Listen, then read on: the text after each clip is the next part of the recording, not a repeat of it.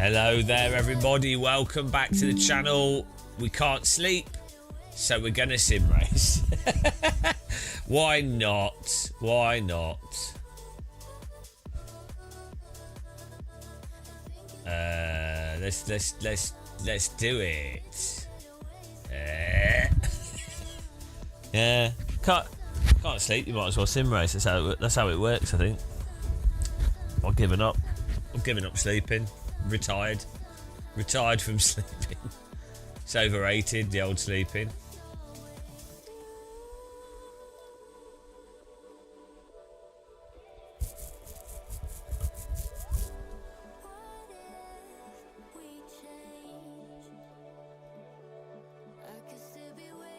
If you can't sleep, you might as well sim race. Oh, we just missed the practice. Oh well, do the race. Who will be first? We can make some techno as well. Techno life. We were making the Verpatile song. Is what we were working on.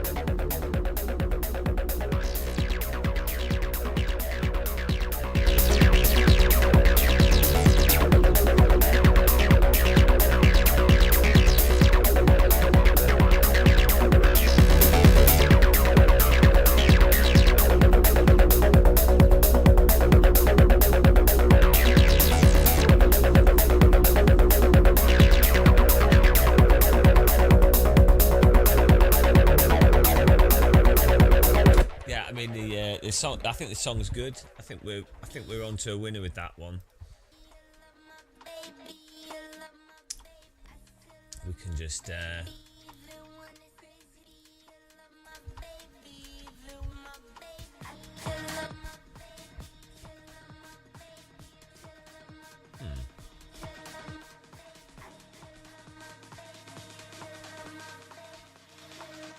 we could probably do some other beats as well, actually.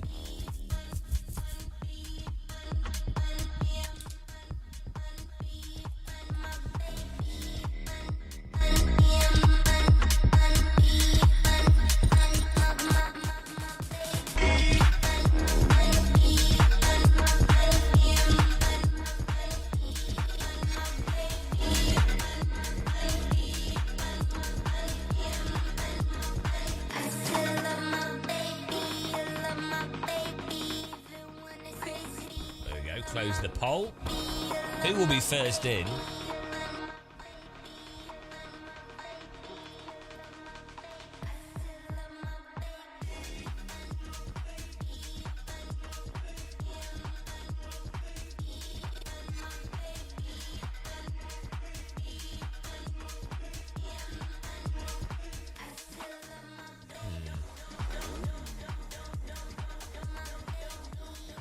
I think I might do another beat as well. Well,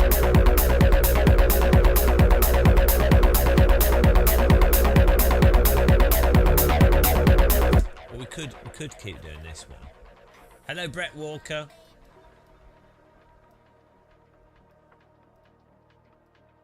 How's it going, man?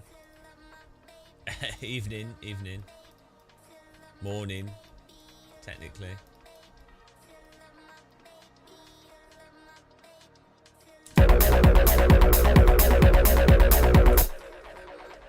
I don't even know how techno songs start. I think they just start with everything. That's how I would start a techno song.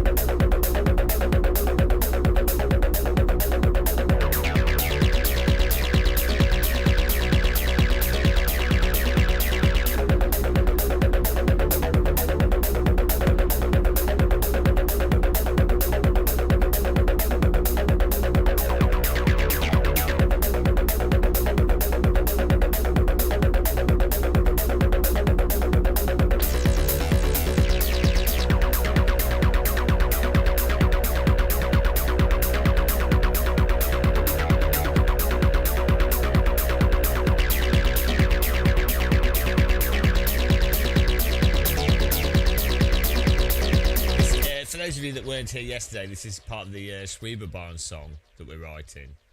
The lyrics are no, I've lost the lyrics, and they were so complicated. Will we ever find the lyrics? Oh no, I didn't save the lyrics. The lyrics went. Here we go. You ready? Beautiful women on the Schwieberbarn, beautiful men on the Schwieberbarn. Everybody dance on the Schwieberbarn, the Schwieberbarn in Berbertal.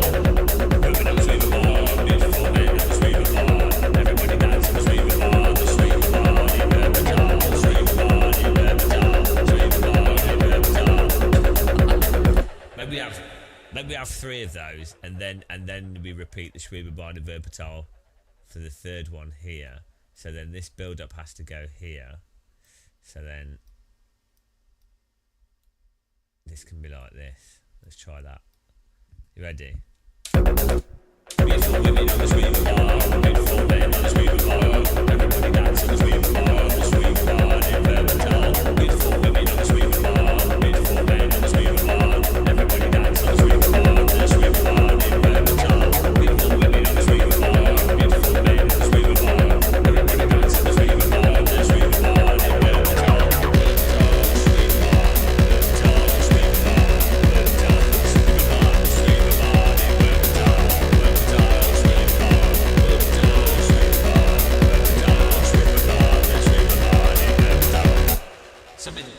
Something like that. and then I guess it can go to verse 2 about here, and then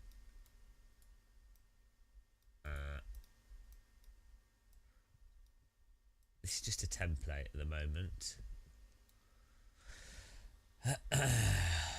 Then this bit, then it can be the breakdown.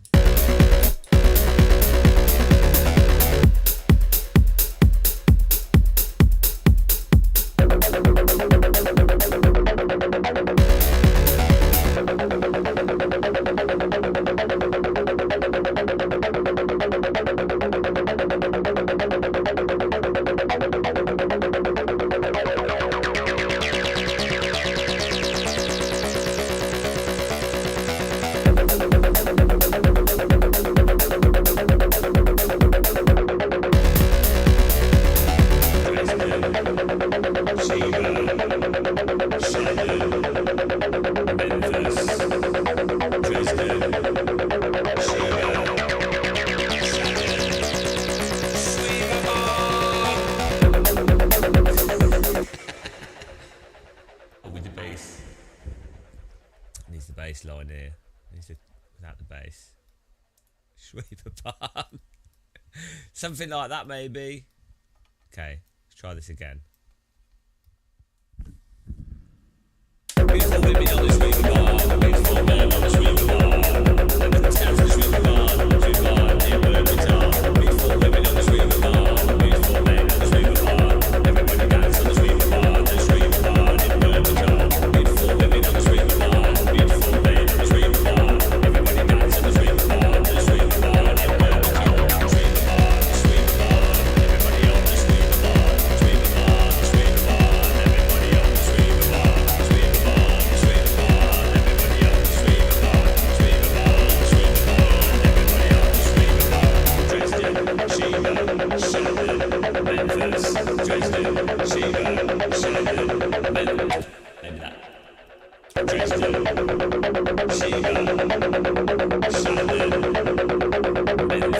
Shannon, Memphis. Dresden, Shiva,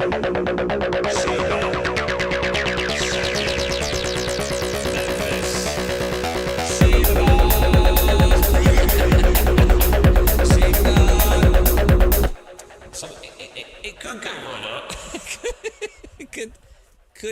That could be a direction for it to go. I feel like saying Schwieberbarn as many times as possible is the best option. Why am I not at the expo in America? Because it's expensive to get there, and I didn't get sponsors in line, and I'd been to Gamescom 2 weeks ago and I think I had got COVID, so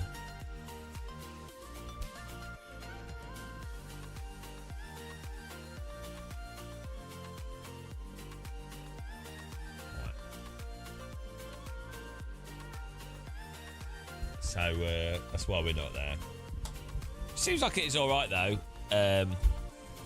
Doesn't look like a huge event. So, but I think it looks like a good. Seems like there's a good number of people turning up, which is nice. The thing is with sim racing trade shows, I think they're quite difficult to. They're how do you get the general public to know that they exist? I mean, outside of super aggressive marketing, this is one of the problems that sim racing has always had. It's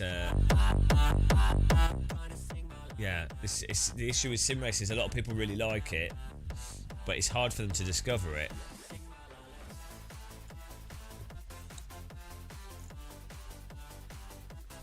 And then it's like the obvious thing is to tie it into motorsports, but then if you do that, people only ever associate it with motorsports.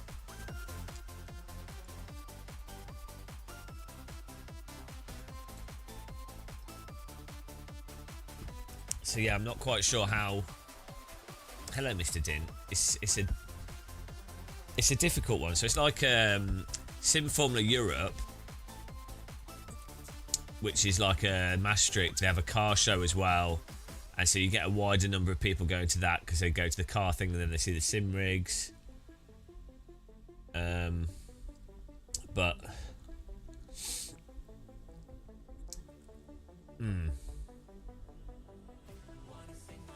it's really weird. Sim racing is really weird in terms of promotion.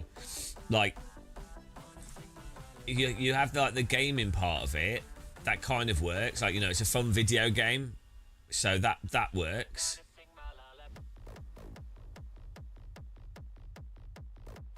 I need to make a beat like this, guys.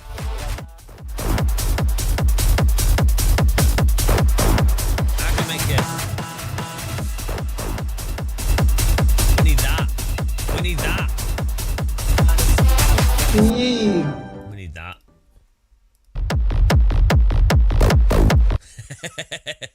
Right, we need to make that beat, something close to that.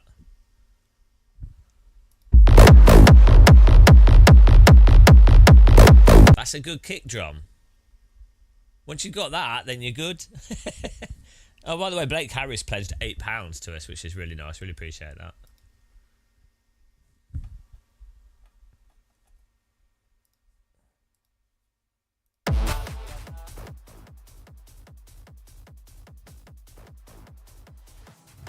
I'm a WWE SmackDown.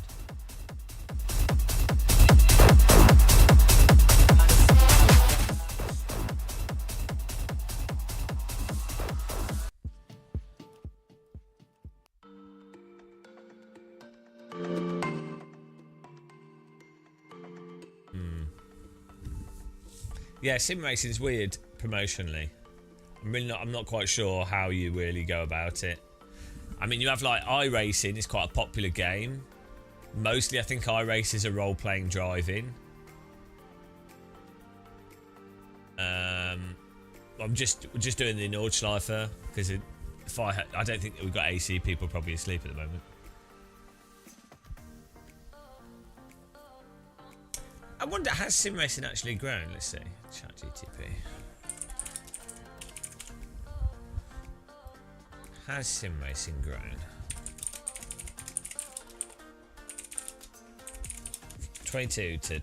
From 2022 to 2025. How would you like know?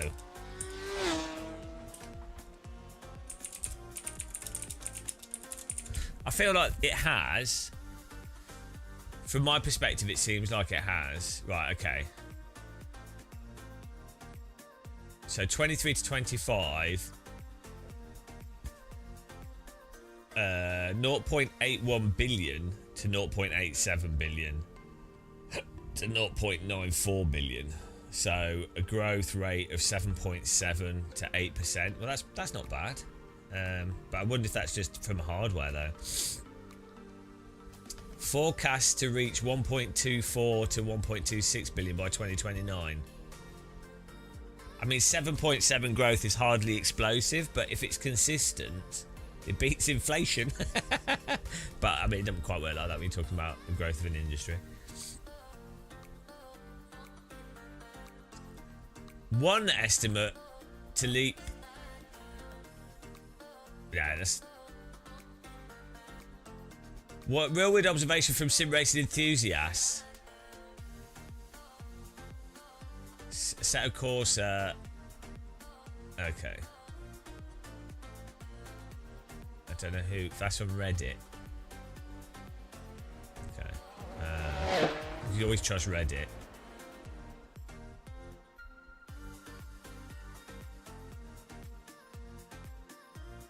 Hang on. Sim Sport Racing International, SSRI. Isn't that selective serotonin rebuke? That's antidepressant. Oh, we got a spider here. Hello. No, don't go in the fan, you idiot. You idiot. No, you idiot. You're gonna die. You idiot. Oh God, come here. Come here. Don't bite me. Here we go. Oh, okay. Yeah. Oh, there you go.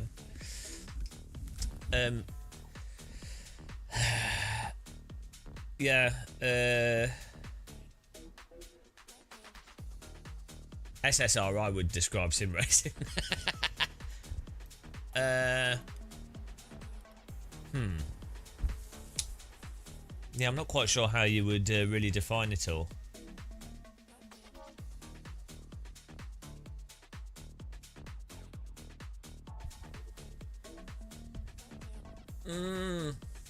God, I love having insomnia. It's that great feeling of feeling both very tired and awake at the same time. It's such a delightful feeling, you know? It's really fun because you're like, I can't sleep, but I also don't want to be awake. Good way to deal with it. Just deal with it. There you go. It's like having to deal with Mormons knocking on your door. You know, you want to be polite, but you also don't want to talk to a Mormon knocking on your door. I'm happy to talk to Mormons on the street. I'm happy to go to a Mormon church and do that, but you don't want to talk. You don't necessarily want a conversation with Mormons on your front doorstep when you know, randomly. That's what insomnia is like. A Mormon knocking on your door. I have nothing against Mormons. Just don't knock on my door. Or Latter-day Saints. Hang on, is that a Mormon? What's the other one? Jehovah's Witness. Hello? Have you heard the good news? Oh, what? They fixed iRacing's time model? No. No, God's going to come back and save us. Oh, I'm not interested then.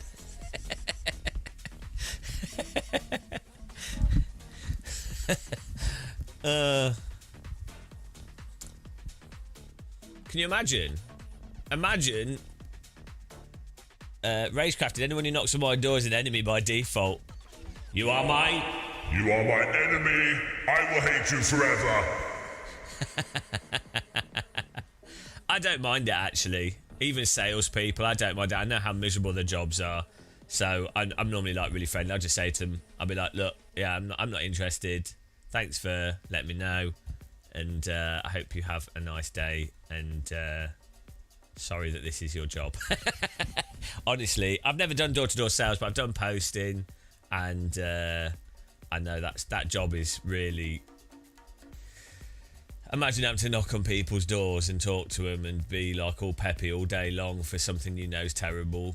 I mean, yeah, it's weird because I also think it's an awful thing, but then I also have sympathy for people doing stuff. Always conflicted on everything. That's what I hate, actually. Why can... It would be nice if you could just not be conflicted on everything. Do you know what I mean? Like, if you didn't have to have multiple views on stuff, like, I think a lot of people are like that, you know. Like, I don't think they're conflicted. Like, I would say I'm conflicted on everything. Every single thing, there's a degree of conflict there. Even stuff I really enjoy, I'll be like, oh, that's amazing, and it's equally terrible. You know, like, sim racing. It's really good fun. It's affordable. Lots of people can do it. You meet cool people. It's amazing what developers have done with the software. It's actually incredible. It's unbelievable. Like, genuinely, it's unbelievable. To me, it is actually... I struggle to understand how incredible it is, right? And at the same time, it's also full of, like, rubbish. So much delusion around it. So much idiocy around it.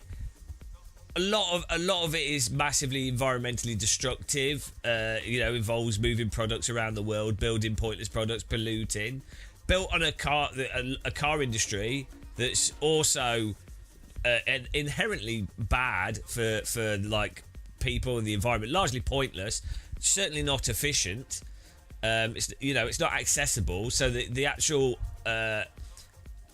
sim racing is largely codependent on something that's absolutely terrible. But also motorsport's pretty amazing as well. Like, cars are amazing, things moving quickly and being loud, and driving is really fun. So you know, it would be really nice. I do think I have peace of mind, though, to be honest. Like, I'm emotionally separated from it, generally speaking. But like, I definitely get the impression that there's a lot of people out there that do not have this sort of duality of conflicted view on things. Like, I feel like they have a... Well, they like this, they like something, and that's good enough. And that's where the thinking stops.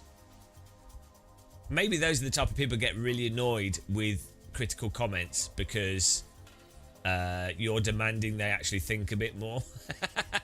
and then that will inevitably ruin their state of nirvana. I think that's what it is, actually, isn't it? They're in a state of ignorant nirvana about whatever it is they do, like whatever thing it is they like. And it genuinely upsets them when they find out that Michael Jackson was a bit of a weirdo, or you know, or it's like, well, you can still enjoy Michael Jackson's music, but he is still probably did lots of terrible things, right? So you can still enjoy the music, but I think some people, they can't separate that. Maybe they don't have the mental dexterity to be able to go, that's actually really great and that's terrible. And things are interrelated, but I think a lot of people maybe just want to see stuff as one. They come to a singular general conclusion that summarises the thing, and if it's generally a positive emotive thing, that is, they've then decided onto that, and so they don't want to entertain anything in conflict with that because it takes them away from their state of nirvana. I'm making words up. Why is my nose messed up? I don't know what's going on here. Racecrafted, for sure. Some people would rather be told what to think. If you think about something long enough, you're bound to understand conflicting viewpoints. Is it cognitive dissonance?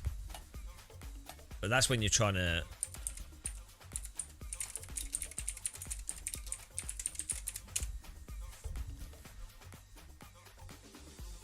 It's to do whipped cream. It's to do with how panels are manufactured, and so 34-inch panels, I believe, are actually 55-inch panels cut in half. So when I think what it is you might have one panel that maybe bit's broken or bit's not broken, and they can they slice the liquid crystal, or they slice the screen, and then they package it into that specific form factor.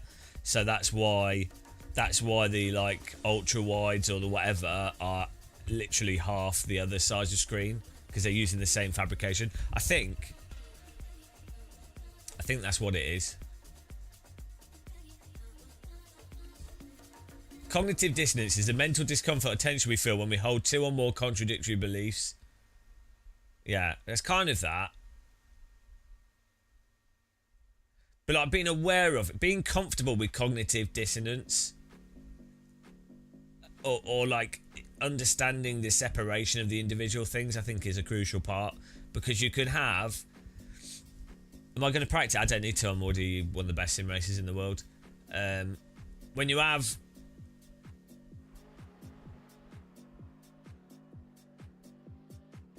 just because you've identified flaws in something, and it doesn't mean it's universally flawed, and nothing is of course perfect, so you should be comfortable. That shouldn't be discomforting. South Korea's fault. I'm looking forward to my Pyongyang beach holiday. I heard they've got the best beaches. Cognitive dissonance is normally used as a negative.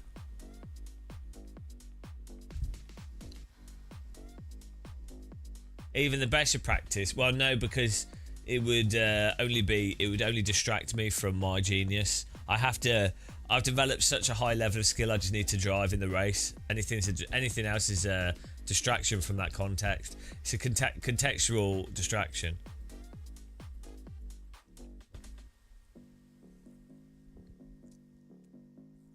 Yeah. So cognitive dissonance is more if you actually have two views that are in conflict with each other. Whereas that's not what I'm talking about. Well, it is and it isn't. It's more just having a depth of understanding of something to know that without the negatives tarnishing the positives. In the same way that you wouldn't allow the positives to tarnish the negatives. Like, yeah, exactly, Mike. I mean, well, if you're born with my nose, you can smell out the correct thing to do. It's not really empathy. It's another word. What? Hang on. There must be another word. What would be the word to describe being critical?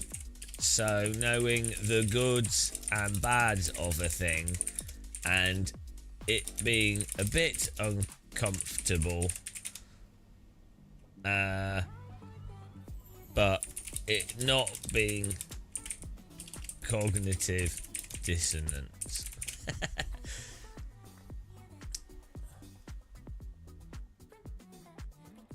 Yeah, so the beliefs and actions aren't contradicted. So that's just called being critical. It's just called critical awareness, nuanced perspective. Yeah, cognitive discomfort. Yeah. So cognitive dissonance is if they're conflicting, so you're effectively lying to yourself, like you know that smoking's bad, you still do it, and then you feel bad, but you can't change the action even though you know it's bad.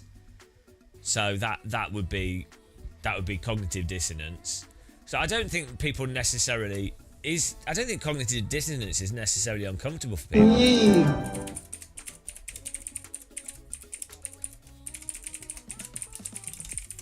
I think it isn't.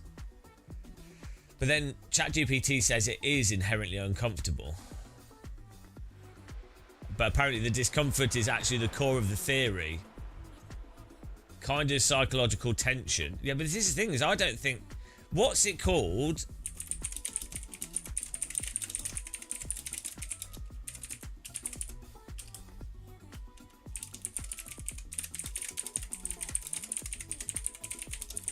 What's...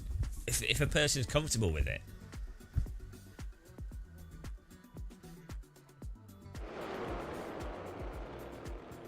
Cognitive polyphagia, a form of social psychology, the coexistence of different and even contradictory forms of knowledge.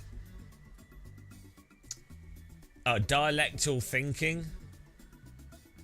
I know, the ability to accept contradictions and see truth in opposing ideas. So that's not a negative thing, that's fine. Compartmentalization, I think that's the big thing. Yeah. It'll be... So that's the thing, is like... Because there's for sure you meet a lot of people, or you talk to a lot of people, and they have the cognitive dissonance. They're holding contradictory views on something, and they're not uncomfortable. So, but I think that's compartmentalization. Well, these are all things that your brain does. So yeah, all people will do these for different things. Like it's incredibly hard to be consistently critical on everything in a uniform way. I'm not critical when it comes to tea bags. I'm pretty happy with any tea bag. If someone tells me that my tea, like, your tea bags have got plastic in them, I'm like, shut up, I don't want to know. So when it comes to tea bags, I'm fully welcome to be ignorant. I'm not having the knowledge of plastic tea bags ruining my tea experience. So I'm a complete hypocrite. I'm selectively critical for sure. I can't deal without the tea. Life's not worth living without tea, is it? So what's, you know. It's like people don't want to know about death, do they? So they'll just ignore it. And so that, you know, the same thing. Microplastics, I think, add to the flavour. A connoisseur. I think that's a French word. Without the end part, and you're about right. You've got to choose your battles. No battle. I just battle everything. I'm the opposite. It's a new philosophy. It's called fight the world. Pointless battle. I feel like there's an art and joy in picking the most pointless battles to fight. I think that's amazing. I think that is honestly the best thing you could ever do. If you can find the most pointless things to fight, I think that's genius. Am I though? If I don't have free will, and I don't believe in free will, I'm forced to be this way, said Fred West to his victim be buried in his patio. Uncle Fred. I always say this, gets a lot of stick for you know, for what happened, but he laid a good patio. So, you know, what do you value more? Life, flat patio? And I think a lot of people underestimate how good a decently laid patio can be. Like, in terms of like utility, satisfaction. A good patio, like there's some like Roman patios, like mosaics and stuff. That's just a very intricate patio. They've been around for a long time, and then people dig them up, and they're like still getting satisfaction from those patios thousands of years after they were laid. So do you know what I mean? Like a good patio is actually pretty. There's going to be a crossover point where someone goes murder and death patio. And it's just about time span and how nice the patio was. So there's an absolute crossover point of where you're allowed to get away with the murder as long as your patio's decent. Because I think the Romans, you know, there was a lot of shenanigans in Roman times. Look at my car, it's beautiful. Brake bias front.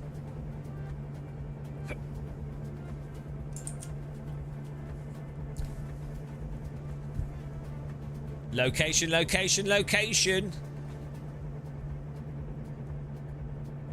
Do you need to use both? Well, there's like, wasn't it the Great Wall of China? There's loads of like corpses around it and bones and things in it. But it took a long time to build, so it's probably just that like a lot of people died and then worked on it. And then people are like, oh, they spent their life building a wall, so maybe they want to be part of the wall now. Guy has no life. Hello, 19.5.5.2.6.1.0. Lift off. I have no life. I can't. That's fine. I enjoy my no life. It's worked out well for me. I highly recommend having no life.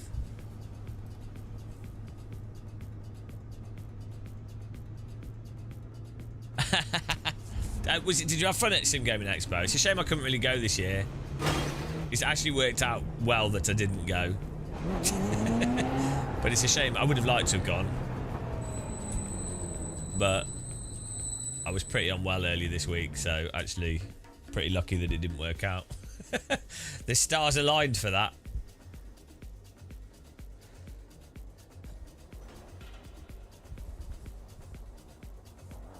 Buckle. It depends, actually. No, probably not. No, because you'd want to be able to see outside predominantly.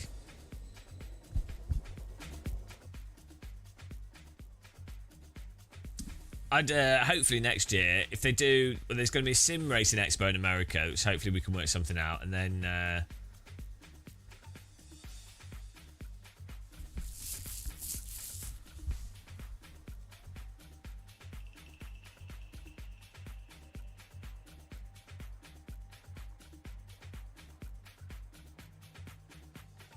Jimmy. Yeah, I think that's the thing actually with those types of expos are particularly good for people that want to try equipment. But the problem with America is it's so big. It's like America's so many countries effectively. So like you have a sim gaming expo in Chicago and you'd be like, oh, well, that's in America. And it's like, well, actually, it takes just as long to fly to Chicago from like what?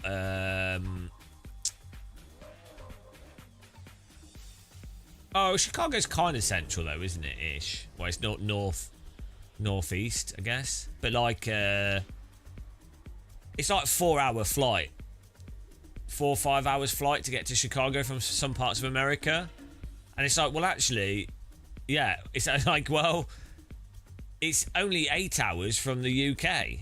Oh, actually, it's probably longer because you have to go to France first and then go to whatever. But like. Sim Racing Expo is an hour flight for me.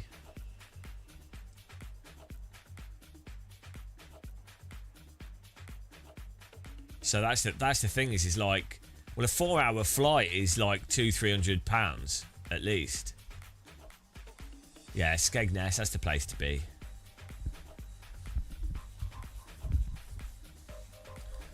Hello, Hell Knight. How's it going, man?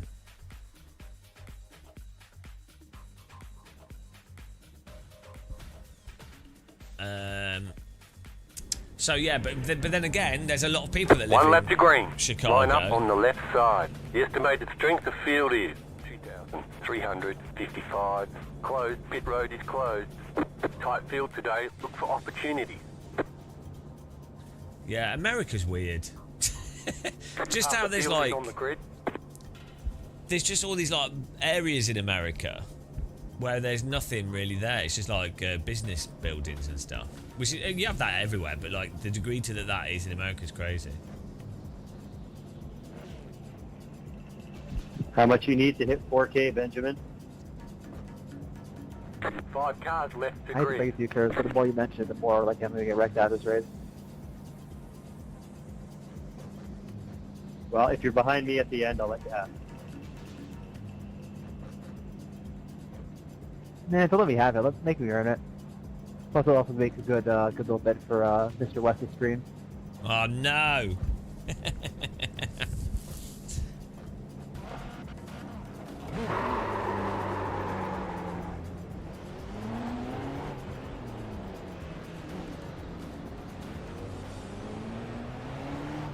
Yeah, it's not really in Chicago. Yeah, no, I was looking at the map.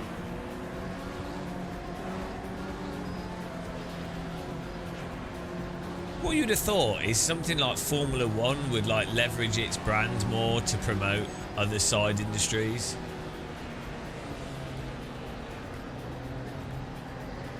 Single file question mark?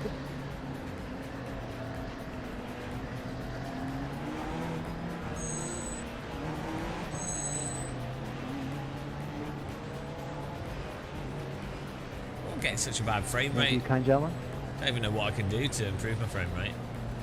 About to go green. Stay focused.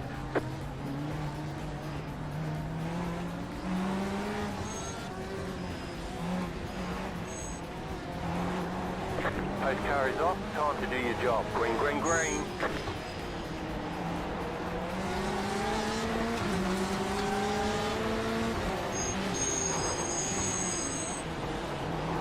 Car right.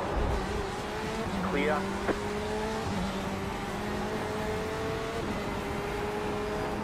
Not sure why he's flashing at me. It was a good overtake.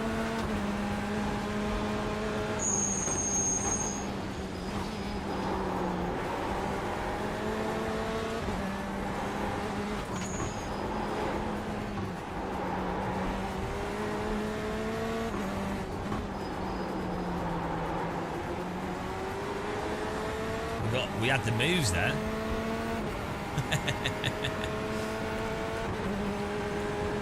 He's a secret viewer. That's why he's flashing at me. He knew I was gonna ramshackle him. Poor guy. It was a hello flash. I like to just think these cars all have faulty lights.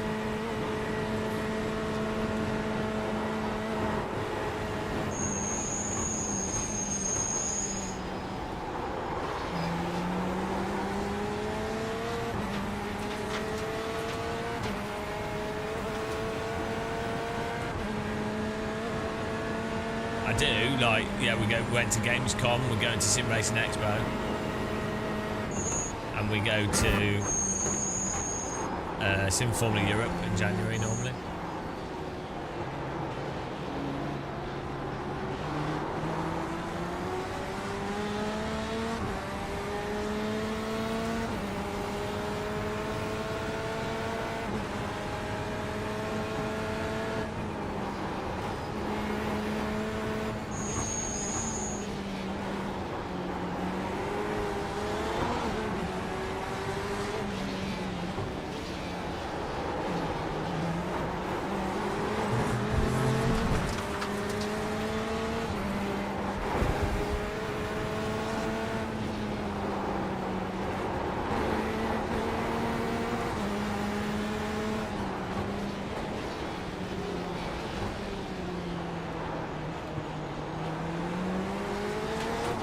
Clown cars causing a bottleneck. Not sure why the yellow car is fighting him so hard. It's a surefire way to cause a crash.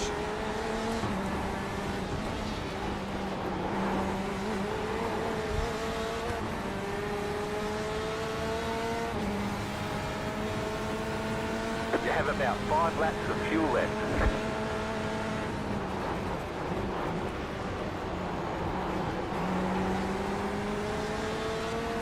Well, I think there's going to be a crash and it's going to be very hard to avoid.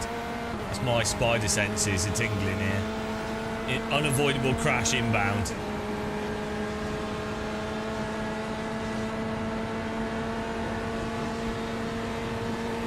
The pace car is out of control. Thanks for following.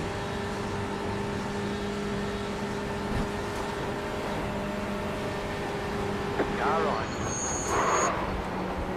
Clear on the right. Car right.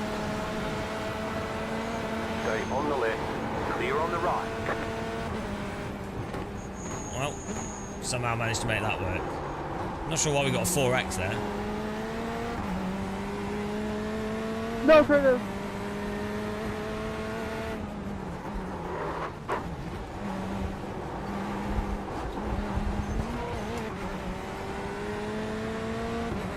Next text advancement for sim racing will be just more realistic physics in the simulators. The hardware's really good already. New Valve VR headset, which I think should is probably coming soon. Could be good.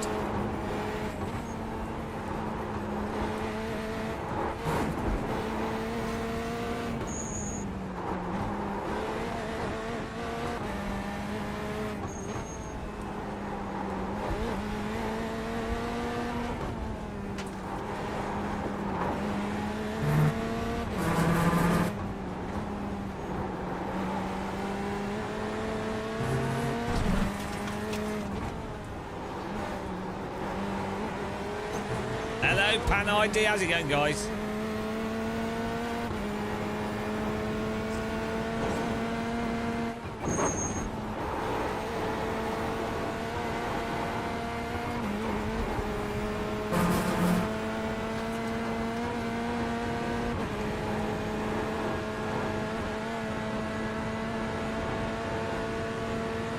Well, use my affiliate link if you're buying Moser, or if you're buying it off their website. And it'll be an even better wheel that way.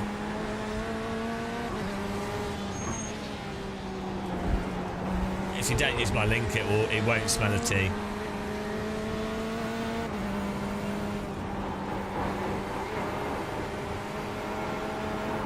Ah, new argument.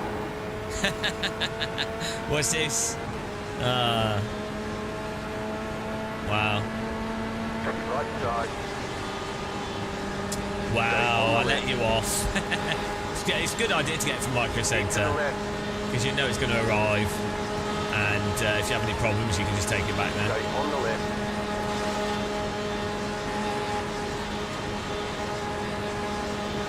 Keep to the left.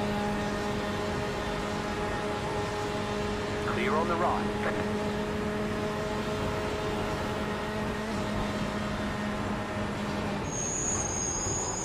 Two more, let's go.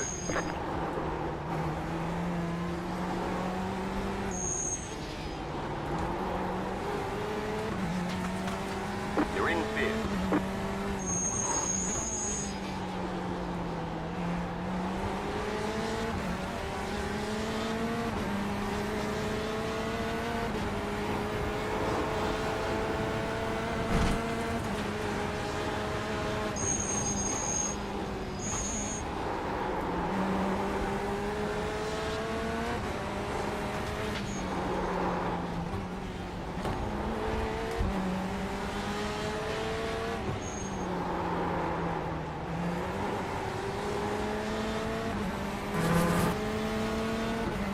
Just get bicycle, mountain bike gloves are good. Tend to be a lot cheaper than sim racing gloves, and they'll be high quality as well. These Sabelt gloves are really nice. I got given them by Sabelt. Right side. Still there, hold your line. Keep I to the didn't left. told you you're a pro. Clear on the right. Don't flash me.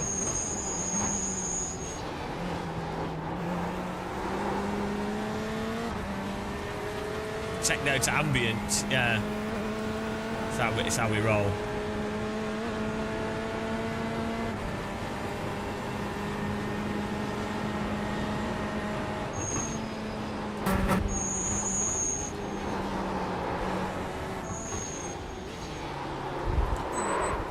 Left side. Keep to the right. Clear. Car right. Dude, that's blocking, bro. Clear. No, that's falling back in line after the car that's side by side has passed me.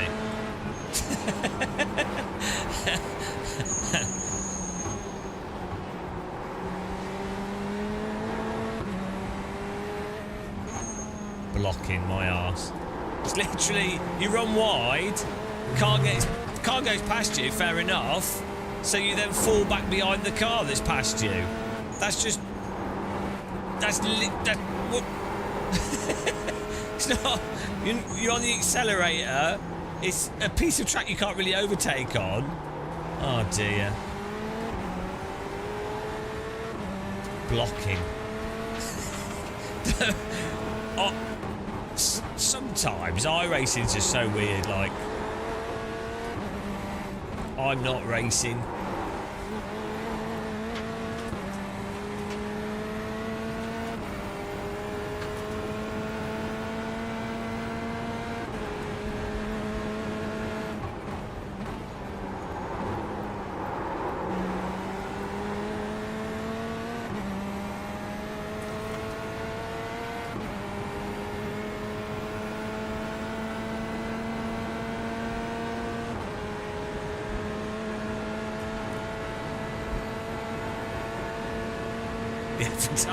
Every time. Oh well. It's really nice zooming through the countryside though.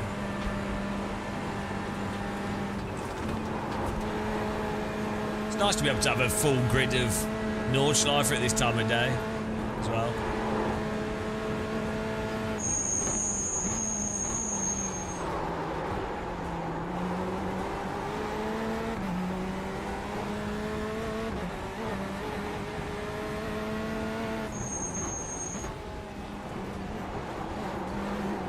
That's fine.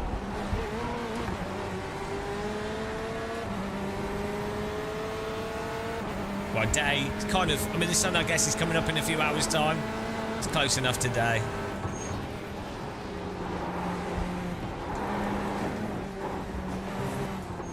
This car has trampoline suspension. Could do with like a faster rebound or something. Maybe it's not soft enough and that's why it launches, I don't know. Seems like it's pretty bouncy and soft though.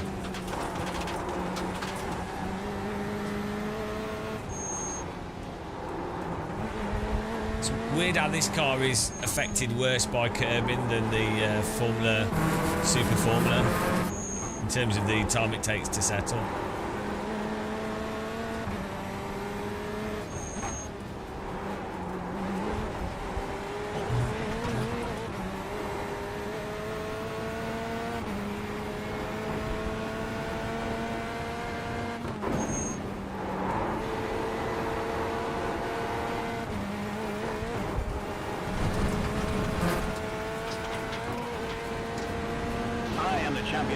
Thank you, Olsen. Thanks for subscribing to the channel. Really appreciate that. Mega EPing for you. Really do appreciate all the subs. It's crazy. Can't believe people subscribe to this. What's wrong with you? What went wrong in your life?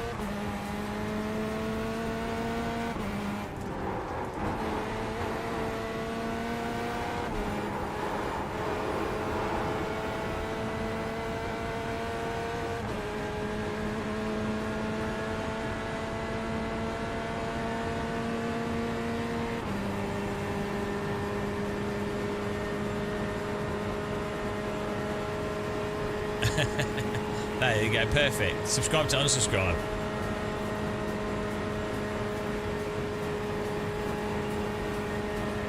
Oh no! 3-year birthday. 3 year of what? Being a Game of Muscle member? Or you actually... Oh, you've got the mental age of a 3-year-old, which is why you watch this channel. Oh, that makes sense. That makes perfect sense. I do welcome all our viewers that have a severe lack of brain cells. Your loss is my gain.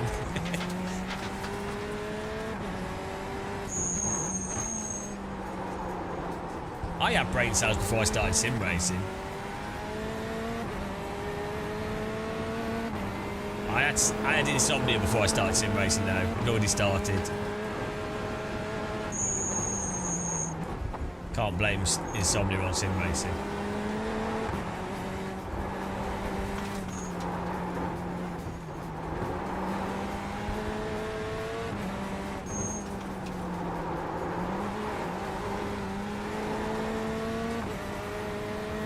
Yeah, we do have the best Techno.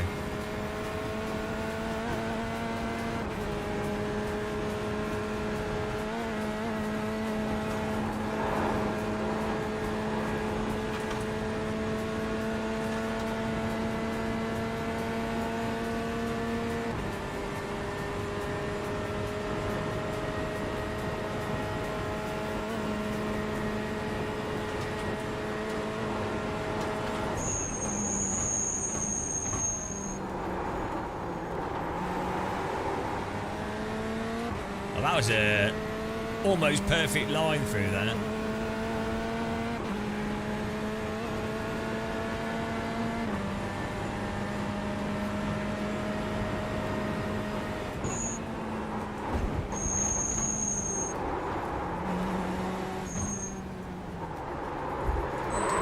Why does it not? It just can't rotate into that, and then you can't catch the oversteer. If you try to push it. Still there. Stay on the left. Clear on the right. It's really weird. This is GTE.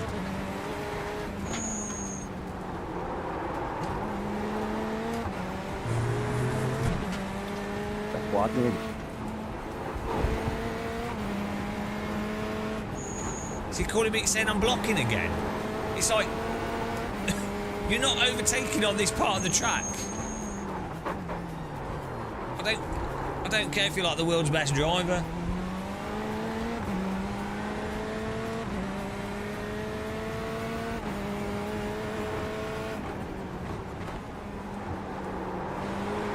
You're need like a huge time difference, or for the car in front to have damage to overtake there. Right side. Still there. Keep to the left. Keep to the left. What? See, now he's put his car next to me on a bit of track where Keep to the left. it doesn't really make sense. You have about 2 laps of fuel Why is left. he Clear on the right. driving into me?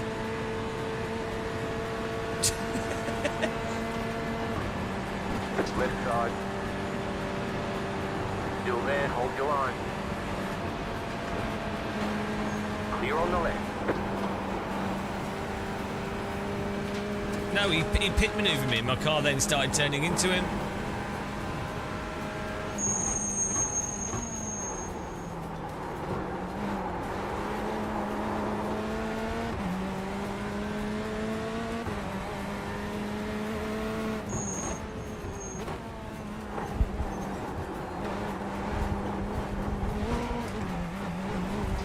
Oh, car in front disappearing.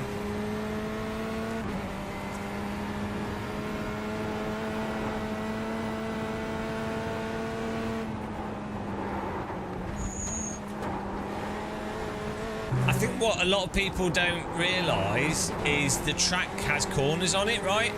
So they want to hold a straight line relative to, like, they're ignoring the flow of the track and the corner that's coming up, and you still have to be aware of the position of the car that you're next to.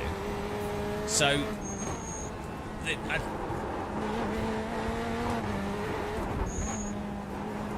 like, it's really weird.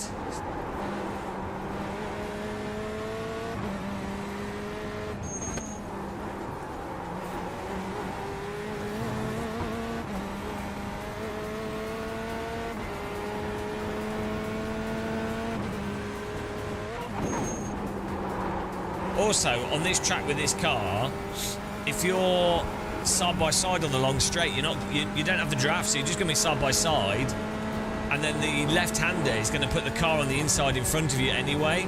So there's absolutely no point in putting your car on the outside without draft, without being able to complete the pass of the car that you're trying to pass, because you can't actually physically pass them. So it's a good indication that the person doing that probably doesn't understand the track, like, or doesn't understand the thing, like, because why would you put your car in a disadvantageous position, right, in the first place, if you knew?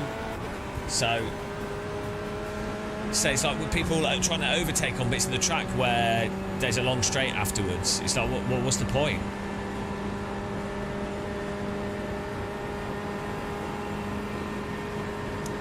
I don't think I did. Watch the replay. I'm pretty sure he turned into us and it pit manoeuvred our car outwards. We'll have a look. We'll have a quart of muscle.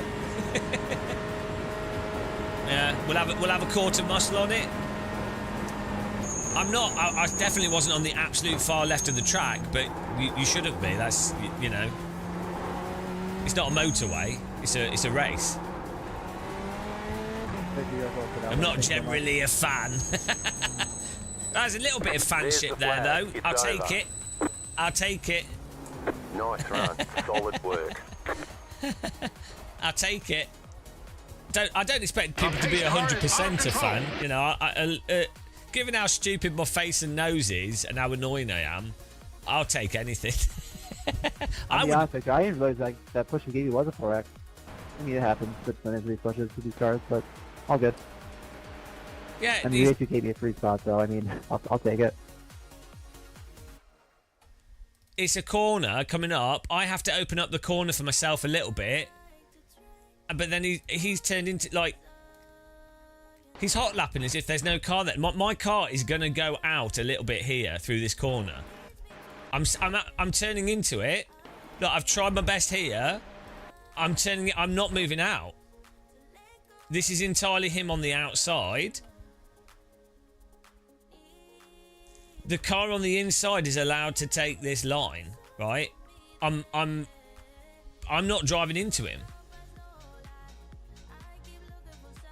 You don't have to be close to the apex. It's totally fine. Like I'm actually closing around the corner here.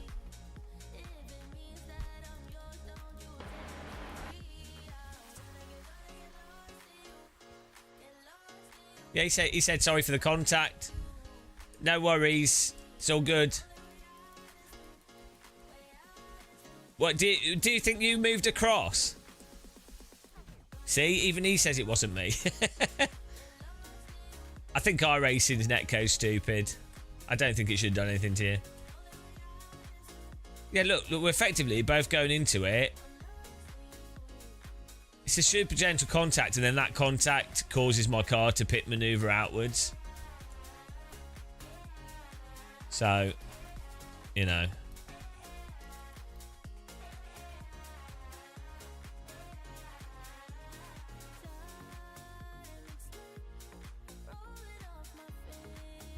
It's more the netcode. Like, both of us actually... It's more the netcode, because both of us are... You could argue that both of us are trying to take the corner and trying to be in the middle line, right? We're both trying to... He's not completely coming across into my space, and I'm not completely coming across into his space. And then it's the gentlest of netcode contacts, and that causes the car to then... My car to then fishtail out into him. And then we get stuck in each other. So and that basically knocks him into the wall. There is netcode. It's 100% netcode. Because... The physics shouldn't be such that this type of contact causes my car to fully pit maneuver at this speed with the downforce, and then the second contact causes him to go flying off. Yeah, like it's entirely that wouldn't have been a problem in AMS1, AC, R Factor 2, LMU, Live for Speed. Wreckfest. It's only in iRacing and in real life I don't think that would have been an issue. Yeah, it doesn't matter in real life. You can touch cars. Probably wouldn't be an issue. I don't know how you can defend the netcode. It's like it is a netcode issue. It's not even a pass, Max. It's just side by side driving up the hill. It would have made more sense for him to stay behind us here. This was not a good place for him to pass. Gold, exactly. You can test iRacing offline with the AI and see that the contacts, how they're meant to work. It's because they don't account for the network smoothing causes the contact to be over the top. No, I know. At the end of the day, it is iRacing, but at the end of the day, neither driver can 100% predict what the other driver's going to do. So, and both drivers here have been incredibly mild through this. So. But the thing is, because it kind of looks... Unless you're familiar with, like, netcode car contacts and how it works, people will be like, oh, yeah, well, no, it's just the crash is a result of the contact. They don't realise that it's a result of the netcode, in particular, the way the cars react to contact. So they create an excuse for iRacing's massive technical issues. And there's no way around it.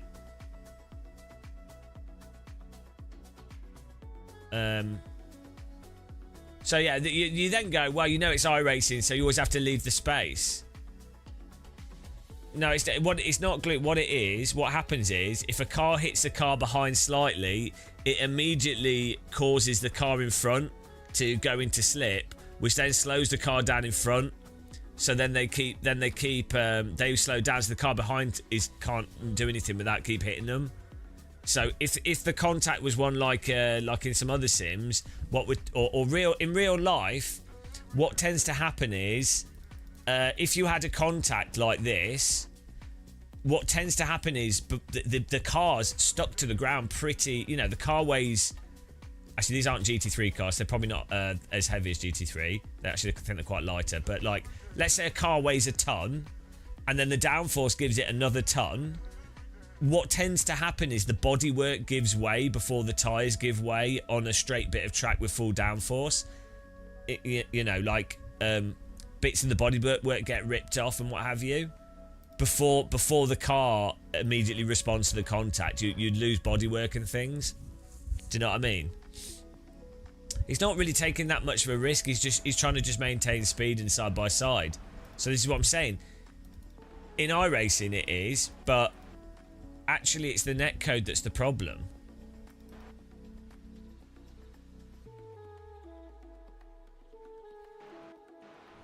And then what happens here is when that contact happens, pit manoeuvres the car in front, which then the car in front can't do anything to actually stop that, which then puts the car in front into the car behind more. But yeah, I know. And actually, weirdly, my turning left here actually knocks the front of his car off the track. I'm actually trying to get out of the way. That ends up doing the opposite to him.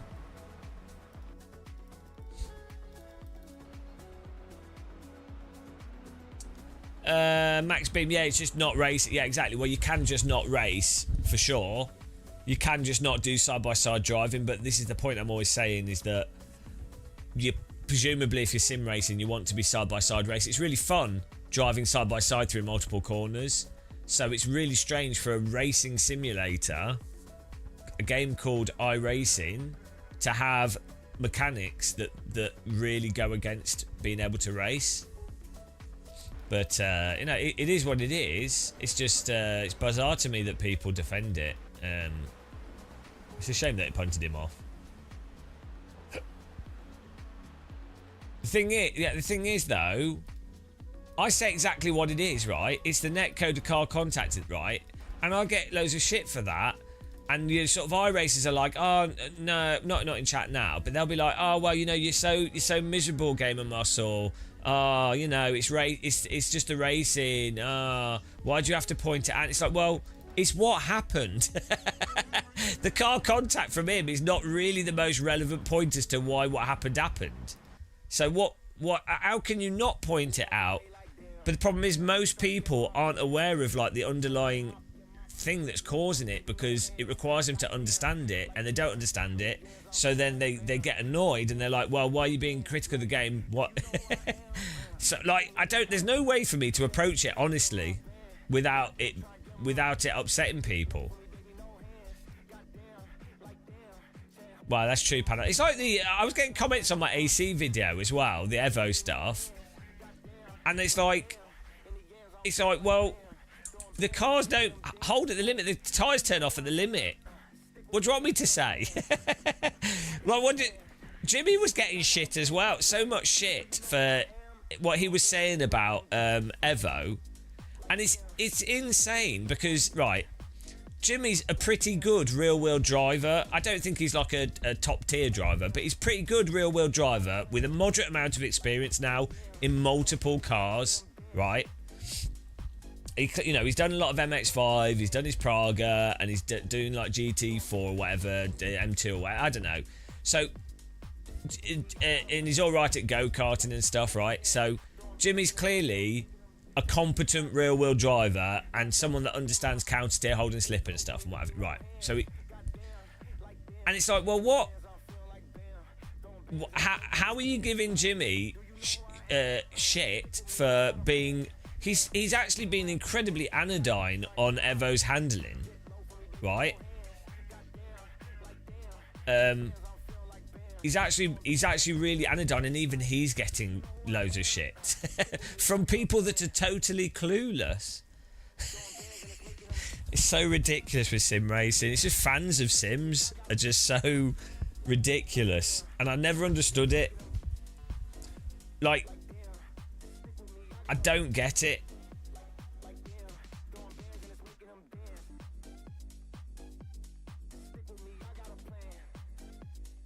He looks so bored when driving. Well, you have to just drive under the limit all the time because of how it drives. It's just weird with sim racing. If you dare to be critical, and even from like, I'm an idiot with not much real world experience, so I totally understand why if most people do an argument from authority. So I completely understand why people are like, oh, Gamer Muscle doesn't have a driver's license, he doesn't do race driving. You know, I get why you, if you use authority to build your views, I understand why you wouldn't trust what I'm saying. But I don't expect people to trust what I'm saying. They shouldn't. I'm very clear when I say stuff. I say this is what's happening. So the counter argument, someone could go, no, that's not happening. It doesn't really matter what my experience is. So I say in Evo, the tyres too easily turn off at the limit in an uncatchable way, and a car like an MX-5 or a Caterham is fundamentally quite an easy car to drive in most scenarios. Like if you're quick with the counter steer, it's a fundamentally forgiving car. Caterham as well is generally, Caterhams are generally understeery in a race context, and they need to be induced into oversteer. And you can double check that by just watching onboards of Caterham Cup, and you'll see drivers will be jabbing the throttle into corners to try and induce oversteer because they tend to be a bit understeery because a lot of them don't have limited slip diffs on them, especially the lower class Caterhams. You can't do that if a car is like super unstable on the wheels, right? You just couldn't do it. It wouldn't make sense. So anyway, I say specific points that you can then go, oh, I agree, I disagree, or I think it's less or more than what you're saying. So it's irrelevant what real driving I have. It doesn't matter, I'm making a specific point.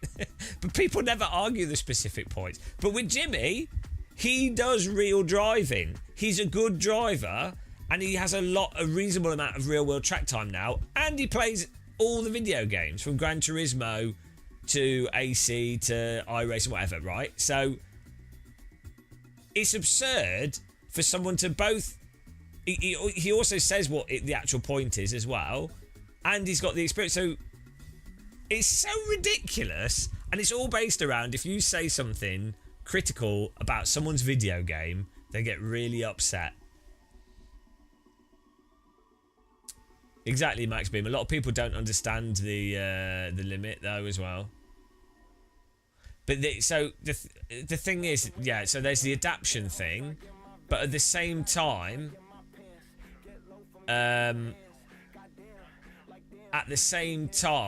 if a simulator's claiming to be realistic, but doesn't support very normal driving techniques, it's perfectly fine for someone to point that out, right? It's like if you're playing a flight sim and the plane stalls weirdly, it's perfectly fine for someone to go, that's a bit weird. A lot of iRacers do analyse stuff as well, yeah. No, if you're going to be doing anything, it's to do with like it depends what you're focusing on with your analysis, right? So the way I analyse sims and the way I approach it is from a broader perspective of what's going to be conducive to an enjoyable driving experience, and I don't care about protecting the idea that the given simulator is fundamentally right. I'm treating all the simulator software the same, and I'm going, well, this and based off how it is in reality or something, right?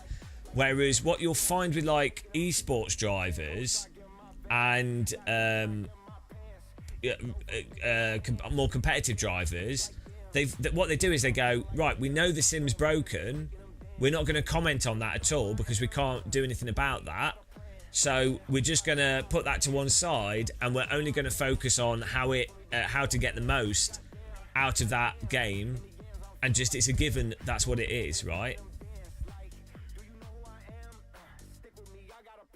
Do you know what I mean? So, and actually, the thing is, esports drivers in private are incredibly much more. The big irony is, in private, esports drivers and decent sim racers are so much more critical than I am. Like, way more critical. Like, it's just not in public because obviously they've got to be careful in public. They make their money from being good fast sim racers and stuff.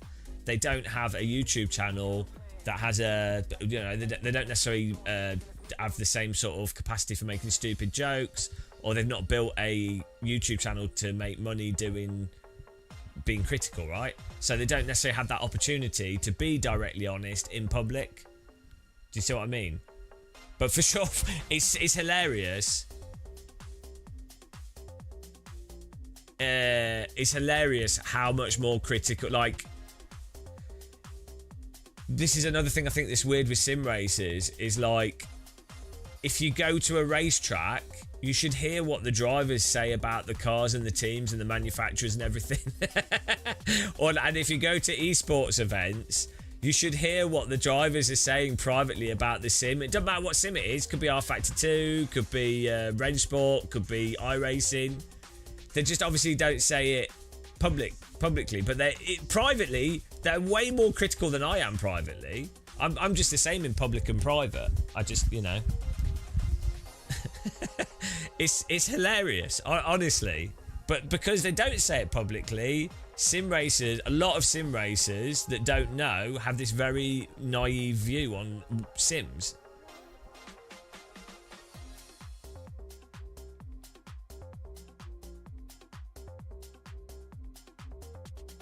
They don't have channels with dump trucks of salt on standby. Well, also, if you're doing esports as well, you might only play one sim. And you know you can't afford to necessarily lose that audience, or you can't afford to lose sponsors. Like if you're an esports driver, you might have a partnership with someone. Well, so if you're doing a certain esports event, you'll be contractually obliged not to say anything that potentially brings it into disrepute, right? So you're contractually not allowed to say stuff for a start. Otherwise, you could get sued. I don't know if they would, but you could potentially get sued, or you probably just get kicked out of the thing. So then you can't do your job. Then you have sponsors, and you're probably working with a team, and you wouldn't want to let your team down by you saying something that maybe a teammate rightly or wrongly disagrees with. So you can't say something that's going to negatively, potentially, you don't know, but it could potentially negatively affect your teammates. So again, you're not going to say anything. So this is how it all works. and then this sort of snowballs to the point where you have that kind of corporate mentality where no one actually talks the truth about anything. What is terrible content? Yeah, you have to be mentally abused to be here.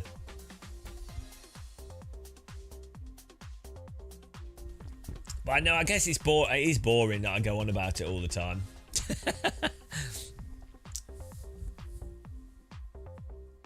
I find it funny with iRacing. How many times do we have an incident that's literally the simulator rather than... You do have crashes that are people making mistakes, but I think even the mistakes people are making are largely due to the simulator. It's literally your channel right now. Well,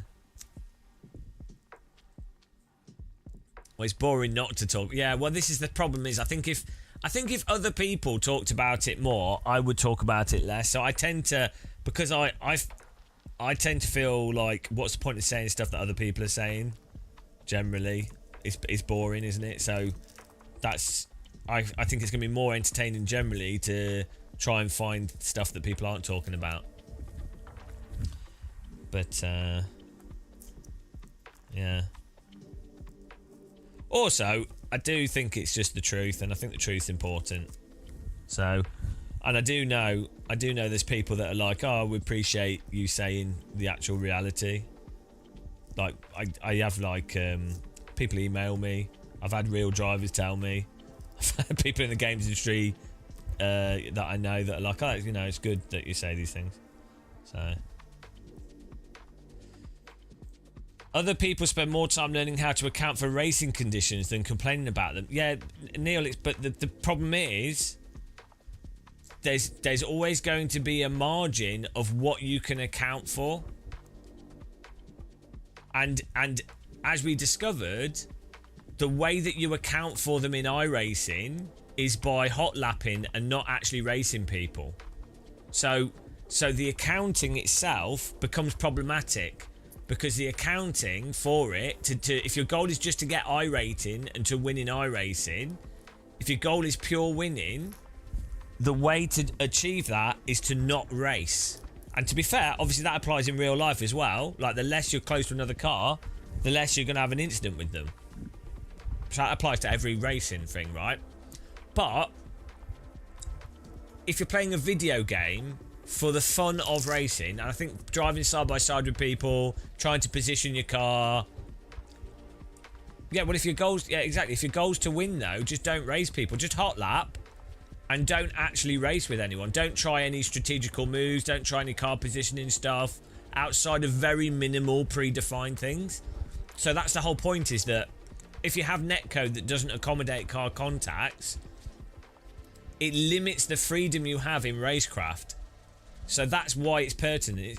I'm not saying you can't drive around it. I'm saying it's a worse video game if you're forced to... Well, A, it's unrealistic for a simulator, but also a worse video game if you're forced to play in like a really dull way, right? It's like modern Formula 1. Modern Formula 1 is worse than old Formula 1 because the way that the drivers have to approach it is less racecrafty. Like, it's... Have you got the faster car? Which has always been the case in Formula 1. But drive up behind the car that's slower than you and then just press DRS to go past them, right? So that's less fun for spectators and less fun for the drivers. So that's the point, isn't it? That's why it's relevant.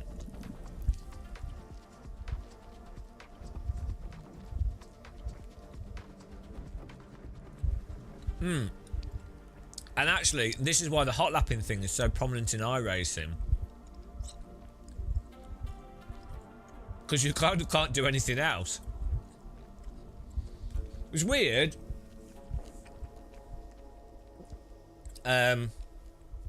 It's weird because if you do like any real motorsport or watch it on YouTube, you'll see how much wheel-to-wheel action there is.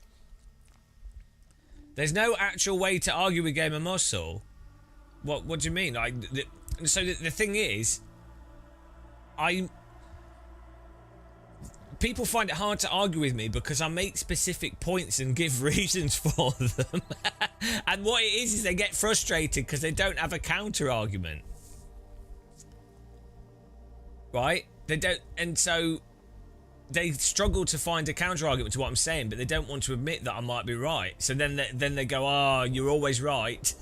So I think I'm pretty good at arguing because I've got a lot of experience with sim racing.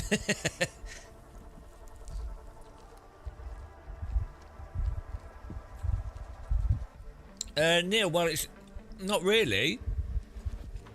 Not really. We look at it from both views, and then I'll present it. And normally, the mistake that people often make is when I make a mistake.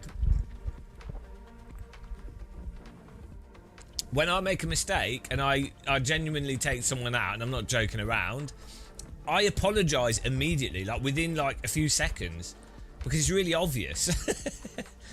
No, I admit them immediately, and the problem is if you do that, people then don't think you've admitted your mistake because you've admitted it so quickly and you haven't made a thing about it. Which is like, genuinely, people want you to make a thing of like a journey of you coming to the conclusion that you've made a mistake. This applies to anything in life, right? If you make a mistake in life and you're the type of person that doesn't care what people think about you, so you just say, "Oh, sorry, that's totally my fault," or, you know, if you do that, people don't latch onto it.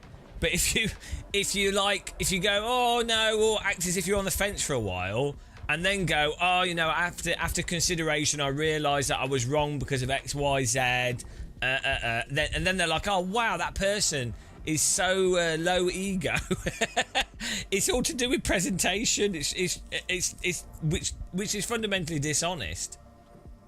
But if you've live streamed, right, for 10 years, 4 to 10 hours a day, you can't be... how on earth are you going to be egotistical about random online races to the point where you're going to, like, feel like you need to defend yourself? When you're not an esports driver, it doesn't even make sense, does it? Like, what would be the point? And then in the case of my channel, a large part of it is like memeing and the fact that I'm not a good driver. So it wouldn't even make sense for the channel. So what actually is happening is you've come to a false conclusion and then you're applying that to maintain your false conclusion. You know, that's what happens.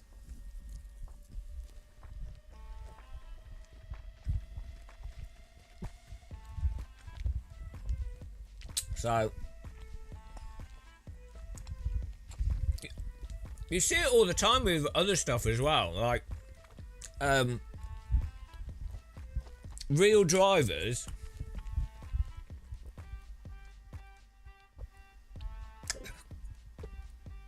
I'm gonna choke myself to death on an orange. I need to chew these more. That was close. Death in the sim rig. Real drivers will say immediately, like Max Verstappen or whatever, will say, "Oh yeah, I made a mistake straight away," and then the media's just confused.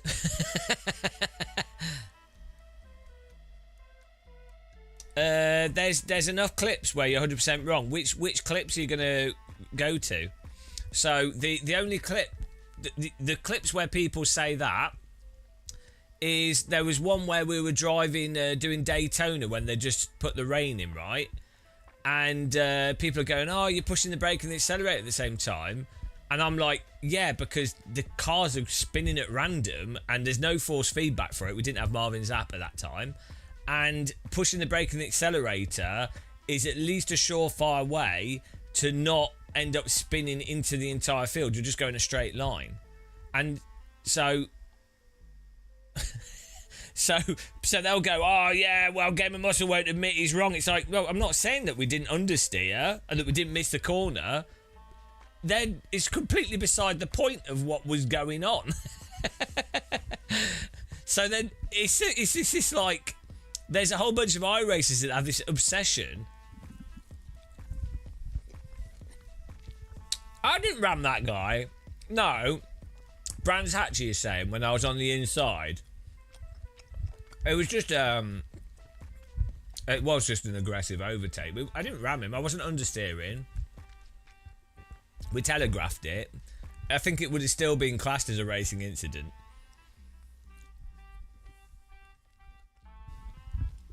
But yeah, it was like, it was needless. You know, I wouldn't like aggressively defend that as being like, "Oh, we're not completely innocent." The game is, you jump on a Game of Muscle stream, and if within 30 seconds there isn't a tyre rant or a physics rant or a helicopter pilot comes, then you got a point. Well, what else do you do in iRacing? You have to wait for the next race to start. It's double points if you're in the middle of a rant. Well, maybe iRacing could make it so the tyres are actually realistic, and then I wouldn't have to complain about it. It's not unfair though. So this is another weird complaint I got. Is someone said on a video, they're like, "Why?" This is to do with Evo. Our review video of Evo saying what's good and bad about it, and then we mentioned the original Assetto Corsa, and then someone goes, "Oh, can you make a video without mentioning the first Assetto Corsa?" And it's like, well, why wouldn't you mention the current best simulator? Do you know what I mean?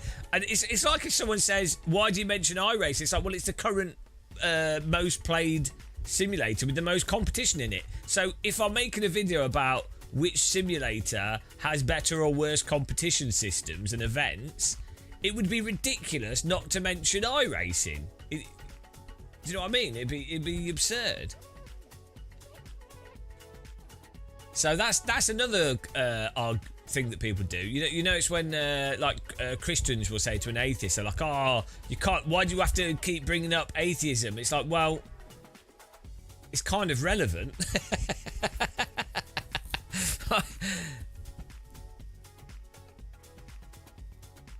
What you notice, if you actually are critical, rather than a lot of people being critical back, the other people that are pretty critical will either be like, oh, right, we agree with your points, or they'll be like, oh, here's another point that's interesting, and that's fine. And you'll have a small proportion of people that aren't consistently critical that will always use fallacies and straw man relentlessly. And so the critical person is then basically always spending their time having to explain stuff to the person that's not critical. Well, in the sense that we're both overweight. High temperature fallacy. Yeah, reviewing AMD and then, yeah. I know it's really weird, Doctor. It's like, well, what else are you going to compare? Like, it's... And then the other one, I want to make a video on this, is people go, well, why do you play iRacing if you hate it? And it's like, well, obviously we don't hate it. That's why we're playing it. We've got the bingo card here. This is why we've got the bingo card. Why still play it if it's so bad? It's like, well, because it's not universally bad, is it? But the positive of this is I've had 10 years of this, and I think now I've actually just got used to it. Like, it used to annoy me a little bit when other people weren't being critical, or they say straw man or they're being stupid. It used to like annoy me a little bit. Not a huge amount, but like, you know, like I've run out of milk in my fridge kind of annoyance. Actually, to be fair, that's really annoying. Like and that's more of an anxiety, you know, when you run out of tea bags. That's more like a really anxious feeling. But like more of a I probably should add it to the bingo card. Yeah, it's not. It was like a mild, like a wasp flying around your face kind of annoyance. You know, you're like, oh, I'm going to stay still. I hope it doesn't sting me. It's kind of annoying. I wish it would go away. That kind of annoyance, right? But now, I don't really feel anything at all. Like how when you get used to wasps, you do just sit still, and if it walks on it probably won't sting you. And if it does sting you, it doesn't hurt that much. Well, it depends on the wasp. Some actually do bloody hurt. Most wasps in Europe don't hurt that much. So, yeah, it's kind of like that now, which is quite good, I think. So, yeah, the decades of abuse have actually paid off, I like to tell myself.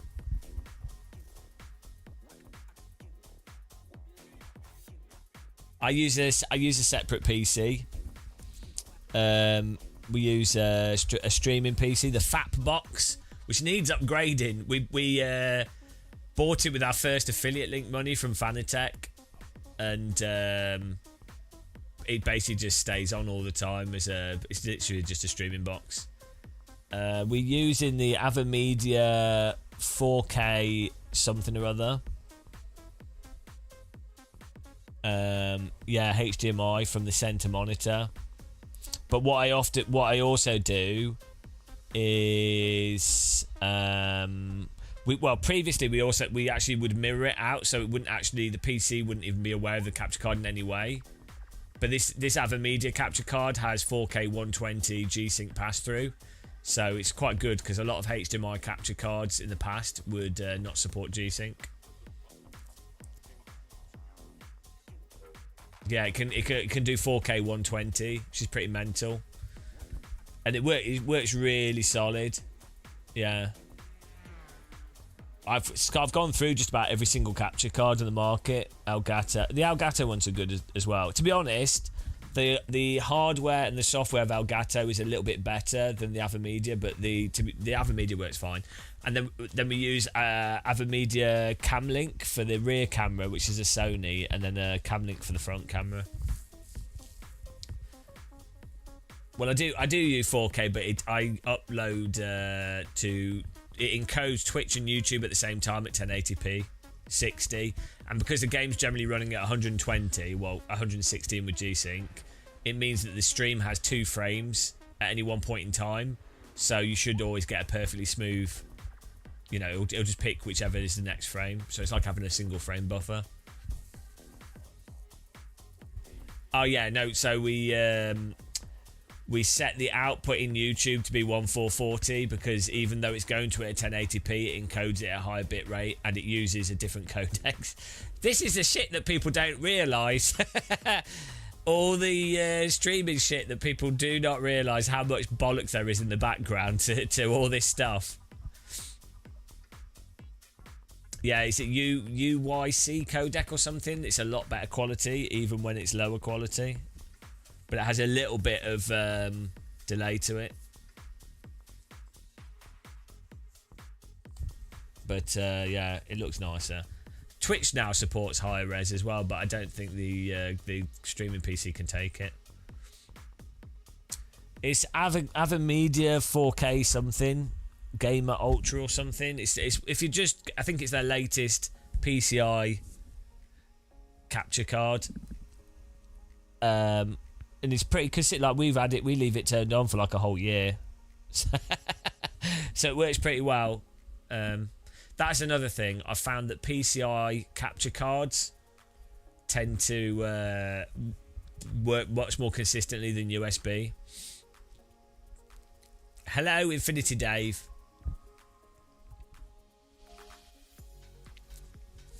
I still have the triple screens. I just don't use them. You don't need triple screen. Like, you don't need to be able to see the other cars. That's a whole video that would upset sim racers because they wouldn't believe it's true. Even if you explained exactly why triple screen is not needed, they wouldn't believe you. You don't actually, in a sim, you don't need to see where the other cars are to know where they are. You know, you can hear where they are, you know the racing line, you can see where they were in the mirror, you know how much space you need to leave, you have to account for netcode. But most sim racers don't understand that, so they just wouldn't believe it. Even if you explain it to them, they'll be like, well, you don't know what you're talking about. No, it's two PCs. There's no point having a capture card in the same PC.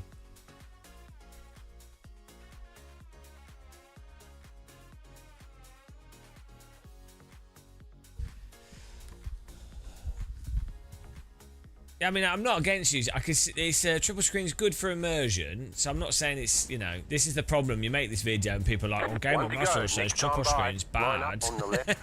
It's more like, it's like VR, right?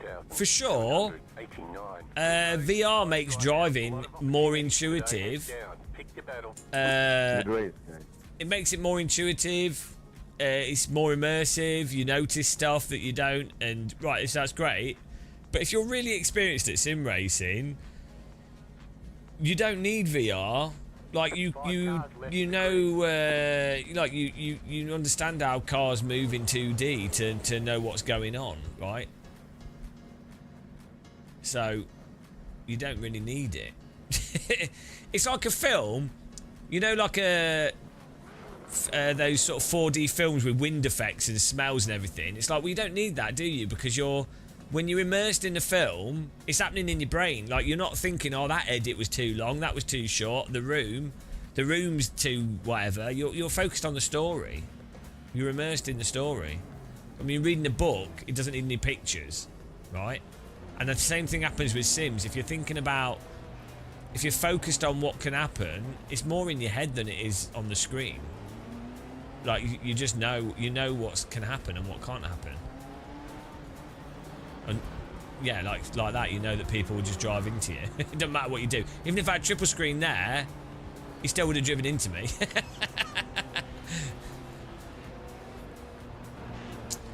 To be fair, yeah, it's just convenient. Flight sim and yeah, you have to look at a 90-degree angle in Euro Truck for merging and stuff. And why are they brake checking? Jesus Christ.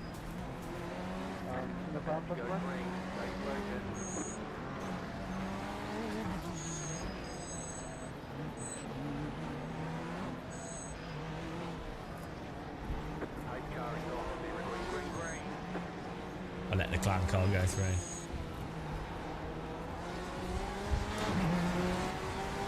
Don't know what that's for, right? It's really weird. Don't think so. It's really weird.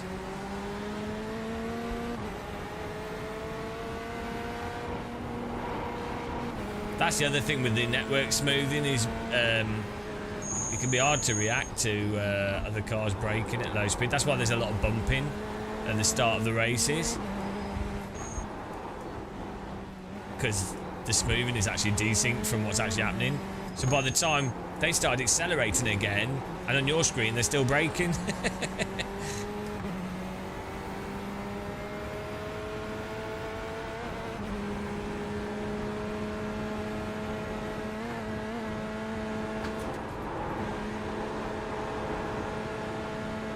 I'm not quite sure why that was 4x, because I didn't really touch them.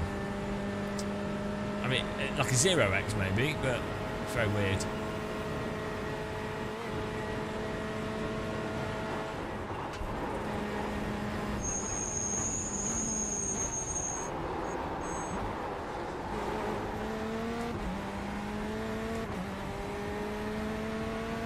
I don't know why my screens seem to be some like the touch screen sometimes does some weird stuff.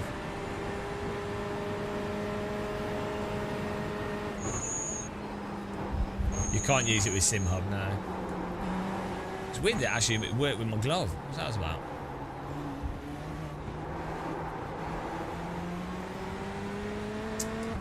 No, I don't have it mapped because I normally do sprint racing and it doesn't really matter.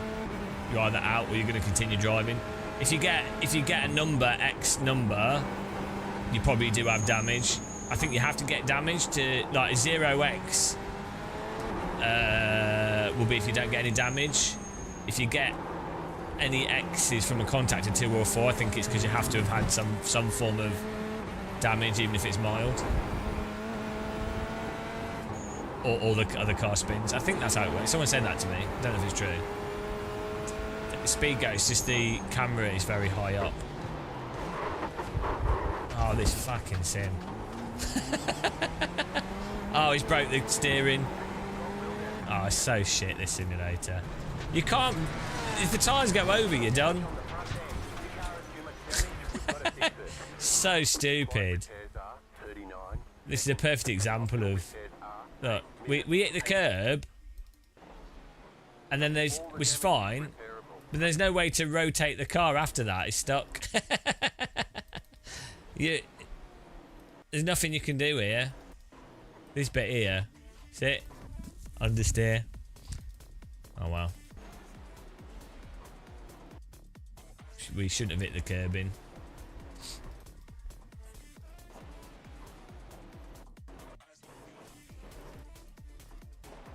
You get trapped in slipping this so easily. Hello, OSW Sim Sports. How long the race is going to last? Yeah. This car is super bouncy from the curbing. I'm not sure why this is. Maybe it's his setup. Like the it's weird that this car is affected worse by the curbs than the Super Formula.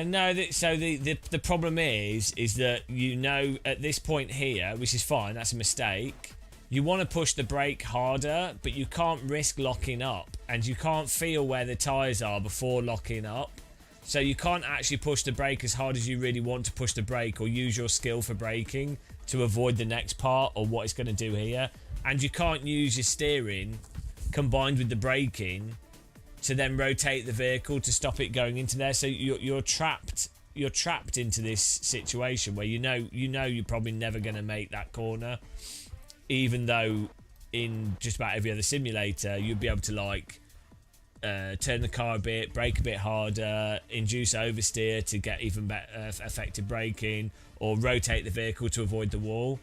But you just can't do that in iRacing. So at this point here, you're effectively trapped. Now, the thing is, to an iRacer, they'll be like, well, you know, you've hit the curb and you've made a mistake. And within iRacing, sure, but they're unaware of the greater context. So if I then say, oh, that's really shit with the time model, all they're hearing in their brains is, Game of Muscles complaining about the physics, not his mistake. So you can't win.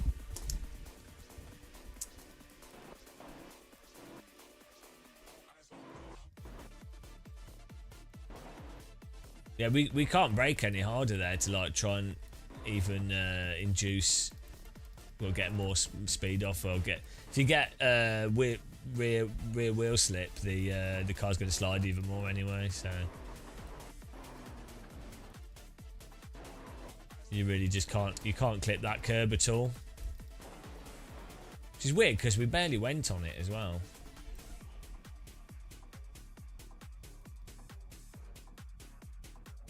Oh, the front tire went up it a fair amount. But yeah, that's a good example of, you know, someone would go, well, you know.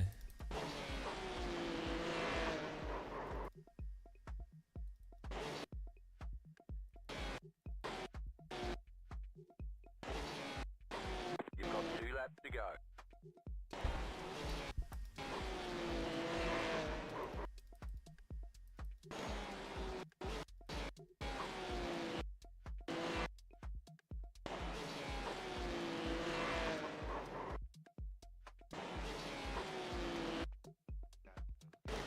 It's weird that that causes the wheel to lock up as well. I guess it stopped in the air.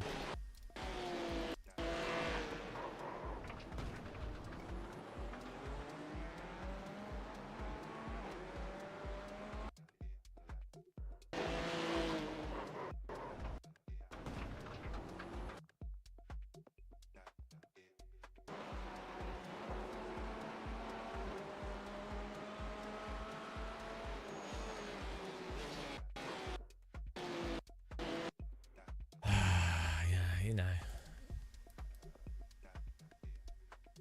just had a beer. Beer o'clock.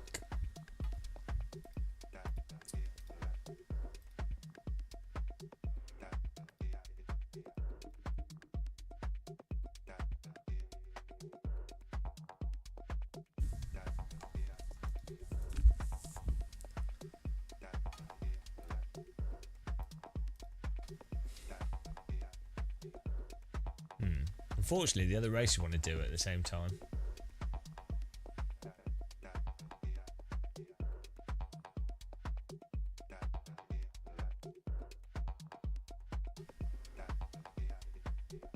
Oh, we can try the LMP3. Is it Suzuka?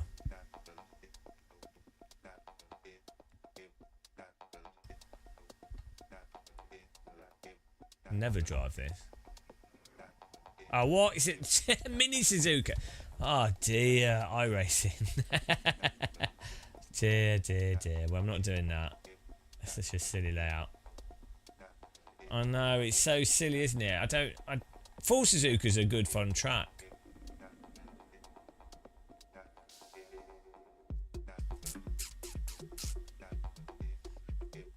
The timing of these races are unfortunate. I think if we'd just quit out, we might have got into the Formula 6. Yeah, we needed to have just quit out.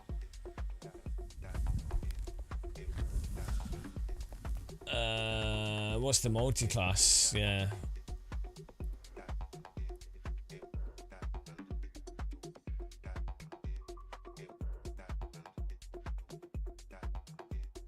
Yeah, unfortunately, there's not really...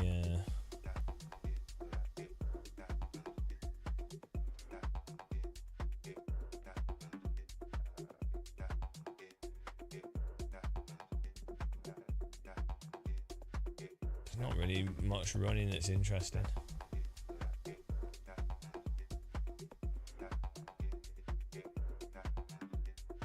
I mean, Okayama MX5 Cup. Let's do this. There we go. So this could be okay. Be interesting with this wheel rim. Get a drink as well.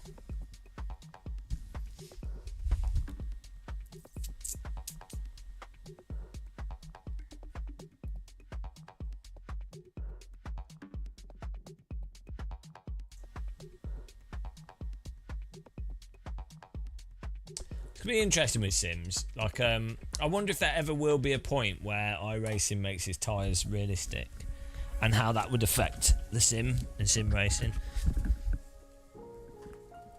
Probably wouldn't affect anything really.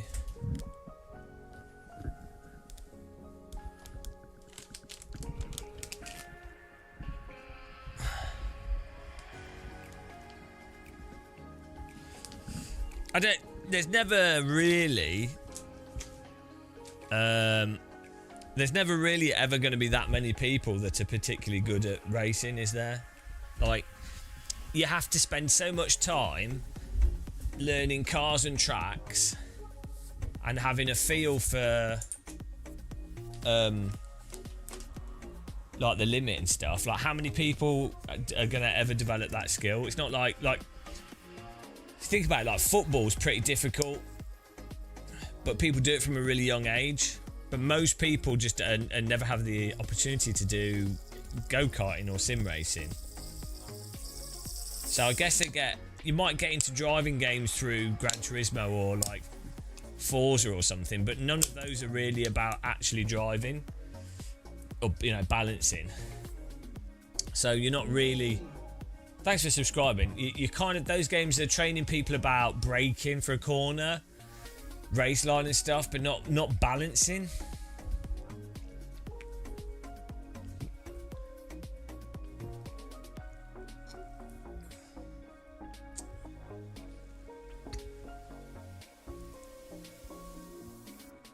And then go-karting, they're not powerful enough for the rear to come out of the throttle. So you're not really balancing a go-kart in slip. It's always, in a go-kart, if you've got more aggressive slip, it's pretty much universally slower. It'll just bog down. So even people that do go-karting don't necessarily know about it. It's not like, yeah, but most people don't do anything other than rentals. So that's sure if you've got a shifter cart or like a higher spec cart, but most people don't do that. So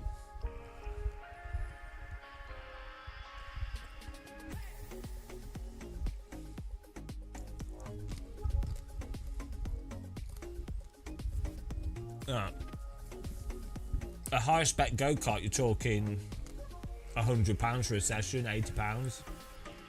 Well, in the UK, it's cheaper in other countries.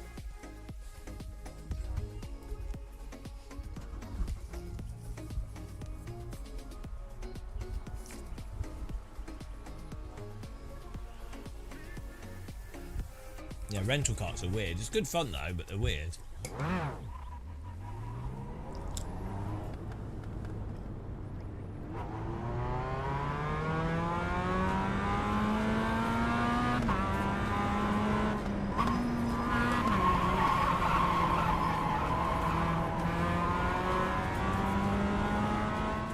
Oh yeah, for a proper race as well, yeah.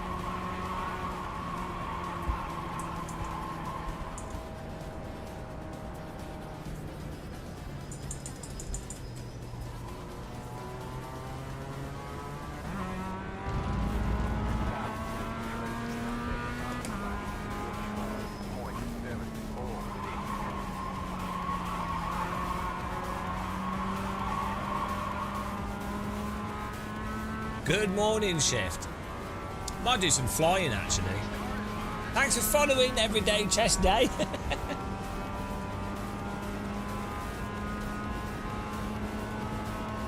Yeah, the tyres in driving add up so much cost. It's really funny, actually. Like, go-kart tyres used to cost, what, like £60 each? And now I think they're like £80, £100. Or you could buy like a set for £150, £200 or something. I don't know. They used to not be crazy, and they also used to last a lot longer. Yeah, 200 a set. It's crazy.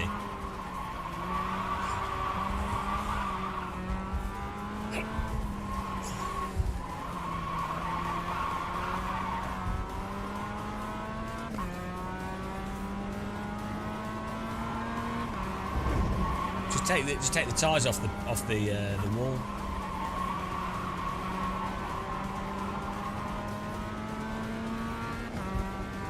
Yeah, the whole thing's really rigged. It's really bad.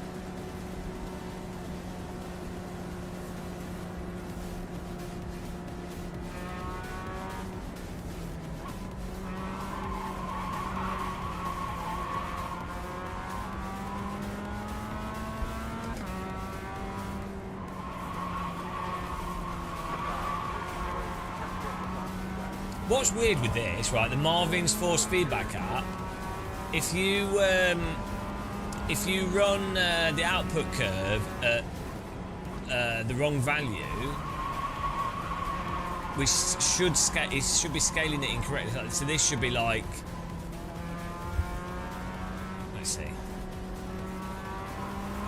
It's like decreasing the initial force and then it ramps it up. That should really mess up the detail. That should be worse. If you do this, it compacts the force feedback.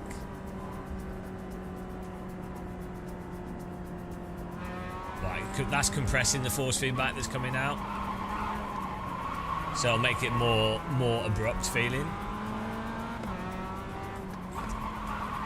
But you lose dynamic range because the force feedback's like compressed.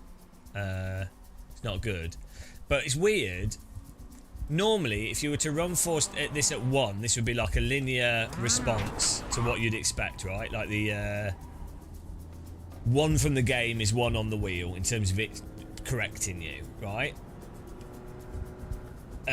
What's weird is if you run this at what's technically a worse value, so it's if the game is 1, the wheel is outputting, initially at least, the game is outputting like, the game outputs 1, the wheel outputs like 0.9, right? So it's lighter than what it should be, so the curve's like less than more.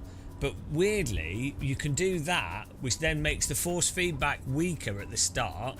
However, you can then turn the force feedback strength up, which then which means you're amplifying the weaker signal, which then gives you more dynamic range for the part of the force feedback that matters more. So it's totally, it shouldn't really work. Like the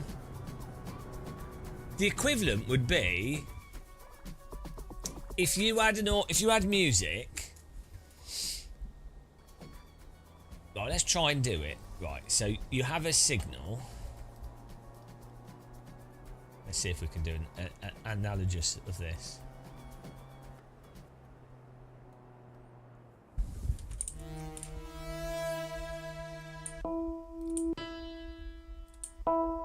Just need a pad. You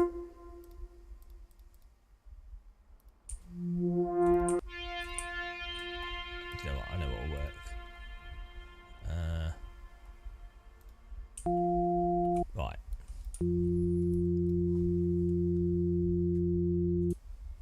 How do we make this analogous? So this is like 1-to-1 of. Let's see if we can do this. It's really hard. I'm trying to. It'd be good to be able to use this to explain things.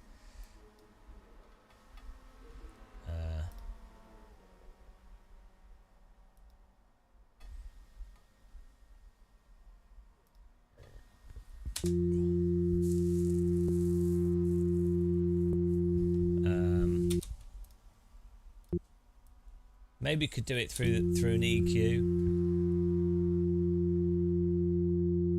It's not really analogous.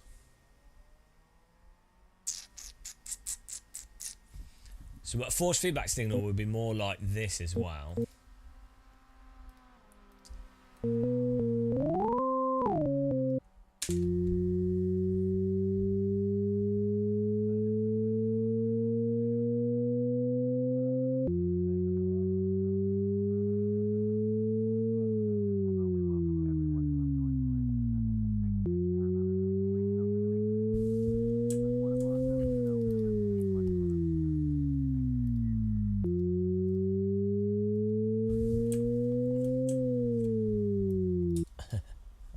To click this. So force feedback signal is going up and down in strength. How on earth can we represent this using audio? So the signal's going up and down in strength, and we're using pitch to represent strength.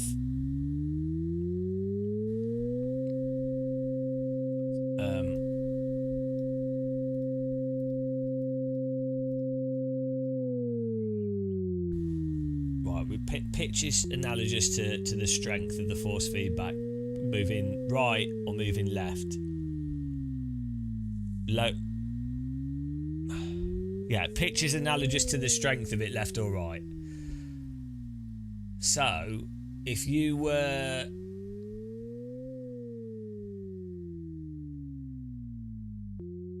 it doesn't really make sense. Try to think of a really clear way of using audio as an analogy for what's going on with the force feedback, for amplifying the pertinent information. ChatGPT can help us. How could you use audio as an analogy for FFB strength and shaping FFB to amplify weaker signal using pitch as strength? Right, let's see. Audio volume. How hard the wheel? Okay, fine, that's not helpful. Okay. EQ for shaping it, that's not really what we're getting at. Yeah, you can. I mean, you can use an EQ as an analogy. It's not quite that simple because it's more that you're boosting a certain pitch. But that's kind of what an EQ's doing. Oh, it's kind of analogous to you're turning down one part of the signal. You're turning down you're EQing it, but then you're turning the volume up. So you've turned it down to then turn the volume up. But why would that make it more detailed? It shouldn't. It shouldn't make it more detailed.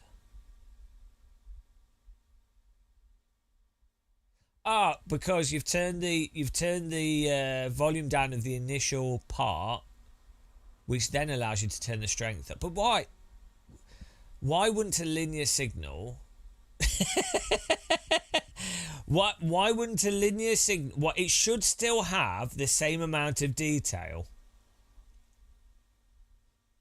Why does shaping the force feedback maybe it's giving more time for the range of the forces to occur? This doesn't make sense. It shouldn't make it more detailed. It shouldn't give more range. It should just feel weaker. But for some reason, unless maybe parts of the signal are effectively clipped, and by shaping it, it's unclipping those parts of the signal. So it's probably to do with the frequency at a certain Jesus Christ, at a certain strength, or as a linear signal, the frequency interval at the initial bit is too close together for the detail to be able to be felt. If you then turn it down, maybe the frequency interval's wider, which then allows for more detail.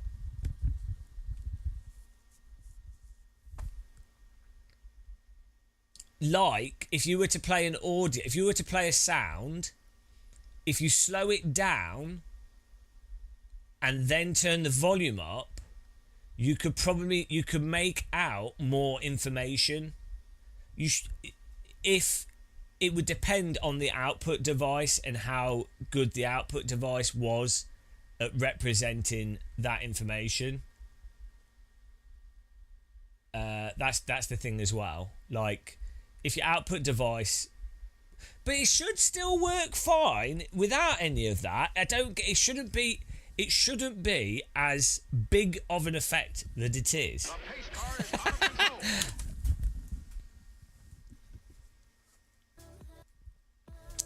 Yeah, well, this is why thinking is bad, guys. How many people do you think are thinking about these things?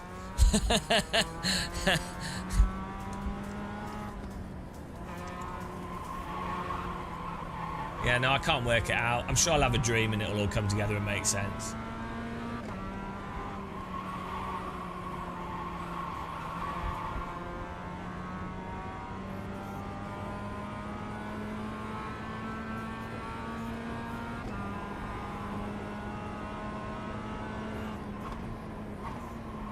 Maybe with the sim... Oh, why is my screen doing weird shit? I think there's like... For some reason there's some like weird stuff happening here. Maybe... Oh no, the screen's going crazy. Maybe there's also the interaction. Because part of it is... Part of it could be the interaction of the wheel. Because it's not just a passive thing. So when you... If you feel the force feedback and you move the wheel, then that's going to change the signal that you're going to get. Like, why is this doing weird shit? Do you think we've got, like, EMI going on here, or the Moser software needs restarting? What on earth is going on?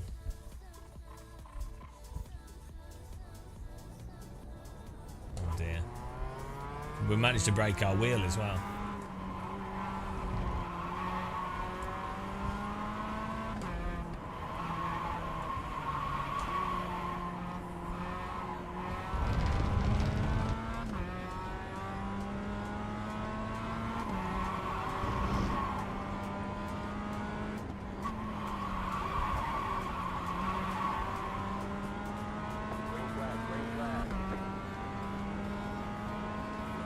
I guess if this signal is too spiky for what's coming through, if you're rounding off the spikes of the signal,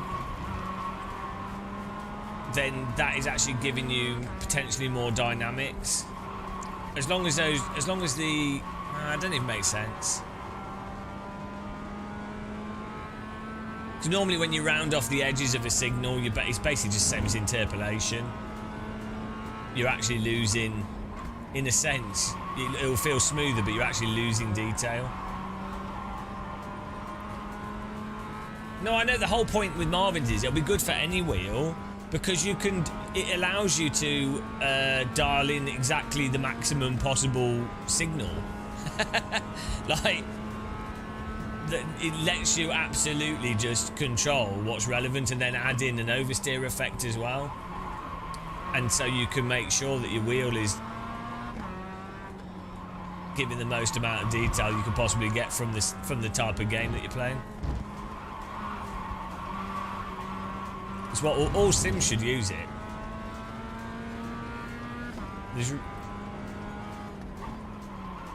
It's kind of like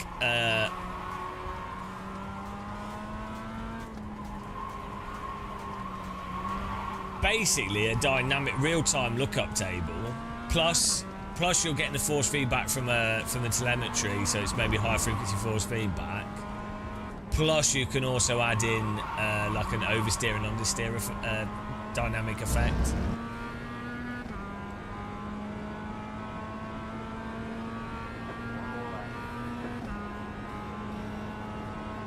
The way Marvin's app works should basically be the integrate. It should be what you see in a driving simulator in the force feedback section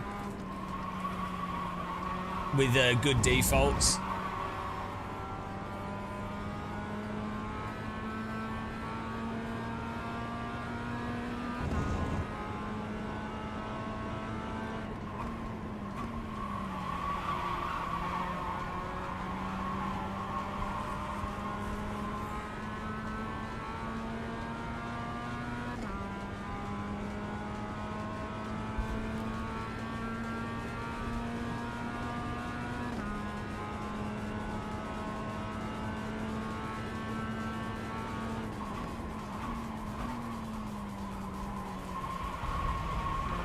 Why are we going to get to finish this lap? I missed the corner! I ain't finishing the lap now.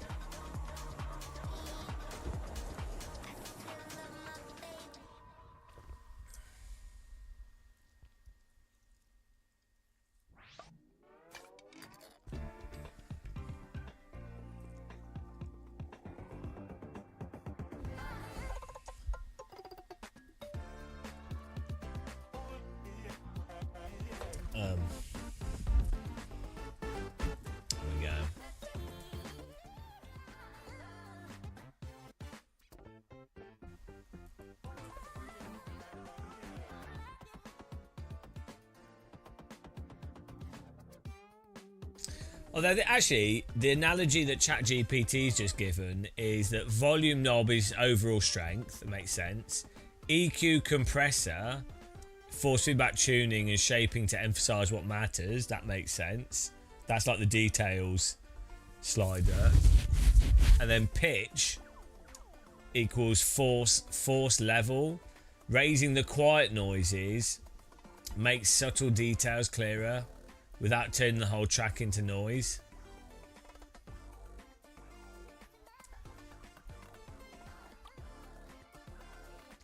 Raw force feedback's like a band playing unbalanced. Drums drown out the vocal. Yeah, but the thing is that analogy is not quite what we're trying to get at. Because it's not really... It's not just about... I think there's another thing coming into play. Dear.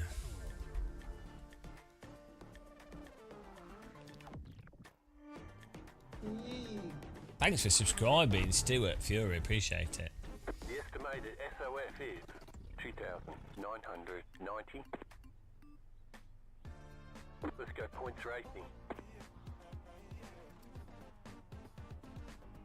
You need a high resolution graph on Marvin's app to visually see what's going on. That would help as well. Maybe we can draw. Maybe if we drag it out, it'll make it bigger.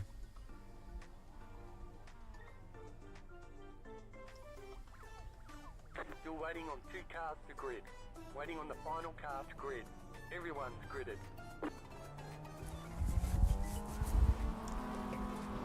Well, this is going to be carnage. Goodbye safety rating.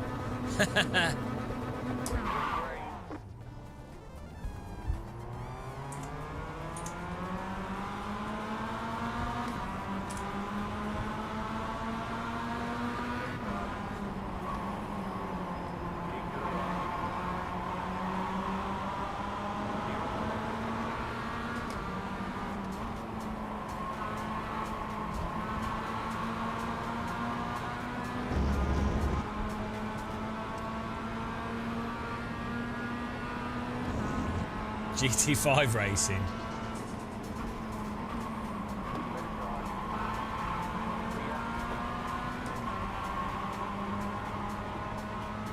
What's funny is, have you ever watched Real MX5 racing? It's insane, like how aggressive people drive.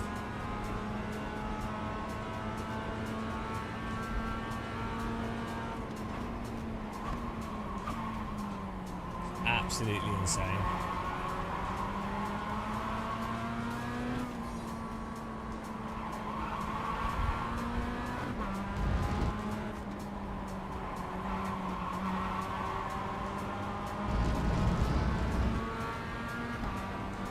Oh dear. It just absolutely shackled him. Oh yeah, it's so stupid, isn't it? Yeah. I love like how it's basically like a super speedway race. And then they're all just following each other for like some epic battle on the last straight, with them all driving into each other, trying to bump draft forwards. It's terrible, but incredibly entertaining, but probably like the dumbest race to actually, if you were in it. Just pure luck, really.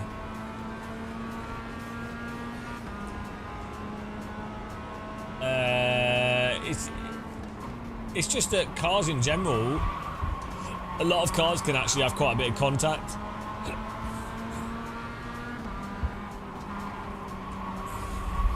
It's surprising how much. I mean, in some cases they can't, in some cases they can.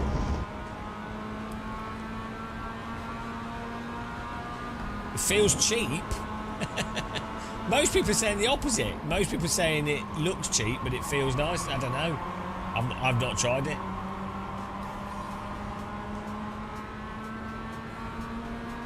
Don't know why my display's going mental. Moser. We're having a Moser breakdown. Maybe there's like some EMI or something.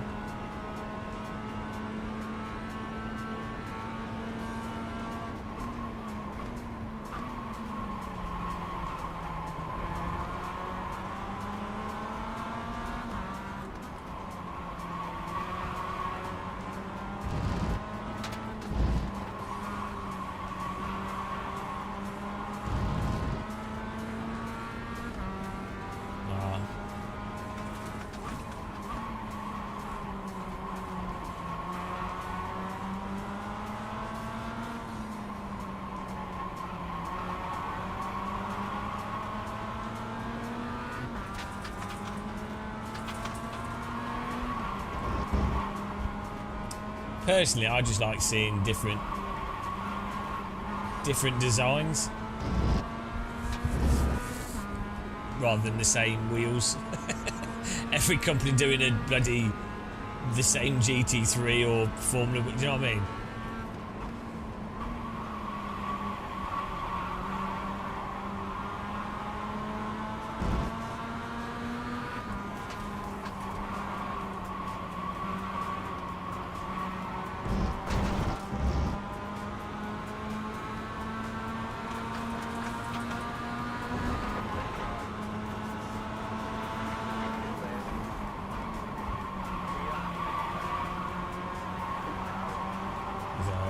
Good overtake by the car behind. Good driving.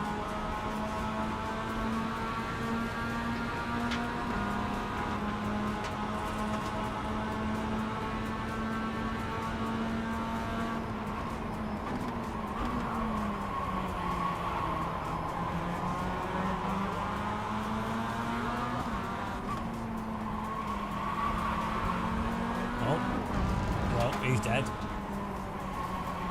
Nice clean driving in the MX-5.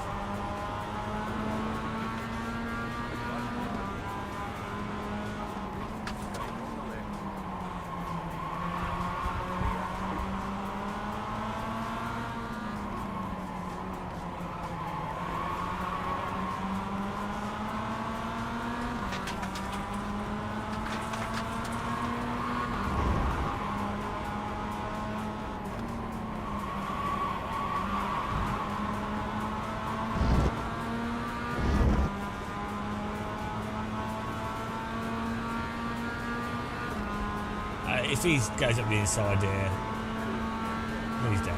Oh, you idiot.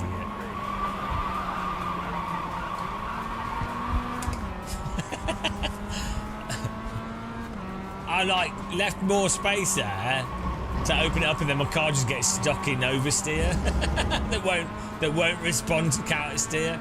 It wasn't a bad move by him, to be honest, but it's so dumb how if I go slightly wider into the corner, I can't just counter steer the grip back. It's like it's a good overtake by him. I really didn't want to have to defend it, but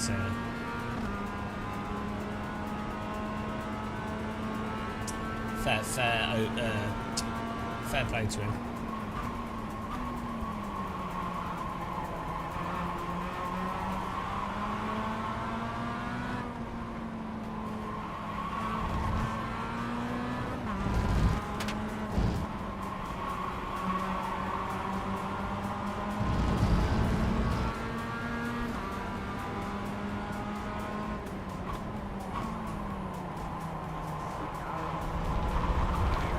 I'm not trying to overtake, I'm just trying to be close.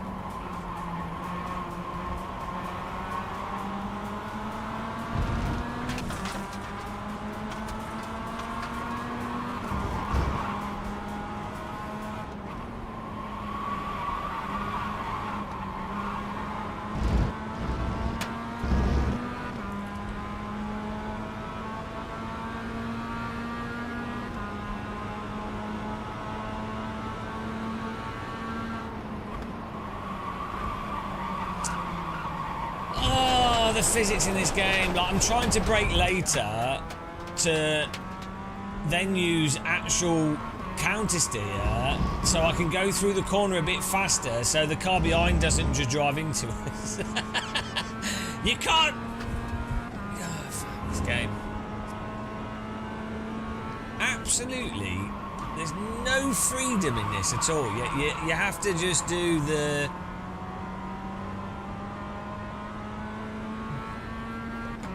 ridiculous bobsled turning thing.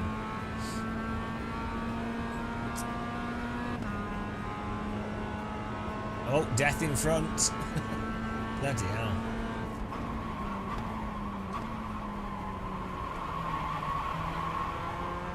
So the thing is, because of the way the tyres are in this, you have to defend T1 a lot more aggressively and compromise your line a lot sooner than you'd ideally want to.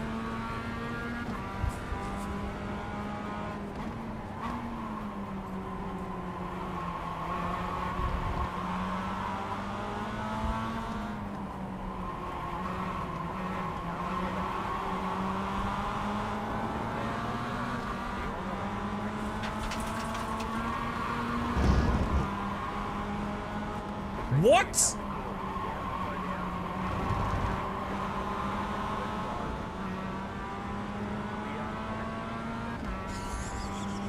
full of surprises. I think we could all agree I gained at least 5 seconds there.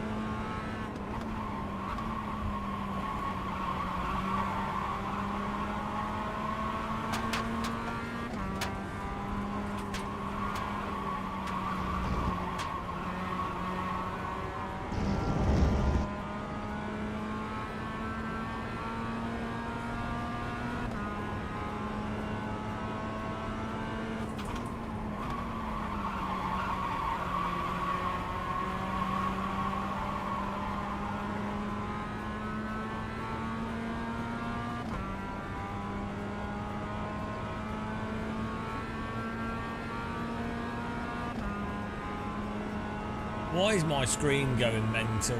What is going on today?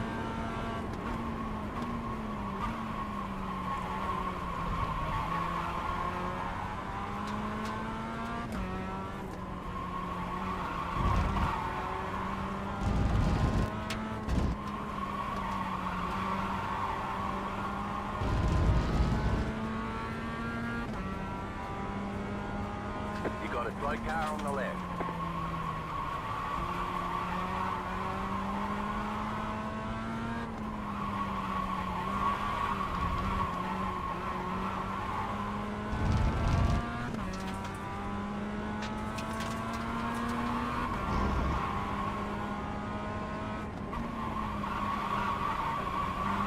The leader is running 45.581. White flag. One more lap to go.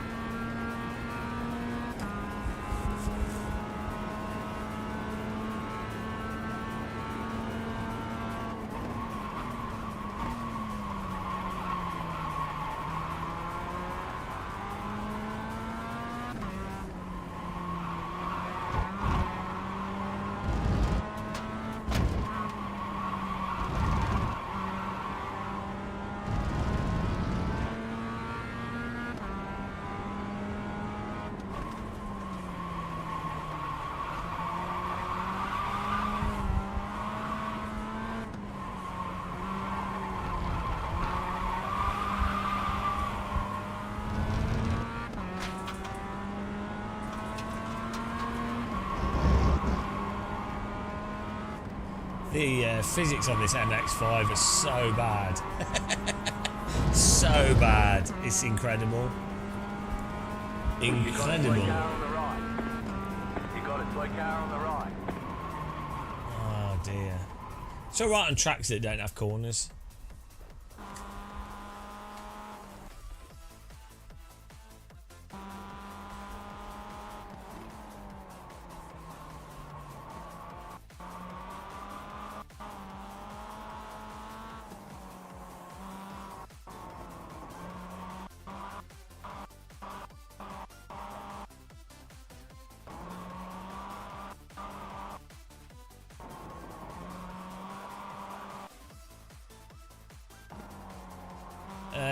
No, Noble.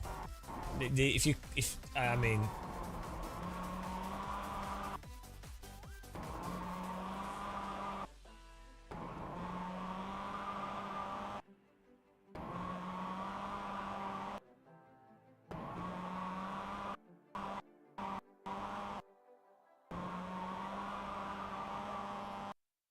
if you can't tell how this is super messed up, then I don't know.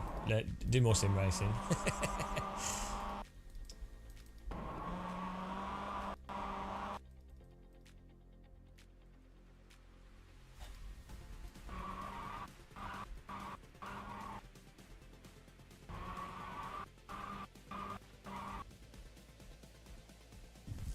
Yeah, it's weird with Sims how people can't tell.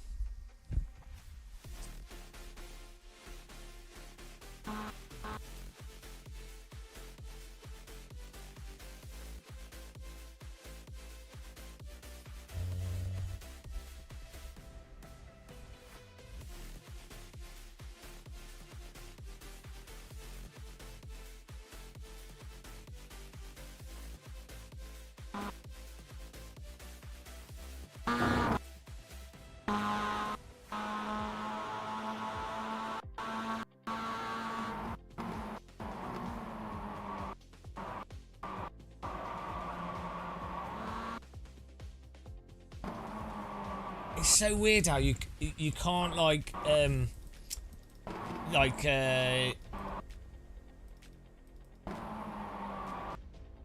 you can't pull it out of the slide. Oh yeah, we're gonna do the ringmaster. It won't come out of the slide from the front steering rack. It will just continue the slide that it's stuck in. And it's even more weird that there's quite a high proportion of sim racers that genuinely can't tell. They genuinely don't notice stupendously messed up physics. It's really weird. Like, you'd think it'd be... I would have thought that it would be more obvious to people. But, I don't know.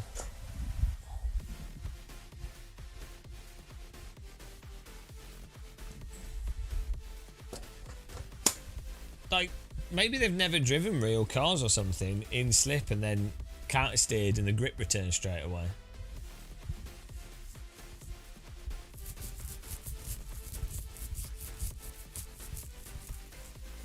Like the tyres, if you've got the rear steps out in an MX-5, if the rear steps out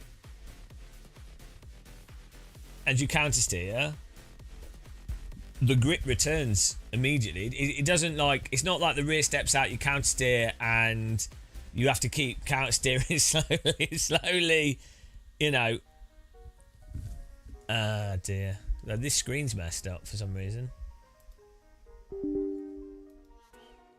Don't know what's going on. Maybe it's because we've not got the software open. Yeah, but no, but that's not what we're talking about. No, but do you genuinely think that it's fine?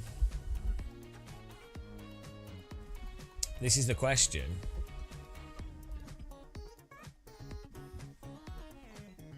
Because I guess if you can't tell, you think I'm just talking nonsense. What on earth's going on with my screen's like going crazy? It's like the touchscreen's not working properly. Maybe we just need to turn it on and off again.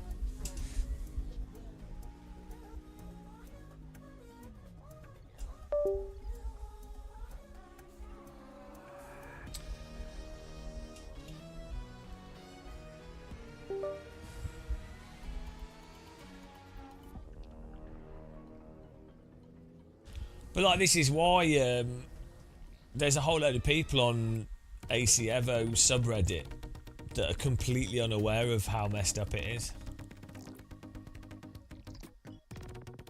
No, but what's... Are you going to answer the question? Do you think it's fine? Like, what? I don't know what your problem is.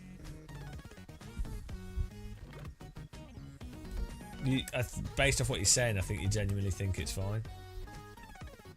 What? My screen's not fine. What is going on, Moser? Moser's drunk.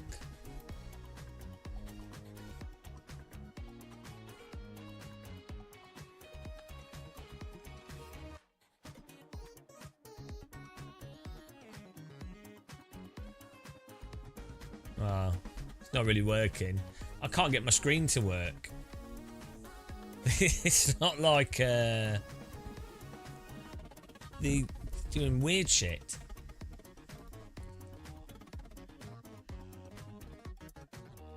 Maybe we unplug it and plug it back in again. Yeah, Noble. How is that relevant to anything? No Sim's perfect, but then does that negate someone saying here's a specific issue that's really a big problem? So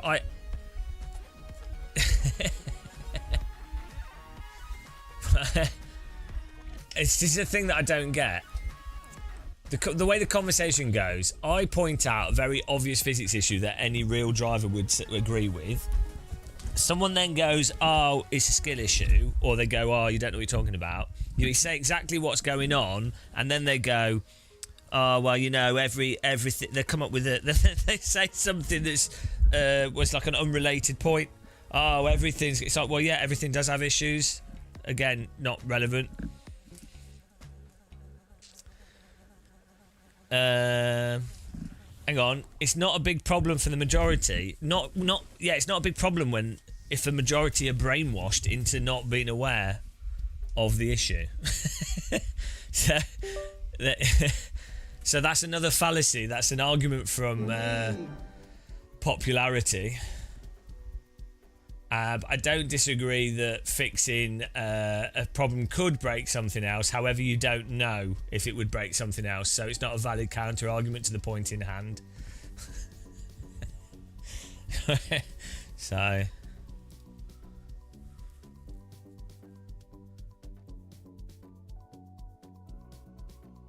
Well, your screen stopped working properly. That's weird.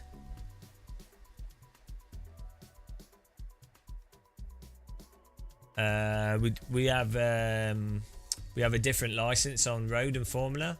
I don't know what iRating is. We don't really play for iRating unless we're doing like an iRating challenge. To get iRating in iRacing, you just don't race people.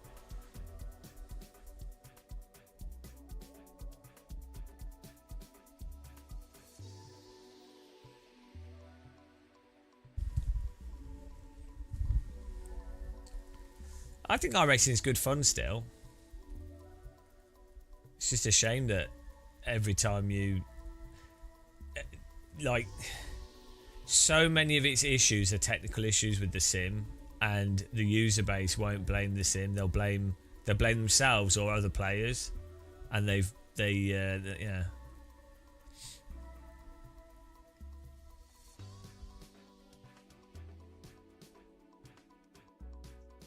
You can't get out of bronze on LMU. I need to try LMU with this wheel again.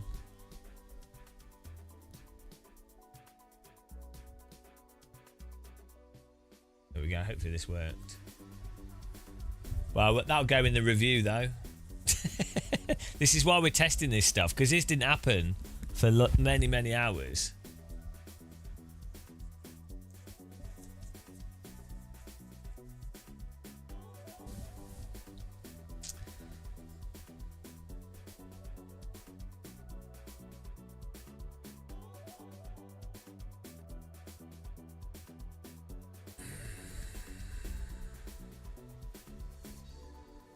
Such a shame that there's no other active online simulator. Oh, he's still doing it! This. Did you roll back the wheel drivers or the display drivers? That's so annoying. It's the touch screen that you don't even need to use that's the problem.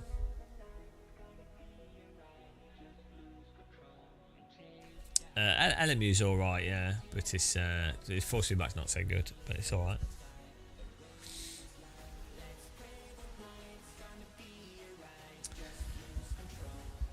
They feel good. What feels good? No. See, the thing is,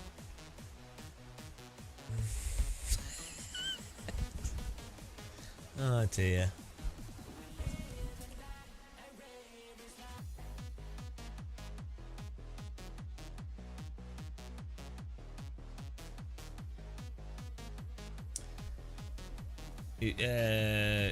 I don't think the physics are terrible. It's R factor 2, but the force feedback is terrible. Like, I guess with GT3 cars, they tend to have pretty bad force feedback anyway in any sim. They're not that detailed because of the ABS and the TC and stuff, and they're quite heavy cars. But the force feedback's terrible in LMU. Like relative to AMS1 AC, even Marvin's app with iRacing has much better force feedback. No, so force feedback isn't subjective. You're not doing very well today, Noble. So what people like and dislike is subjective.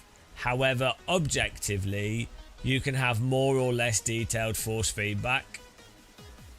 So that's objective. Like you could have a monitor that's more or less bright or color and black and white. That's objective. You might like black and white. You might like a darker monitor. That's subjective. So one to go. Next time by, line up on the left side. You can set force in various simulators. Some have more detail that describes the slip of the tyre than others. That's objectively different. You might subjectively prefer not feeling it, but that's an objective difference. And objectively speaking, LMU has less information for the tyre slip than even iRacing has with Marvin's app. And there's only so much you can do to adjust the information because of just how R Factor 2 is. Whereas Marvin's app allows you to adjust it. So that's objective. Now, as to what I like, I like generally as detailed as possible and as light as possible force feedback. But that's irrelevant to the conversation. And I'm not actually that fussed as long as you've got some way of feeling where the tyres are clearly. So, yeah, again, you're not doing very well with your comments here. You're trying, but you're not doing very well.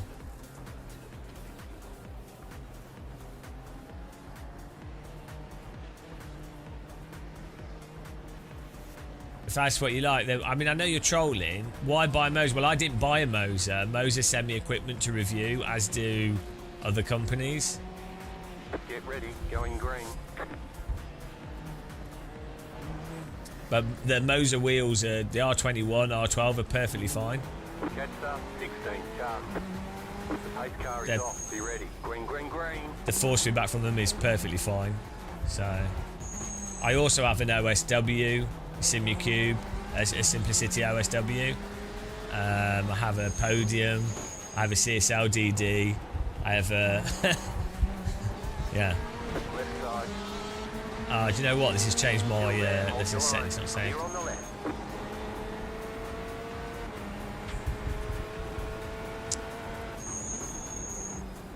How would the software be a problem if it's not a problem in multiple simulators?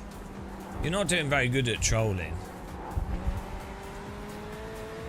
No, I don't have a Simracube. I have an OSW that uses a small mage, but you can program that small mage however you want to. So it's not going to be that different from other stuff using a small mage. It's yeah, you can update the firmware on it. You can. It's got the like the controller for it is more versatile than what you typically get on DDs.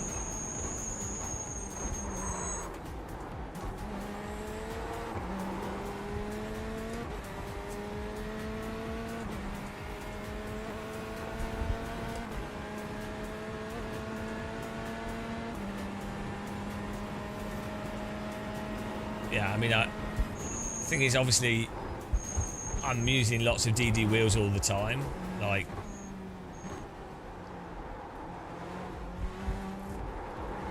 I feel like some people come into my stream and don't realise that we've been a full-time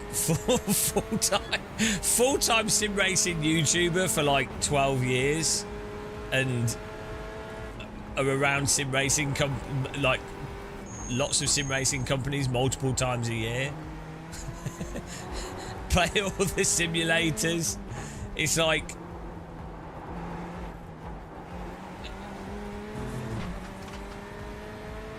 they don't all come out the same factory. No, that's not how it works. A lot of them might use similar servo technologies.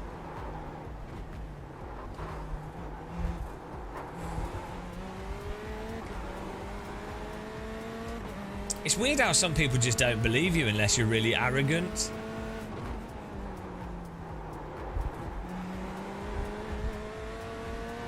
Is it more believable if I had like 10 DD wheels behind me or something?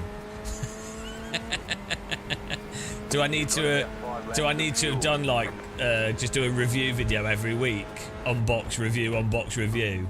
Oh wow, that guy knows what he's talking about. DD wheel tattoo on the forehead. I mean, someone that probably plays like, I don't know, 100 hours to 300 hours of iRacing every, well, probably more, like 500 hours of iRacing a month, 200 hours, 300 hours of AC every month, 100 hours of LMU. I mean, I wonder if they know what they're talking about. Probably not. I'd imagine the person that only plays one simulator and only has access to one wheel and probably has a life, I imagine they probably know more. Could the person that goes to like 4 sim racing trade shows a year and multiple influencer events and is talking to developers constantly, maybe they're probably clueless, probably totally clueless, I'd imagine. Probably just to say, you know, probably don't have any idea whatsoever. That's how it works. I totally get why people project a sort of that whole sort of superiority thing. It makes things a lot easier.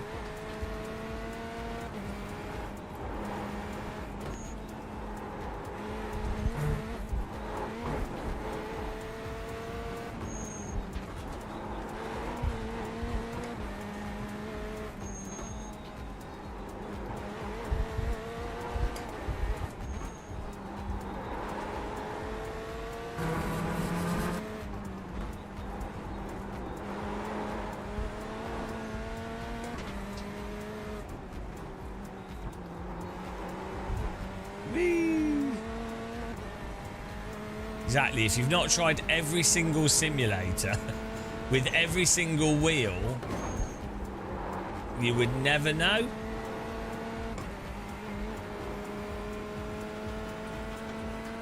Impossible. That is true. iRacing simulates taking money out of your wallet really well. Just like real life.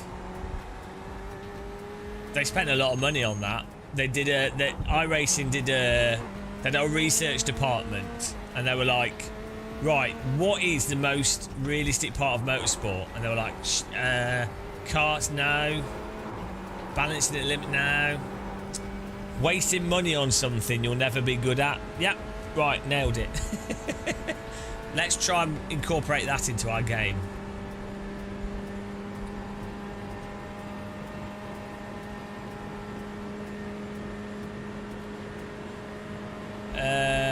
I mean, Marvin's force feedback is really good, like the way you can set it up. If iRacing had more realistic physics, I think you could probably get better force feedback out of it than AC1, to be honest. The problem is you can only get as good force feedback out of something as to what's going on with the physics. So you actually do get really good force feedback out of iRacing with Marvin's app, but the time model's just really not very good for like handling at the limit. So the force feedback just reflects that.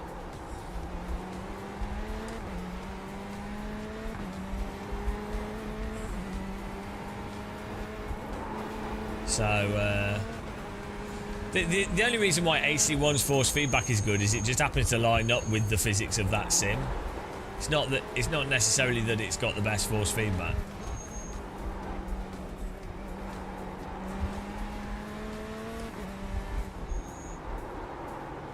No, Marvin's app didn't take much setting up.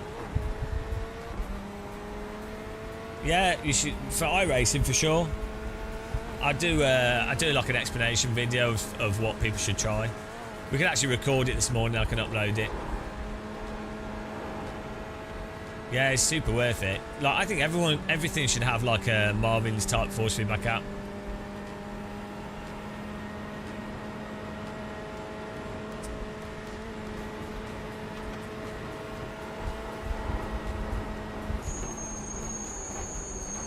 Right side, clear on the right. Thank you for that. You've got wheel damage. It's broke my car. I mean, how does that? Your car is damaged. We've got to fix it. That's wrecked my car. From him locking up and gently tapping us. Like, what is the? This game is so. It's so broken as a video game. It's quite. I'm just trying to have a nice early morning sesh here. It's so broken as a video game. It's crazy. Absolutely crazy. How is that broken my car? Might still be able to finish, but I don't. That's got to be like a really weird netcode issue.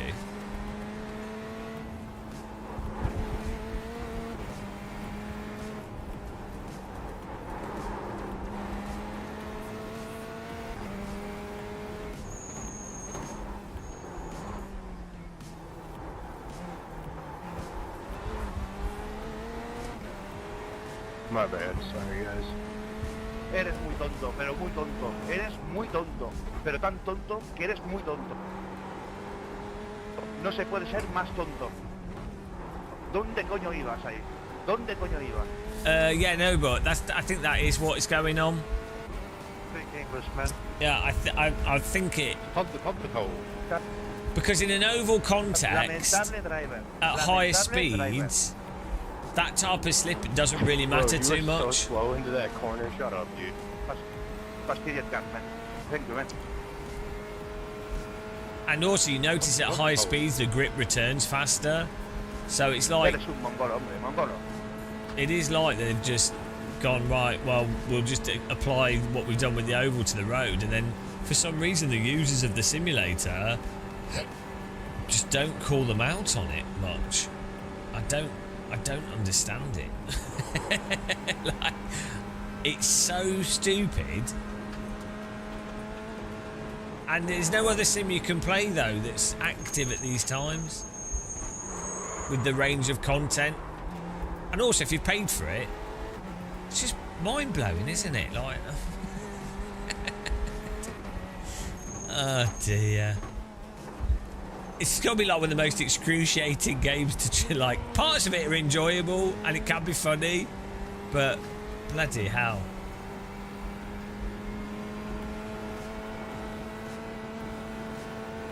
What would it ever take? Like, if they think the GT3 tires are fixed when they're not, what would it ever take? It is definitely a lost cause, isn't it? I do like lost causes though. It's my hobby. But just ignoring the tyre model, they could just make the damage half as much from car contacts. That would automatically be a lot less arbitrarily frustrating.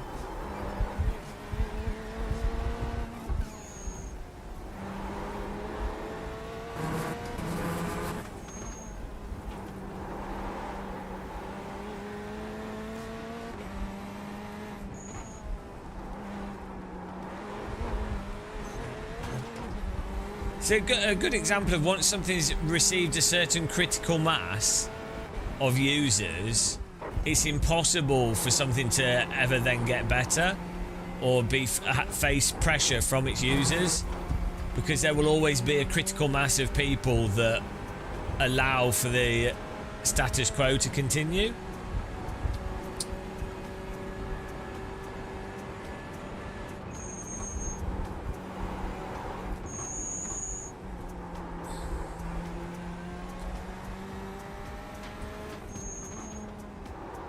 Pass, man. Pass.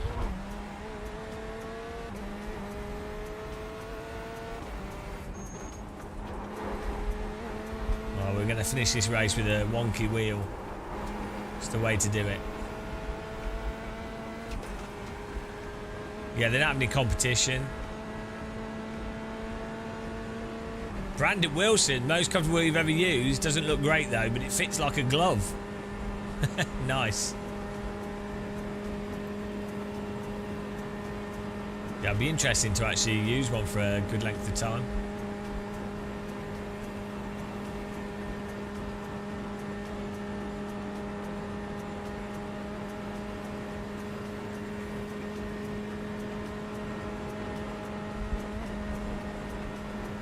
Definitely, it does seem that it's been quite a controversial wheel, like, which is quite good. Yeah, World of Warcraft has absolutely terrible game mechanics. Yeah, it's very similar. Like, the actual gameplay in World of Warcraft is awful. Like, for a third-person sort of tactical RPG type thing. Like, the player movement's really bad, the spell casting's really bad, it doesn't have collision on the terrain, the weapons are all just like radius based, the netcode is horrendous with people lagging through objects and stuff.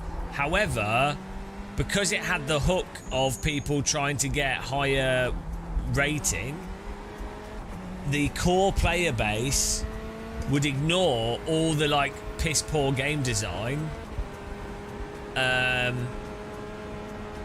because ultimately they're not playing it for the gameplay. It's like yeah, they're playing it for the points primarily. They might like aspects of the gameplay, and it does have story, and the graphics are nice. And so the thing is, you also get this, things are muddied by the fact that there are good components to it, but the actual crux of the gameplay is a bit shit. But yeah, as long as you have enough, like say like a rating system that addicts a core user base, that will carry the rest of the game. So it's like having the trading cards in FIFA, or like skins and gambling in Counter-Strike, right? I mean, Counter-Strike's a really good game, but at the end of the day, or Fortnite maybe, I don't know, but like at the end of the day, how many people are playing it for the actual mechanics, the intrinsic gameplay, versus how many people are playing it for the gambling thing? But then they've got a plausible deniability of going, oh yeah, no, I'm playing it because I love the game, right? And then it's even like a self-delusion. They're allowed to be delusional. Oh, I'm playing WoW because I really like the game mechanics. It's like, well, do you really? It's like someone gambling in a casino. They will go, oh, I really like this fruit machine, and it's like, do you like? It's more likely that you like the gambling mechanics, right? Bloody hell! But they won't. Even with something like gambling, when it's really clear cut. I mean, in fairness, there are fruit machines that are better designed for getting money out of people, or more interesting in user facing stuff. But you know, do you know what I mean? The reason they're playing it is for gambling, not because of the machine. So that's a really common. It's quite an interesting topic actually, but it's a very hard thing to. As soon as you broach that topic, the user base that's fallen for these things, or is deluded, will argue to death that they're not. So iRacers would argue to death that they're not. It's not about the I rating. Some people will be honest, but you know what I mean. There'll be a good proportion that don't really know where these things start and stop. Right? They might not have even thought about it. But same with WoW. Like, because I knew quite a few people that played WoW. I knew quite a few people that played WoW, and some of them 100% were like, yeah, I'm just playing it to rank up, and I know it's terrible and it's a waste of time.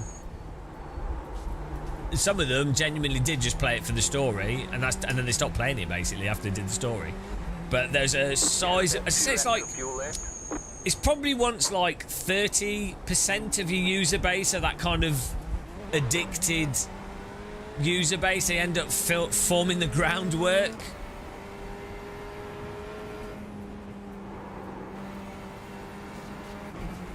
Yeah, I mean, I like rating systems. I know it's toxic and stupid, but I do think it is a fun game mechanic. But I would say that does that overrides the driving is obviously not the part of iRacing that's very good, or the racing either, ironically.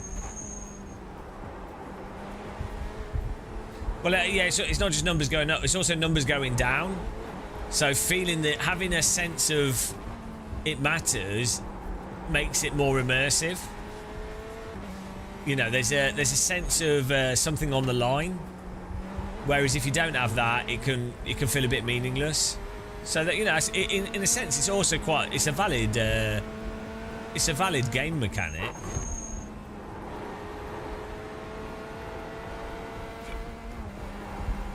But what you find with iRacing is actually it doesn't even make sense. If you play iRacing to gain rating, you realise that the rating system doesn't actually reflect racing.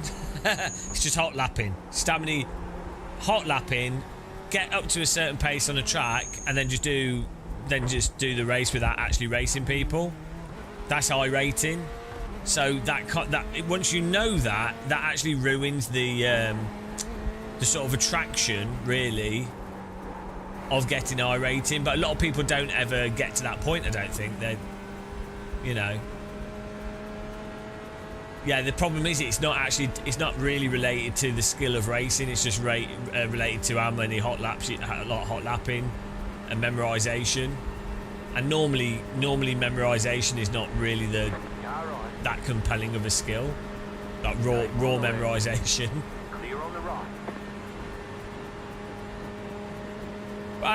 But then again, some people do enjoy that grind aspect of like a guaranteed win.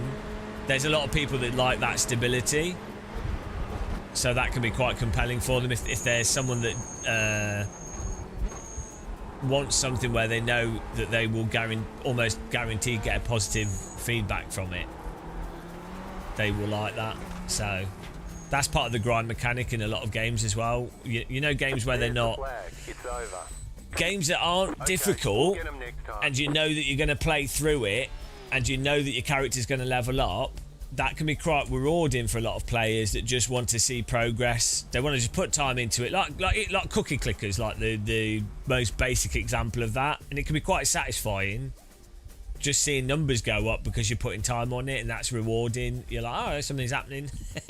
So there are, you know, there's people that do that. There's a lot of mixture of how people approach these things.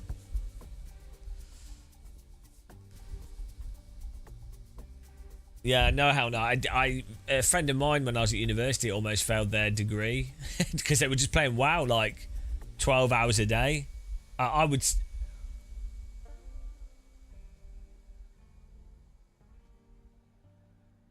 It's not as simple as memorization in Simracing. Well, no, it is though. Pretty much in iRacing, you do have to execute it, but it really is like a very robotic process. So balancing is not really the primary thing in iRacing. It is more rote memorization and then repeating that back. It's like a piano recital.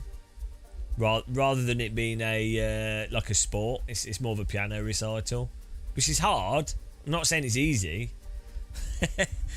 That's not necessarily an easy thing, but that's just what it is.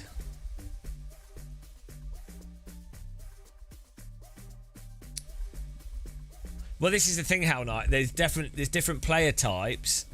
So some people, the more that there's a grind, the more the payoff is at the end, because they're like, oh well, this grind is terrible, but they know that they're like, well, okay, the grind is terrible, but I know if I keep doing this, I'm going to get a payoff. So the worse the grind, the better the payoff. That makes sense?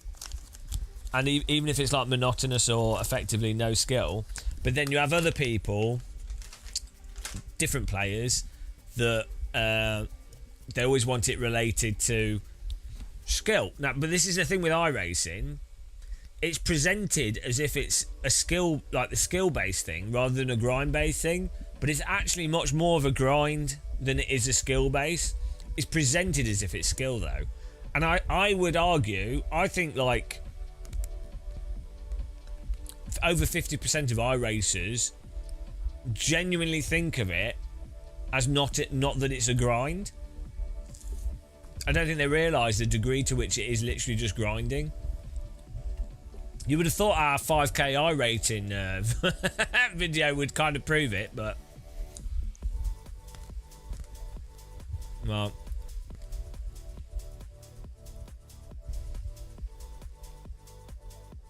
everyone's grinding.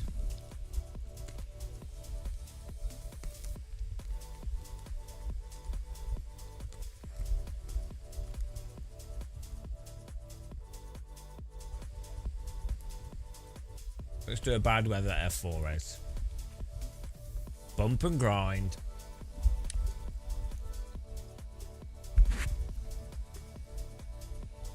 Yeah, well, there's always a skill. Nothing's. This is the other thing. Nothing's ever binary in these things. So there's always going to be some. So memorization and repeating the memorization precisely is a skill. And doing that better than anyone else is a skill. And then doing that in the context of other people in the same race and not letting that affect you, that's a skill.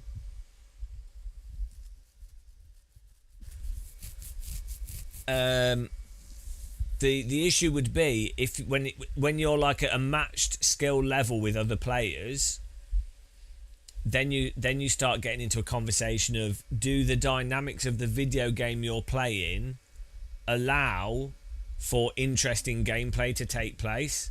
So a simplistic example of that is with like tic-tac-toe.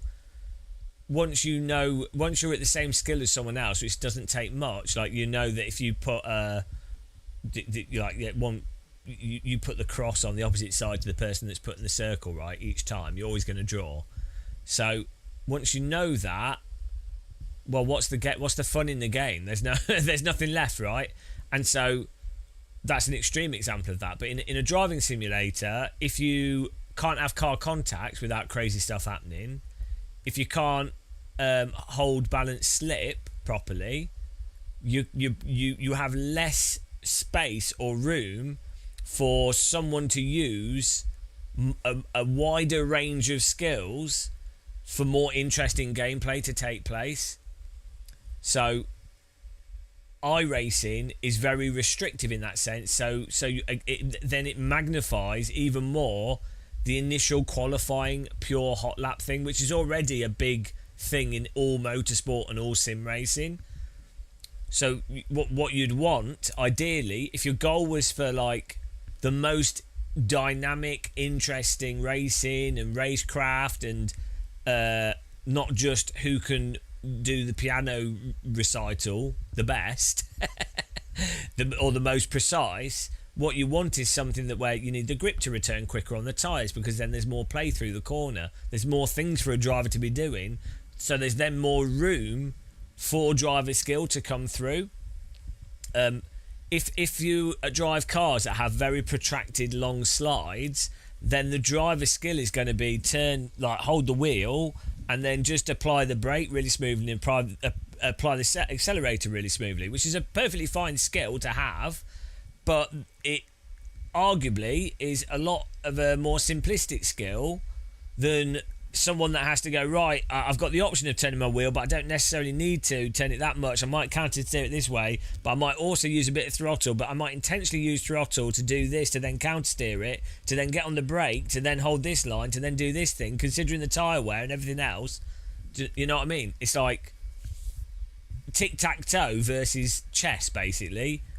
The racing in iRacing is basically tic-tac-toe. Whereas if you've got a sim that allows for a little bit of contact, don't have to be over the top, but a more dynamic handling and balanceable tyres at the limit without the grip turning off, you've got a more sophisticated game. You could argue that you prefer tic-tac-toe type driving because you don't have enough time or skill for the more dynamic thing. So that's fine. You enjoy that. That's fine as well for people to enjoy different things. But you would say you don't necessarily have to. You shouldn't force everything to be tic-tac-toe. So that's why it matters with iRacing, and that's why another reason why I complain about is time modelling netcode, because I actually want more for sim racing. Quest 3 or Pimax? I get the Quest 3 at the moment, to be honest. The Pimax feels like an experimental device. However, I wouldn't buy a VR headset right now. I would wait maybe wait a month or so before buying a VR headset. You know, I wouldn't buy a VR headset just this moment. I would say give it 6 weeks or so, I'd say.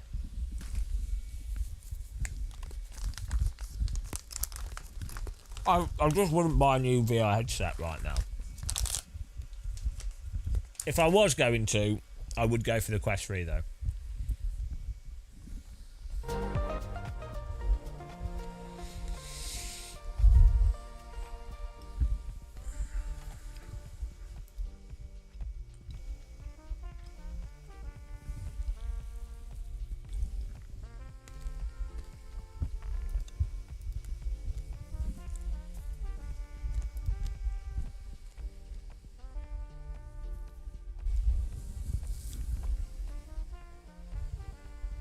Yeah, none of these new headsets will be cheap. Quest 3 will probably remain as the best value for money.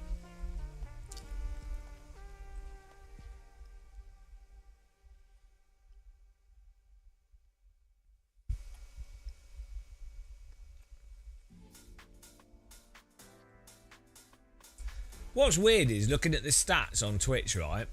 iRacing, average of 3 viewers per channel, 500 average channels. Trackmania, average viewers per channel 14, but 157 channels. LMU, 92 channels, average of 4 viewers per channel. AC, 208 average channels, 2 viewers per channel.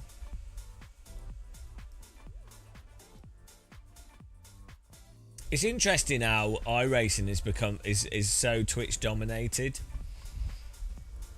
Forza Horizon 5, 834 channels, 1 viewer per channel. You really can sort of gauge. Automobilista 2, 11 channels. Actually, seeing how many channels there are seems to be more of an important metric for how popular a game is, in a sense, than how many viewers there are. Although saying that, Gran Turismo, 300 channels, but 0 viewers per channel. Don't know what's going on there. Yeah, they Meta, Facebook want the headset to be sort of like a standalone device. That's the whole point of that.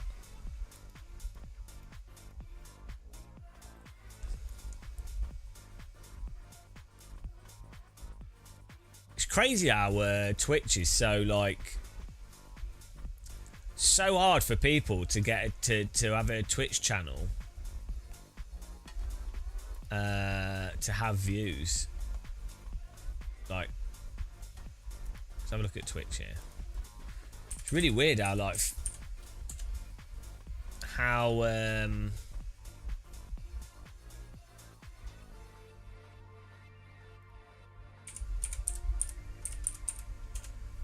yeah, just how difficult it is to get views.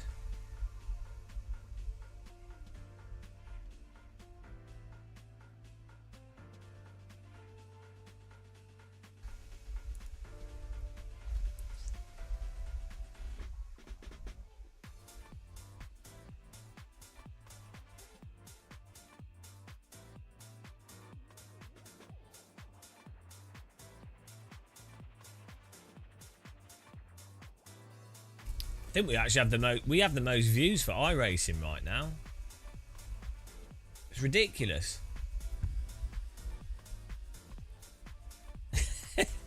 It doesn't make any sense, does it? Like, most people have like 2 or 3 views, so how are you supposed to make it as a streamer? Because I don't have enough views to make it as a streamer. So, you know, you need like 200-300 views for it to, if your job's live streaming on Twitch. You minimum like 300 viewers, maybe 250.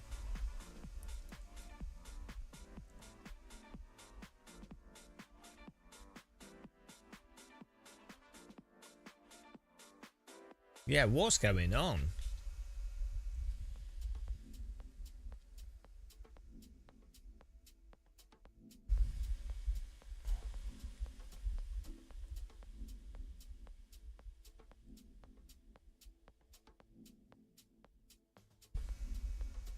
Yeah, virtual desktop's really good. Yeah, it would have been nice for the Quest 3 to have a port on it. Would have been very nice. Yeah, Twitch is not. It doesn't really work as a job unless you're.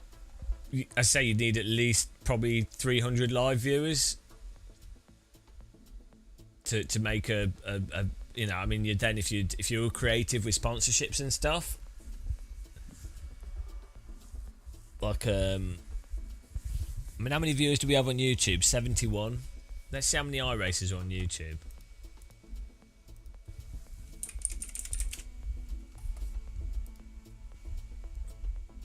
iRacing.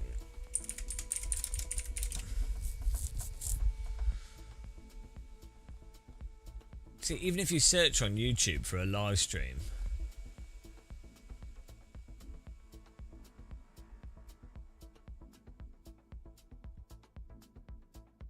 there's no way to really search live on YouTube, which is stupid.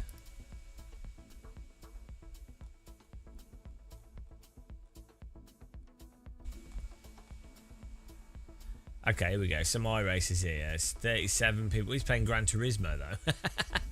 37 viewers. Yeah, it's really bad. Simracing live streaming is terrible. Like, there's really not that many people that get reasonable views, which is crazy because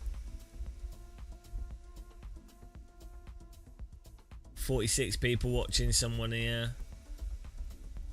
Yeah. It's actually pretty dead.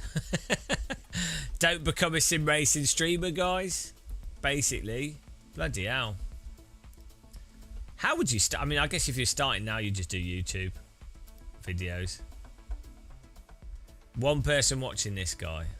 6 hours of indie.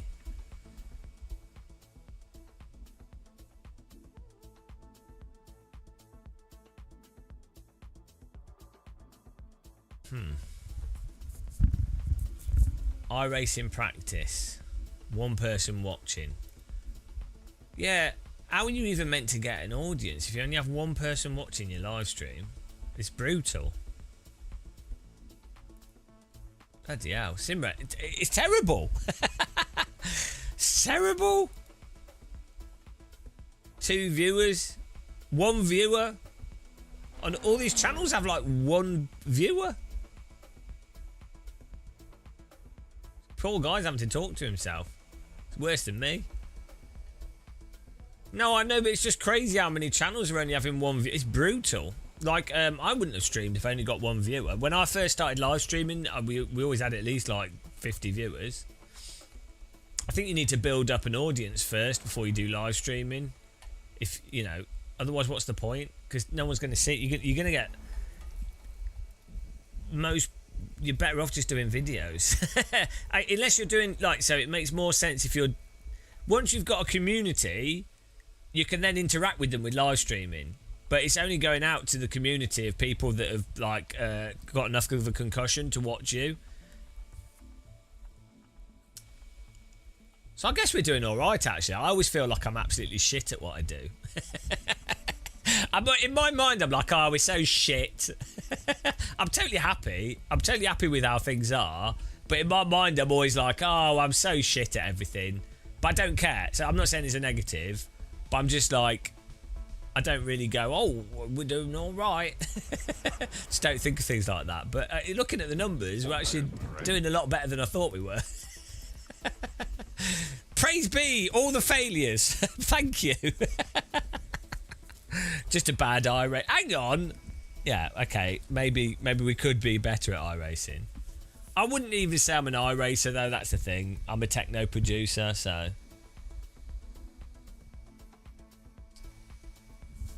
That's true, Pan ID. Or do both. Or do both. We're entertaining and dislikable. So it's a special. It's probably not the right way to do things. I don't want to be likable though. I genuinely would consider that like I would want someone to be ambivalent and neutral. I don't want someone to be like, oh, I really like you. It's awkward. I don't want that. Why would you want that at all? I'd always want someone to be like, oh, that's cool what you've done, but it's the same as other stuff.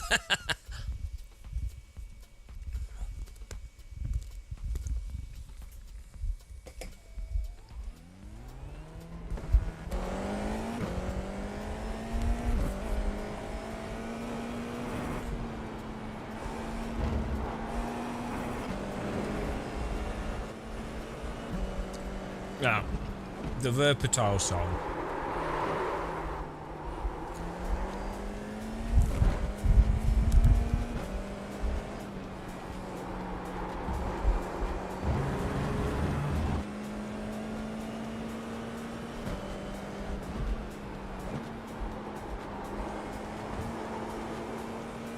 I'm quite excited for Simracing Expo, to be honest, but it's going to be a bit hectic. We'll be doing Simracing Expo and then I won't have any time. We'll do something else straight away, so it's going to be mental. Being a hot woman doesn't really work anymore, unfortunately. There's too many hot women. It used to be a big thing. Like, being good looking obviously helps, but you basically have to be good looking plus really personable and likeable and annoying. So yeah, it used to be that just being a girl playing games, everyone would be like, oh, girl. But now it's not. There's so many women playing games, which is fantastic, but it just means that someone being a vaguely attractive woman is not as big of a selling point as it used to be 10-15 years ago. Partridge Adventures, yeah, it's pretty funny. It's like a real life, real time, somewhat real Alan Partridge. Oh dear, so good.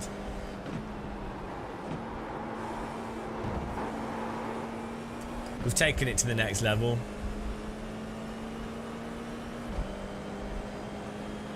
Well, to be fair, if you're a hot... Yeah, actually, to be fair, there are those streamers that are, like, good-looking... They're good-looking men and women, and they change over. That is the key to success. You can win both audiences that way.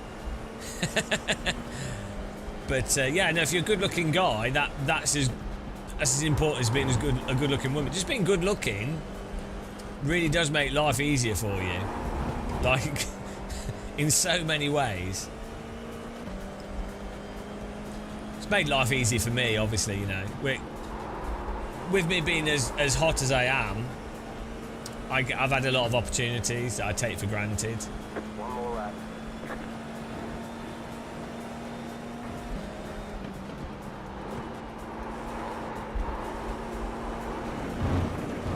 With some German DD girl action.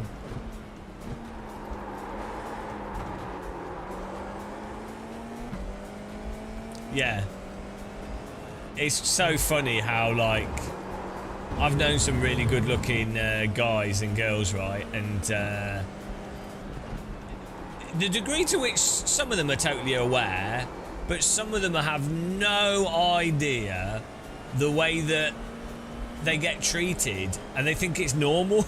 Like, I've been with some friends that they're very good looking, and they get like we'll just be getting food and they get like extra food for free, or like given stuff, or like people pander to them, and you're just like, what on earth is going on? It's really weird.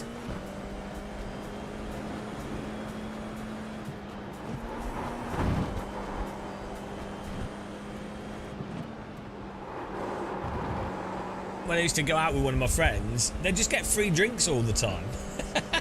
And then one of my male friends, girls are just constantly swooning over them. It's mental.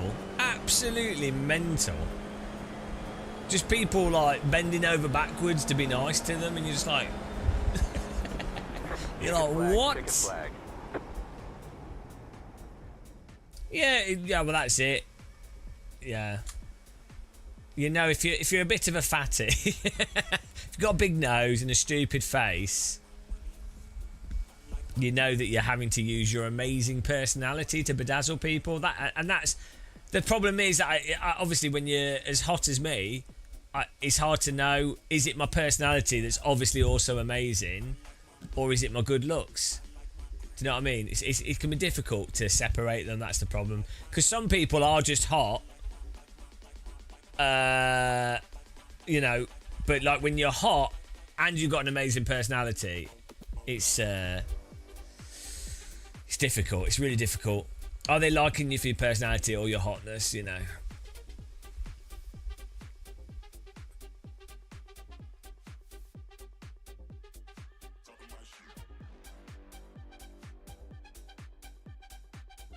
I need a bean burger.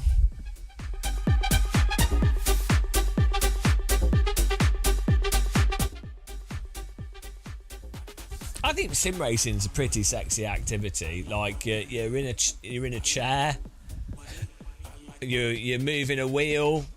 Isn't that hot? I think it's pretty hot. The old checkout women open a checkout for you. I don't blame them.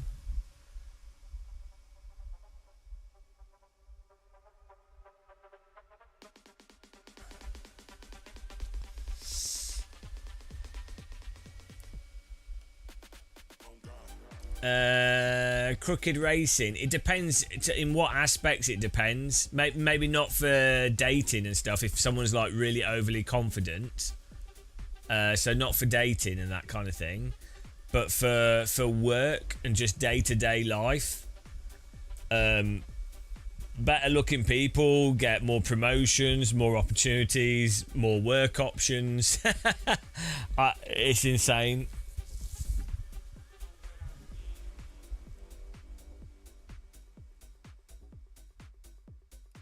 Yeah, exactly, QWERTY. Some people are into that.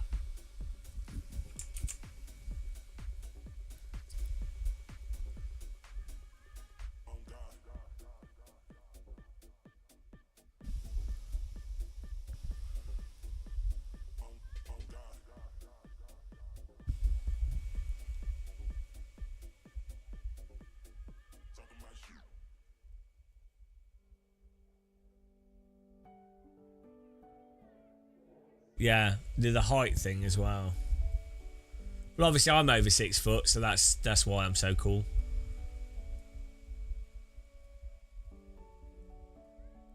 I'm playing on easy mode.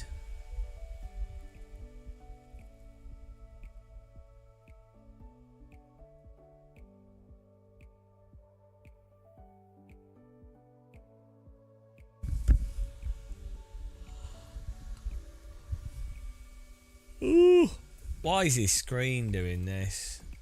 It's bugging out again. I think it needs maybe reinstalling. Touchscreen's gone crazy.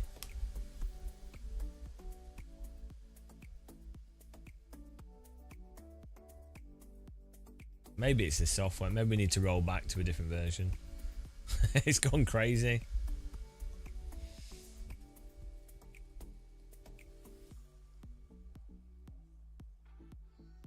It's weird because it was fine for ages.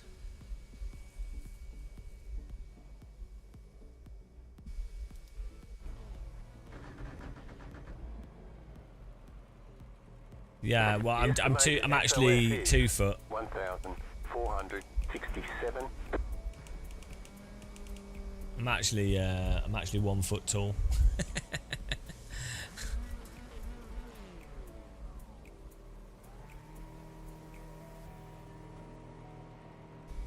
Oh, this screen's messed up. Like the touch screen's gone crazy.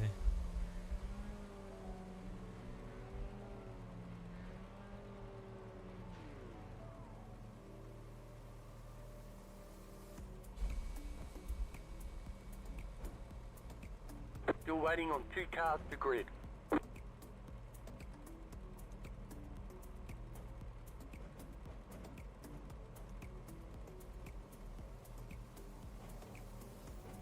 Waiting on the final car to grid.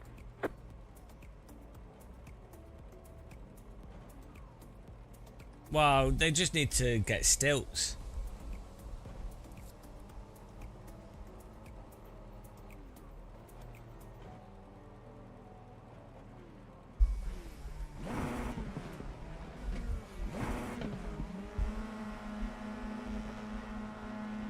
Green flag, green flag.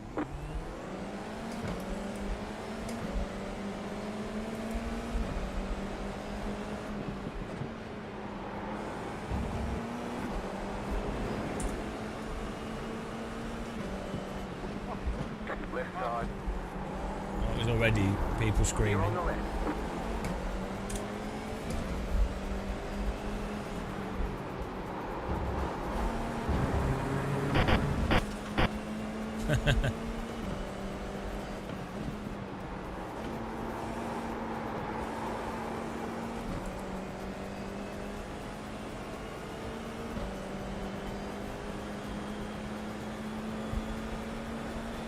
Thanks for plowing into us on lap 1, jackass.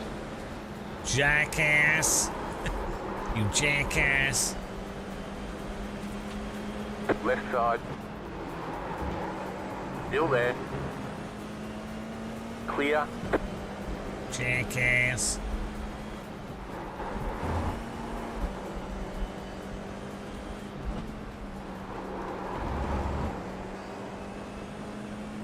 Jackass! Jackass! Jackass! You're a jackass.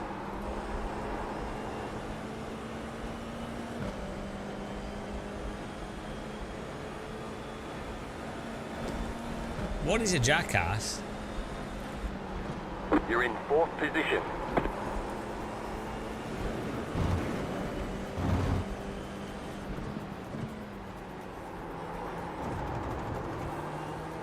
Like what actually is a jackass?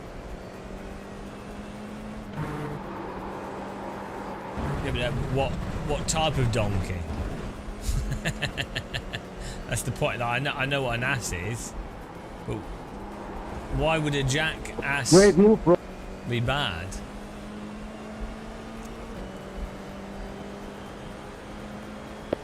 Be terrible. Left side. Clear.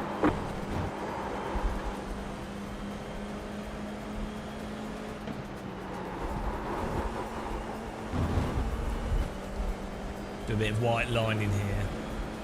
I'd like to put a 9 plate in the first turn. The people behind you. This guy sounds like a robot. All right. Why are people's microphones so bad? Jackass.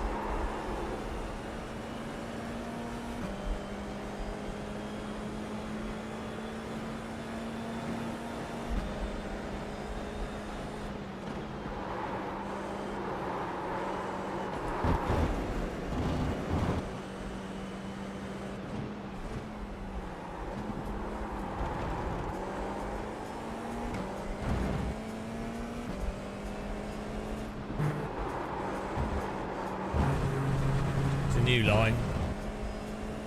Oh, it's a mule. Why is a mule bad? I'm just trying to get to the bottom of why this is a bad thing. I'm a bit confused on this. Whoa.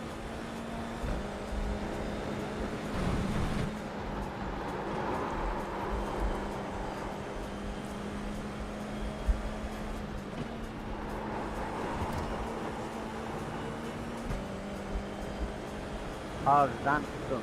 Go, go, go.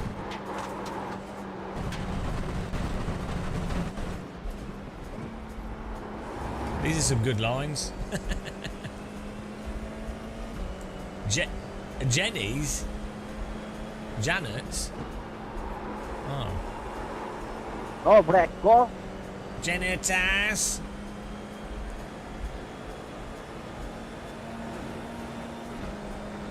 That was your fastest lap of the session. The car in P1 just set the fastest lap. 23.29. Thank you.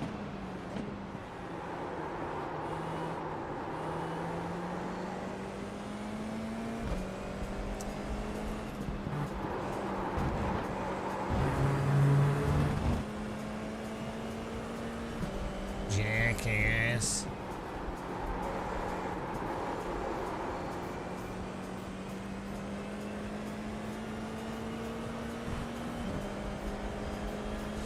I think the problem is some live streamers don't approach things with a positive attitude, and I think that's negative for everybody. Do you know what I mean? I think if someone's a live streamer, they should always be positive. Otherwise, they are reflecting badly on the sim racing community. Because, you know, like, say, for example, someone could come to Twitch sim racing and they'd be like, oh, who's currently got the most viewers? And they would come to my channel and they'd go, oh, this guy looks really miserable. I don't think I want to do sim racing. And so, as a result, stop whining and go around me. I'll have damaged. That's damaging. I'm tarnishing. I was trying to let you back for like the last 30 seconds. Tarnishing sim racing for everyone. Thanks. Really.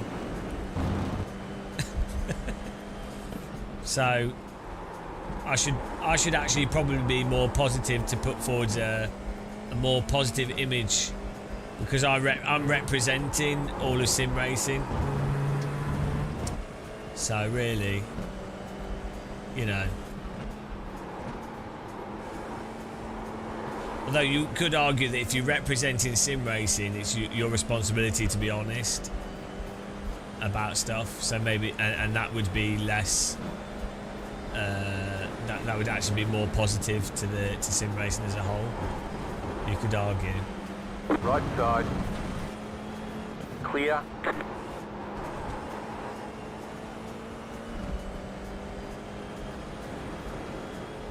Well, of course you did. Radical's a beautiful thing.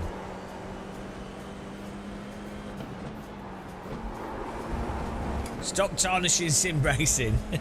Tarnished. It's like sim racing is like a antique oak table, and I'm like a toddler with a compass. 1.4 seconds. There's an infinite behind. That's what's going on. I'm like a toddler drawing on the wall. Wow. I don't like the wallpaper. Young Jimmy. Yeah, that's my I bad. told you you weren't allowed to draw on the wall. Well, that's it. Are you representing the commercial interests or the interests of the player? That's really the key point, isn't it? Don't turn in like that, Thomas. I'm please. representing both. I'm representing general interests. General Interest, Supreme Commander of Interest.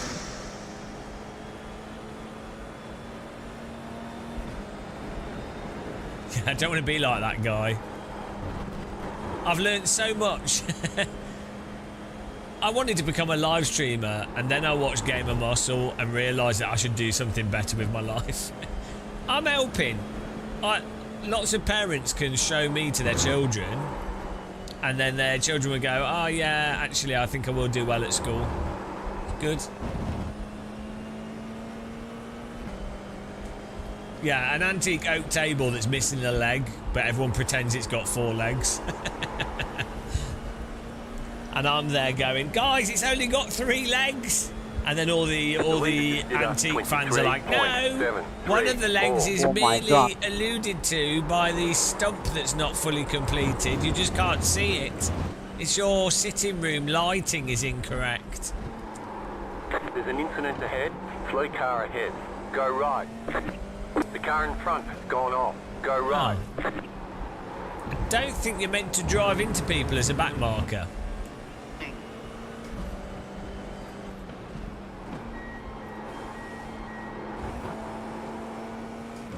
Generally speaking, if you're a lap down, you don't drive into the people racing in the top 5 places.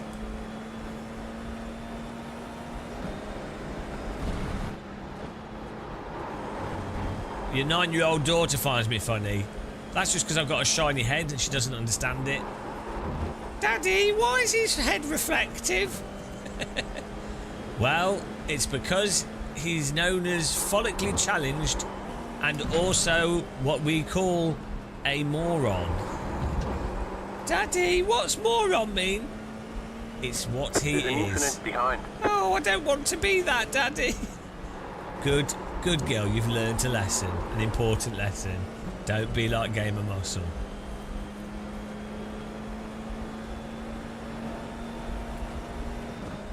You're now in third. Car 8 is now leading. Why is the man wearing aircraft goggles inside? How would she know they're aircraft goggles? They could be motorbike goggles. Your kid's not educated if they can't tell the difference. What a stupid child! That's what you get for public school. They can't tell the difference. A privately educated child in the UK would know the difference between motorbike goggles and pilot goggles.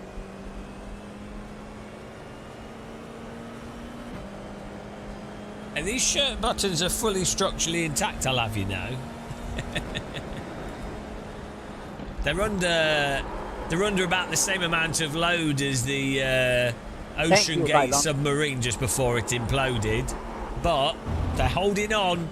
Fortunately, they're not made out of carbon fibre, so we might be okay.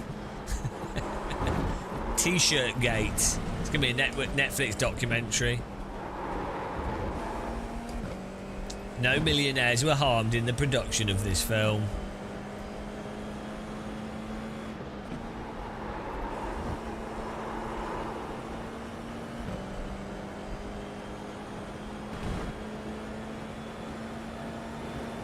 You can't label a person just by the... You can't label the goggles just by what they're doing. What if they were wearing snorkeling goggles but they're in an aeroplane?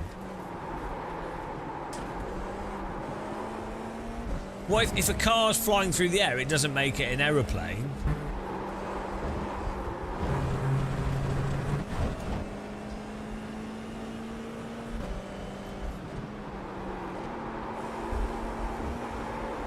It's funny how slidey this car is.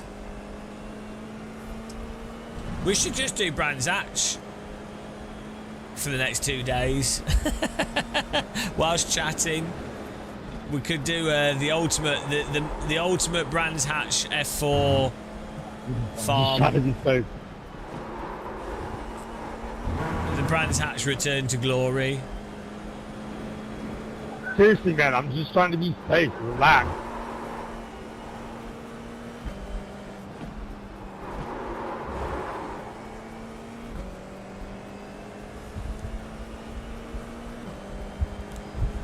People don't seem to know how to relax on this.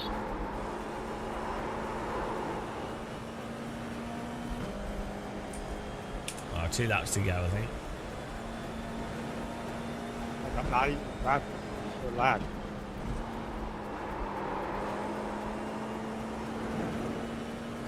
Relax. Oh yeah, I could drive an 80s Formula 1 car easy. Oh shit, I need to be quicker. I'm just dawdling here, they're catching up.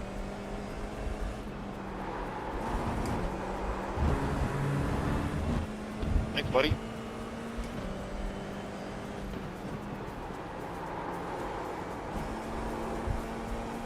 Don't want to steal my 3rd place off me.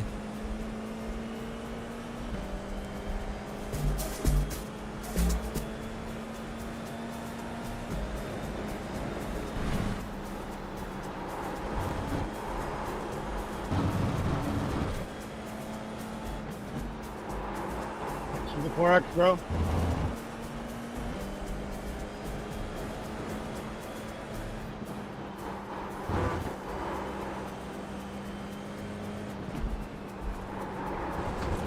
You're an ass, too.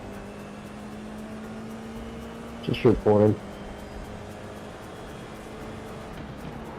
I was born with a beard. White flag. Bobby, it's One more almost like left to when go. people know you're trying to be clean, they'll hit you on purpose.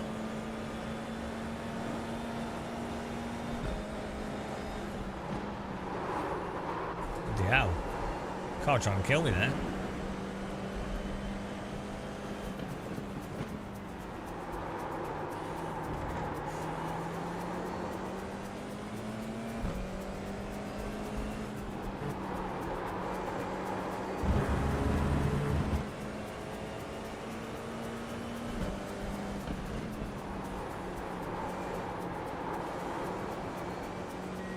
You ready for white line of the year?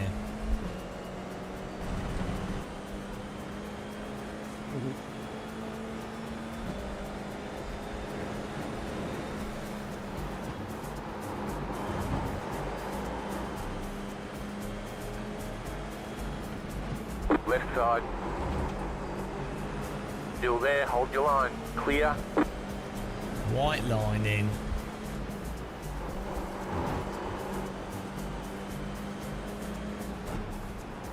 Right side.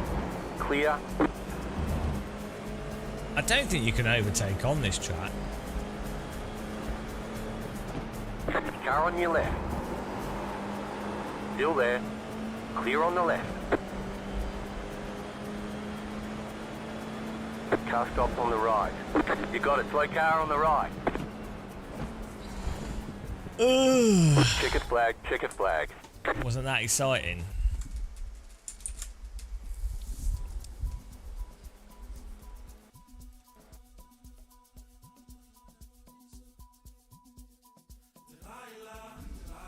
Did you enjoy that?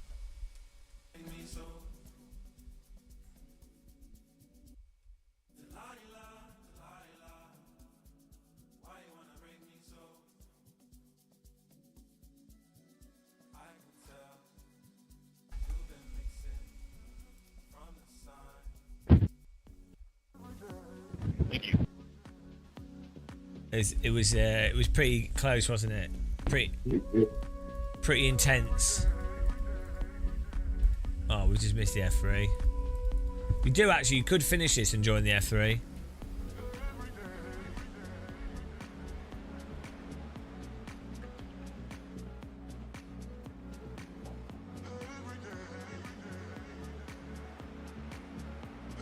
Beautiful.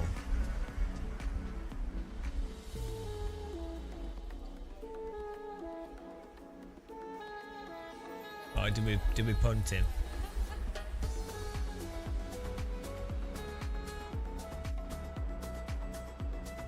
Hang on, we got a 0x for that. 0x? How does that work?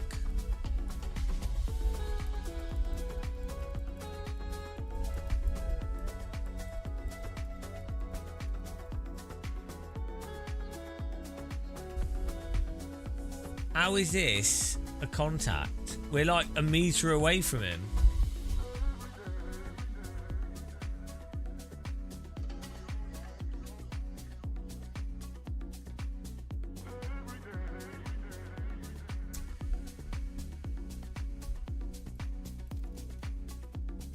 What's it, iRacing to an A? I don't know.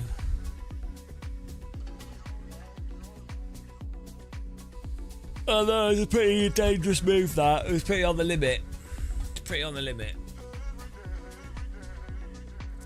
Oh dear, might have a break here.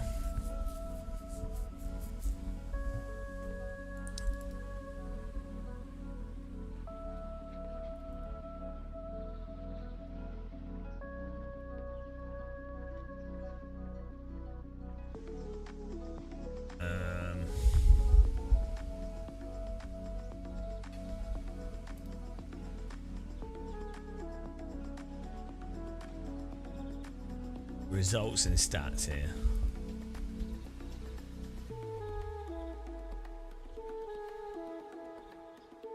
Well, that's it, Hell Knight. There's no way you broke the system.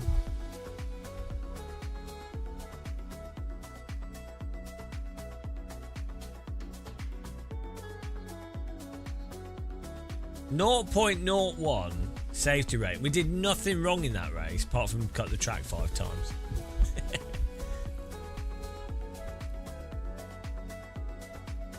Yeah, I think PMR might be quite interesting.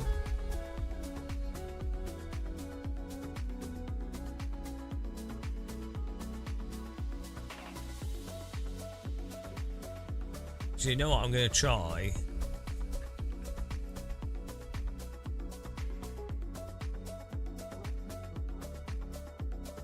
Try this with a different car.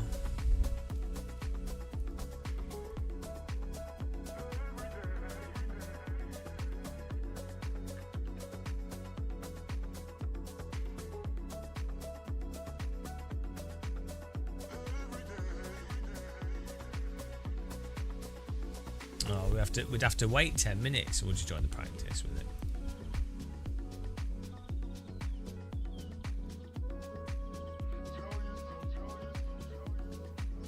You're not buying, just looking forwards. Well, yeah, I think I'd do this first because I want to see what this feels like with the force feedback. The Porsche RSR is really good in AC. I don't think we really drive it in iRacing.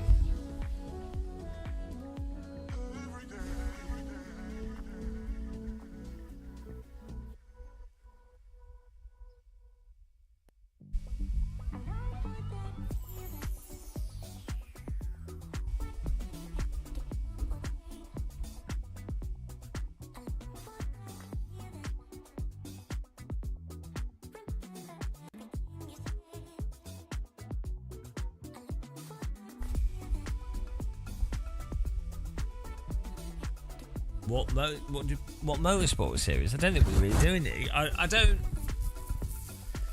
If we're going to do a series, what would we do?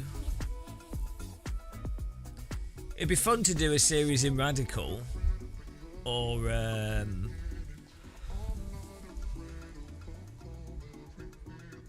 like an F2 series would be fun actually.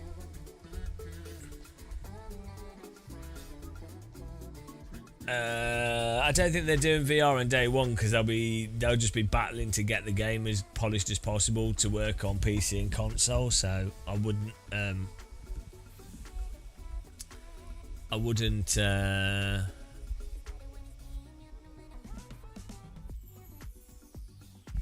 Yeah, I'd imagine VR would come at a later date. It's obviously not going to be the #1 priority, is it?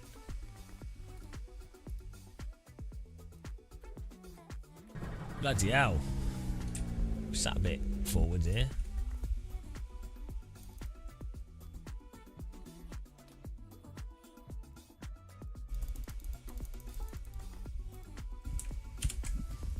See.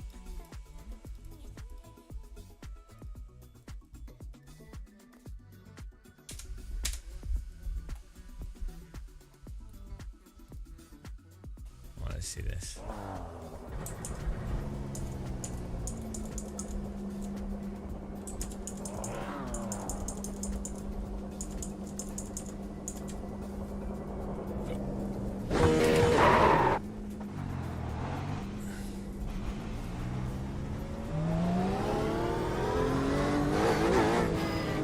Car right. Clear.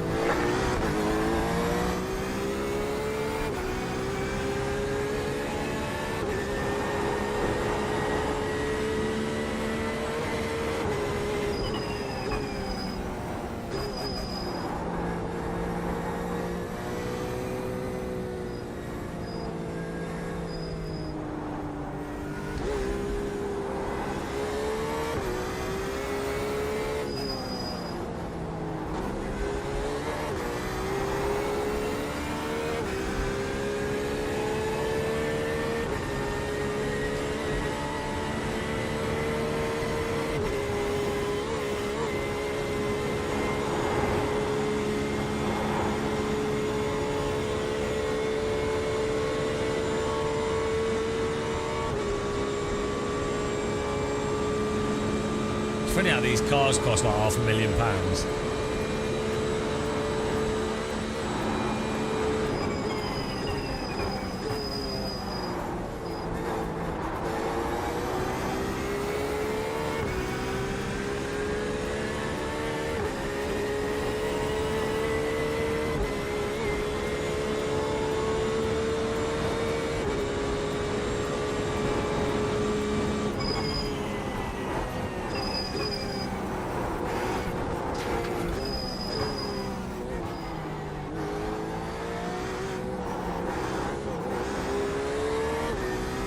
GTE, yeah.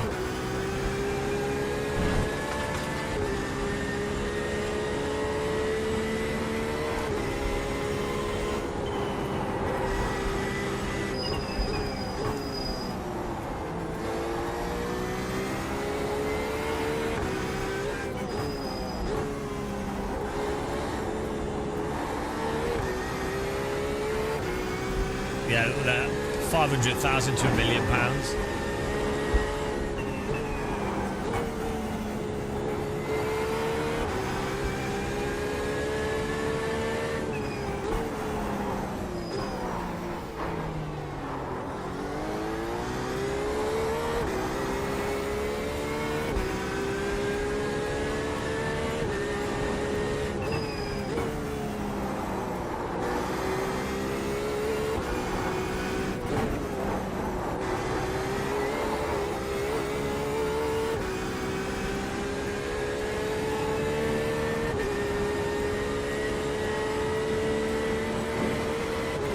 You have about 5 laps of fuel left.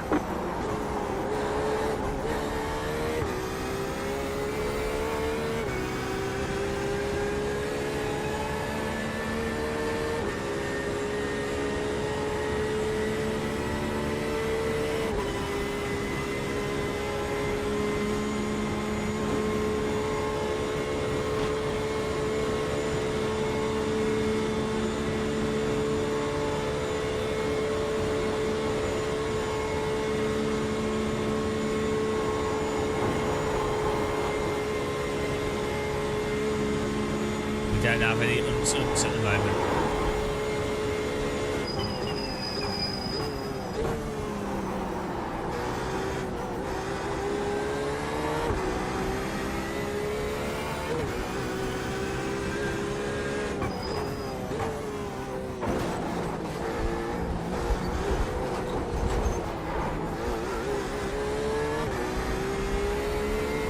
Didn't want to stay in that, did you?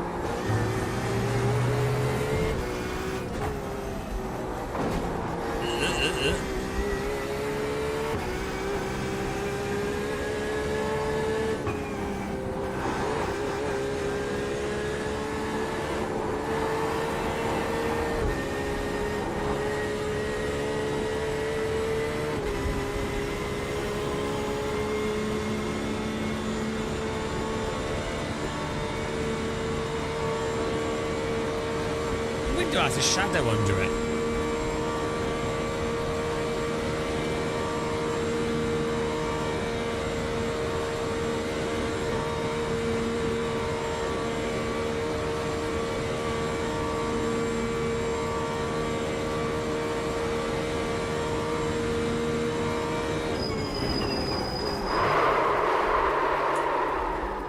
Right, let's do the quali lap, see what we get.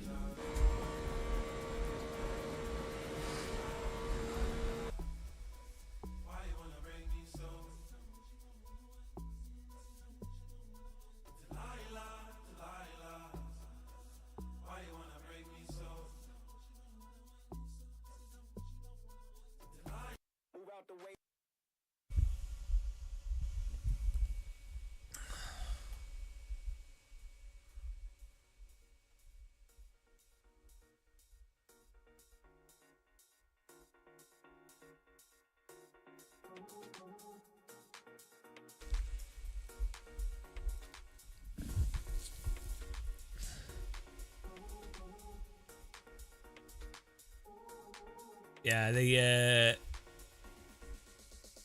was a whole period with motorsport from like the 70s to 2005 where it was all let's build better cars, they're more exciting, and then now it's I don't know what's happened.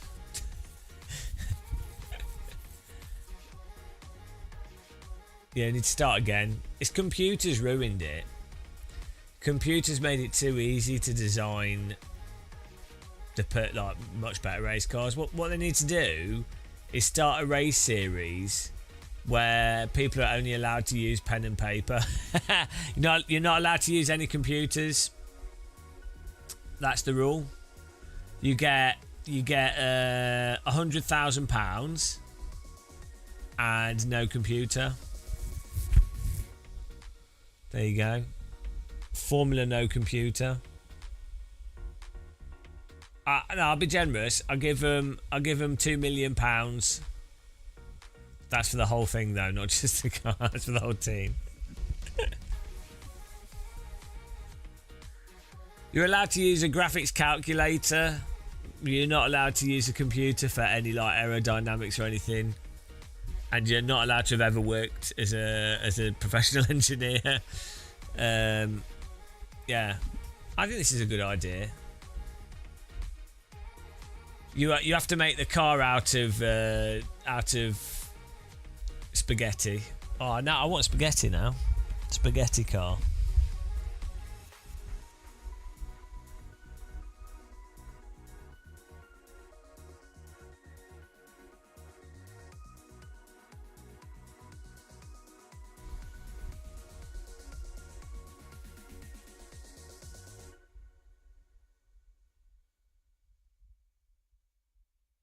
Where do we go when the sunshine meets the night? Chase me close between the lines, stuck between the smoke and vice. Where do we go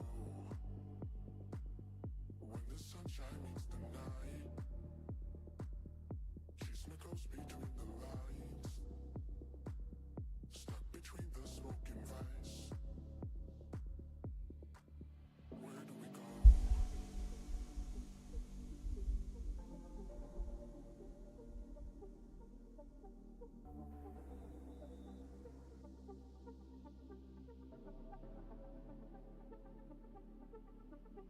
Where do we go?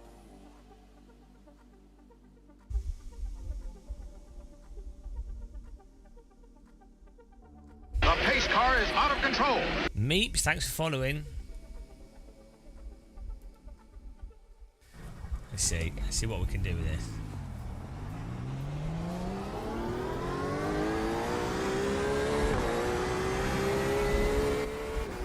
We definitely need to do some Porsche RSR racing on the Game of Muscle server soon. Maybe I'll have a little nap, and then later this evening we can do. Green, green, green. Hang on, what day is it today? Is it Saturday or Sunday? Okay, here comes your timed lap.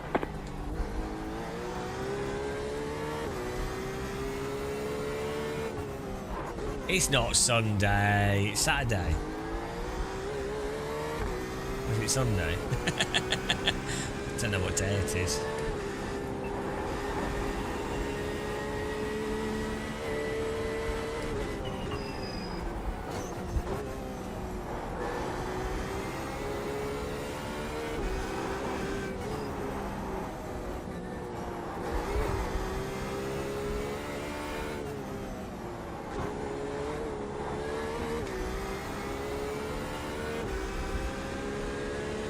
Yeah, but hell no, you're living in the wrong time.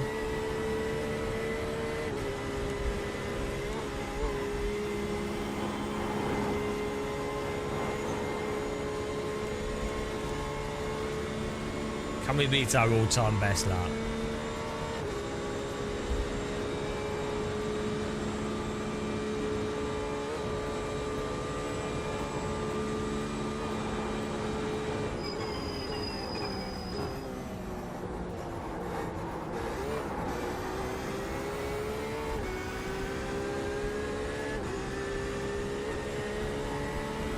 Nah, I mean that's just people. That's a perfectly fine DJ JM. That's a perfectly fine thing for someone to bring up.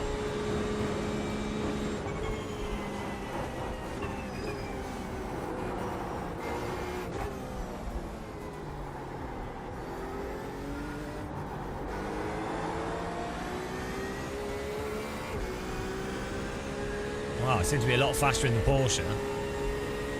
Unless it's the best lap time with this car.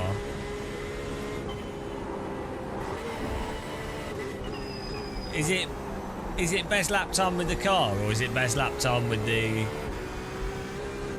for this session? For this series? Oh. You've got about 5 laps of fuel. There's no way for us to know then.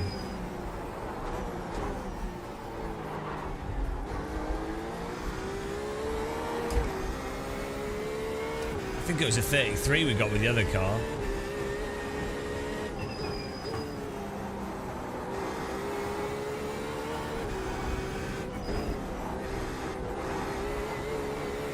Better hurry things up here. No, we're still driving like a train here. No limit.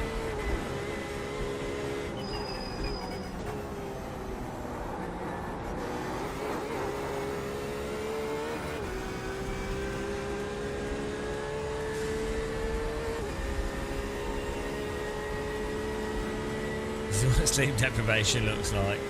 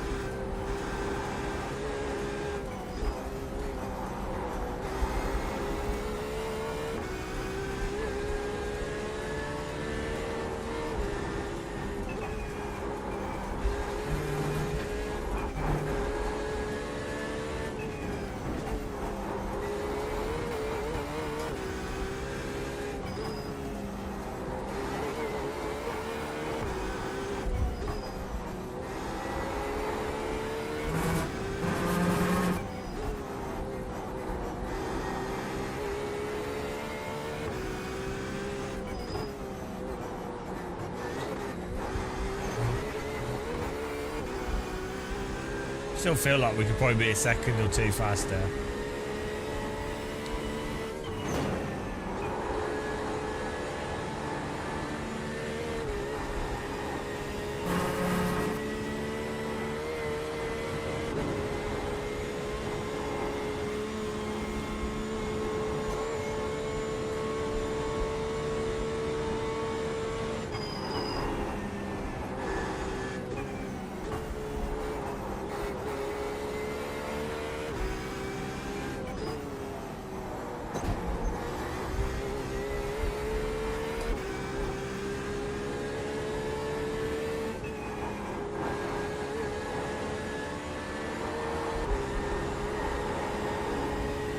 Much better car to drive around the track than the other one we were driving.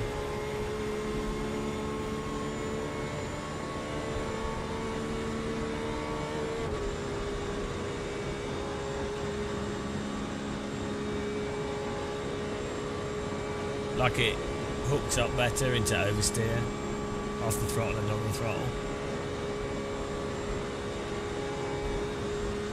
But maybe it's just slower.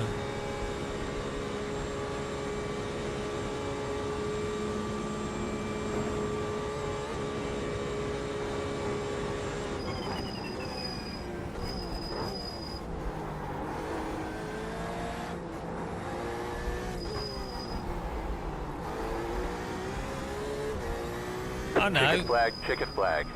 29. I think we did a 33 in the other car, so we're a lot faster in the Porsche. How do you know what your other lap time was with a different car? Is there a way to find out?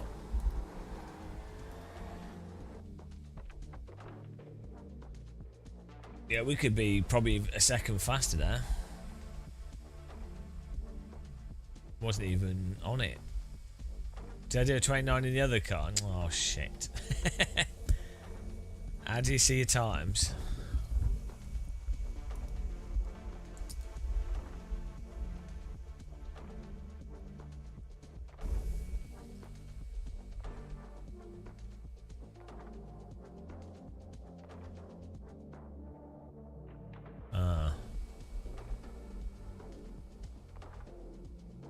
Can you see your in results maybe? Oh yeah, we can see it in the results, can't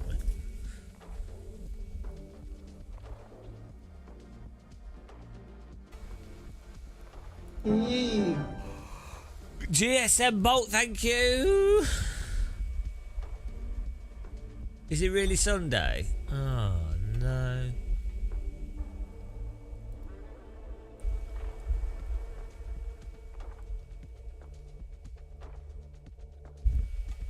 We didn't even do a lap in that one. It's when we finished.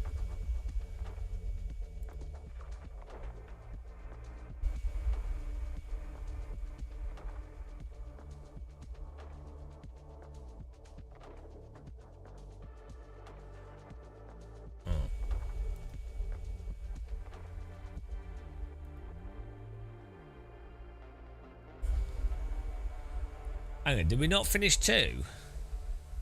Oh no, we finished this. No? Oh. It's very confusing. Oh,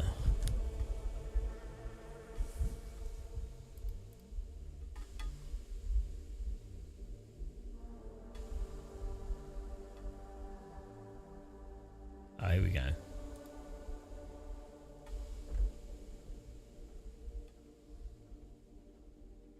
.6:30. That's average lap time.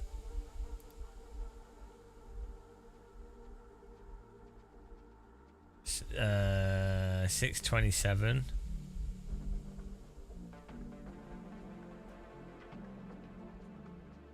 .6:30, 6:32. What did we do in quali with the other car?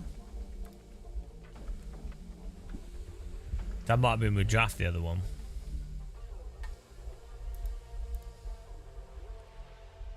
Yeah, so maybe we're back with the Porsche. Like I normally do prefer how Porsches handle oversteer. It's all about the oversteer. Right, I think I'm gonna have a break because I'm a bit tired. So I might have a little nap, and then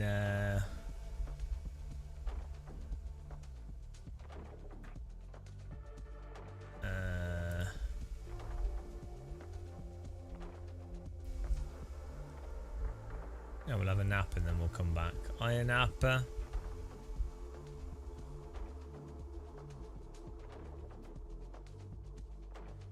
Iron Apper. Iron Apper. I think that'd be nice. And then we can pound the noobs.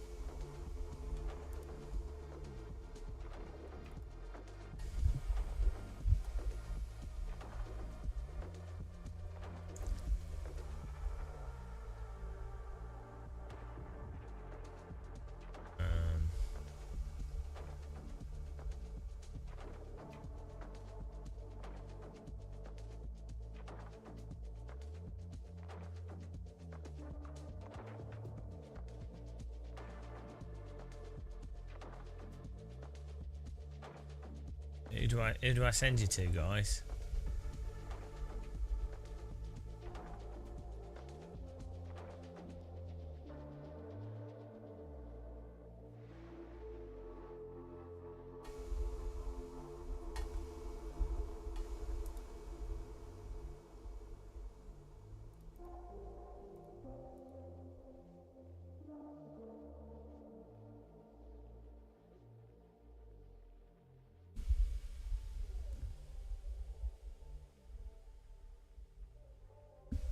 We definitely do need to do a Richard Burns stream at some point.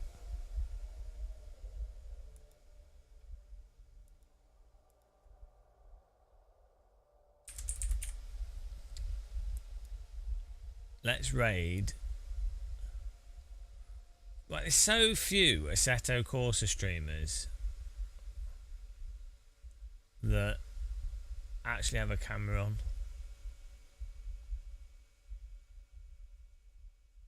How about this guy?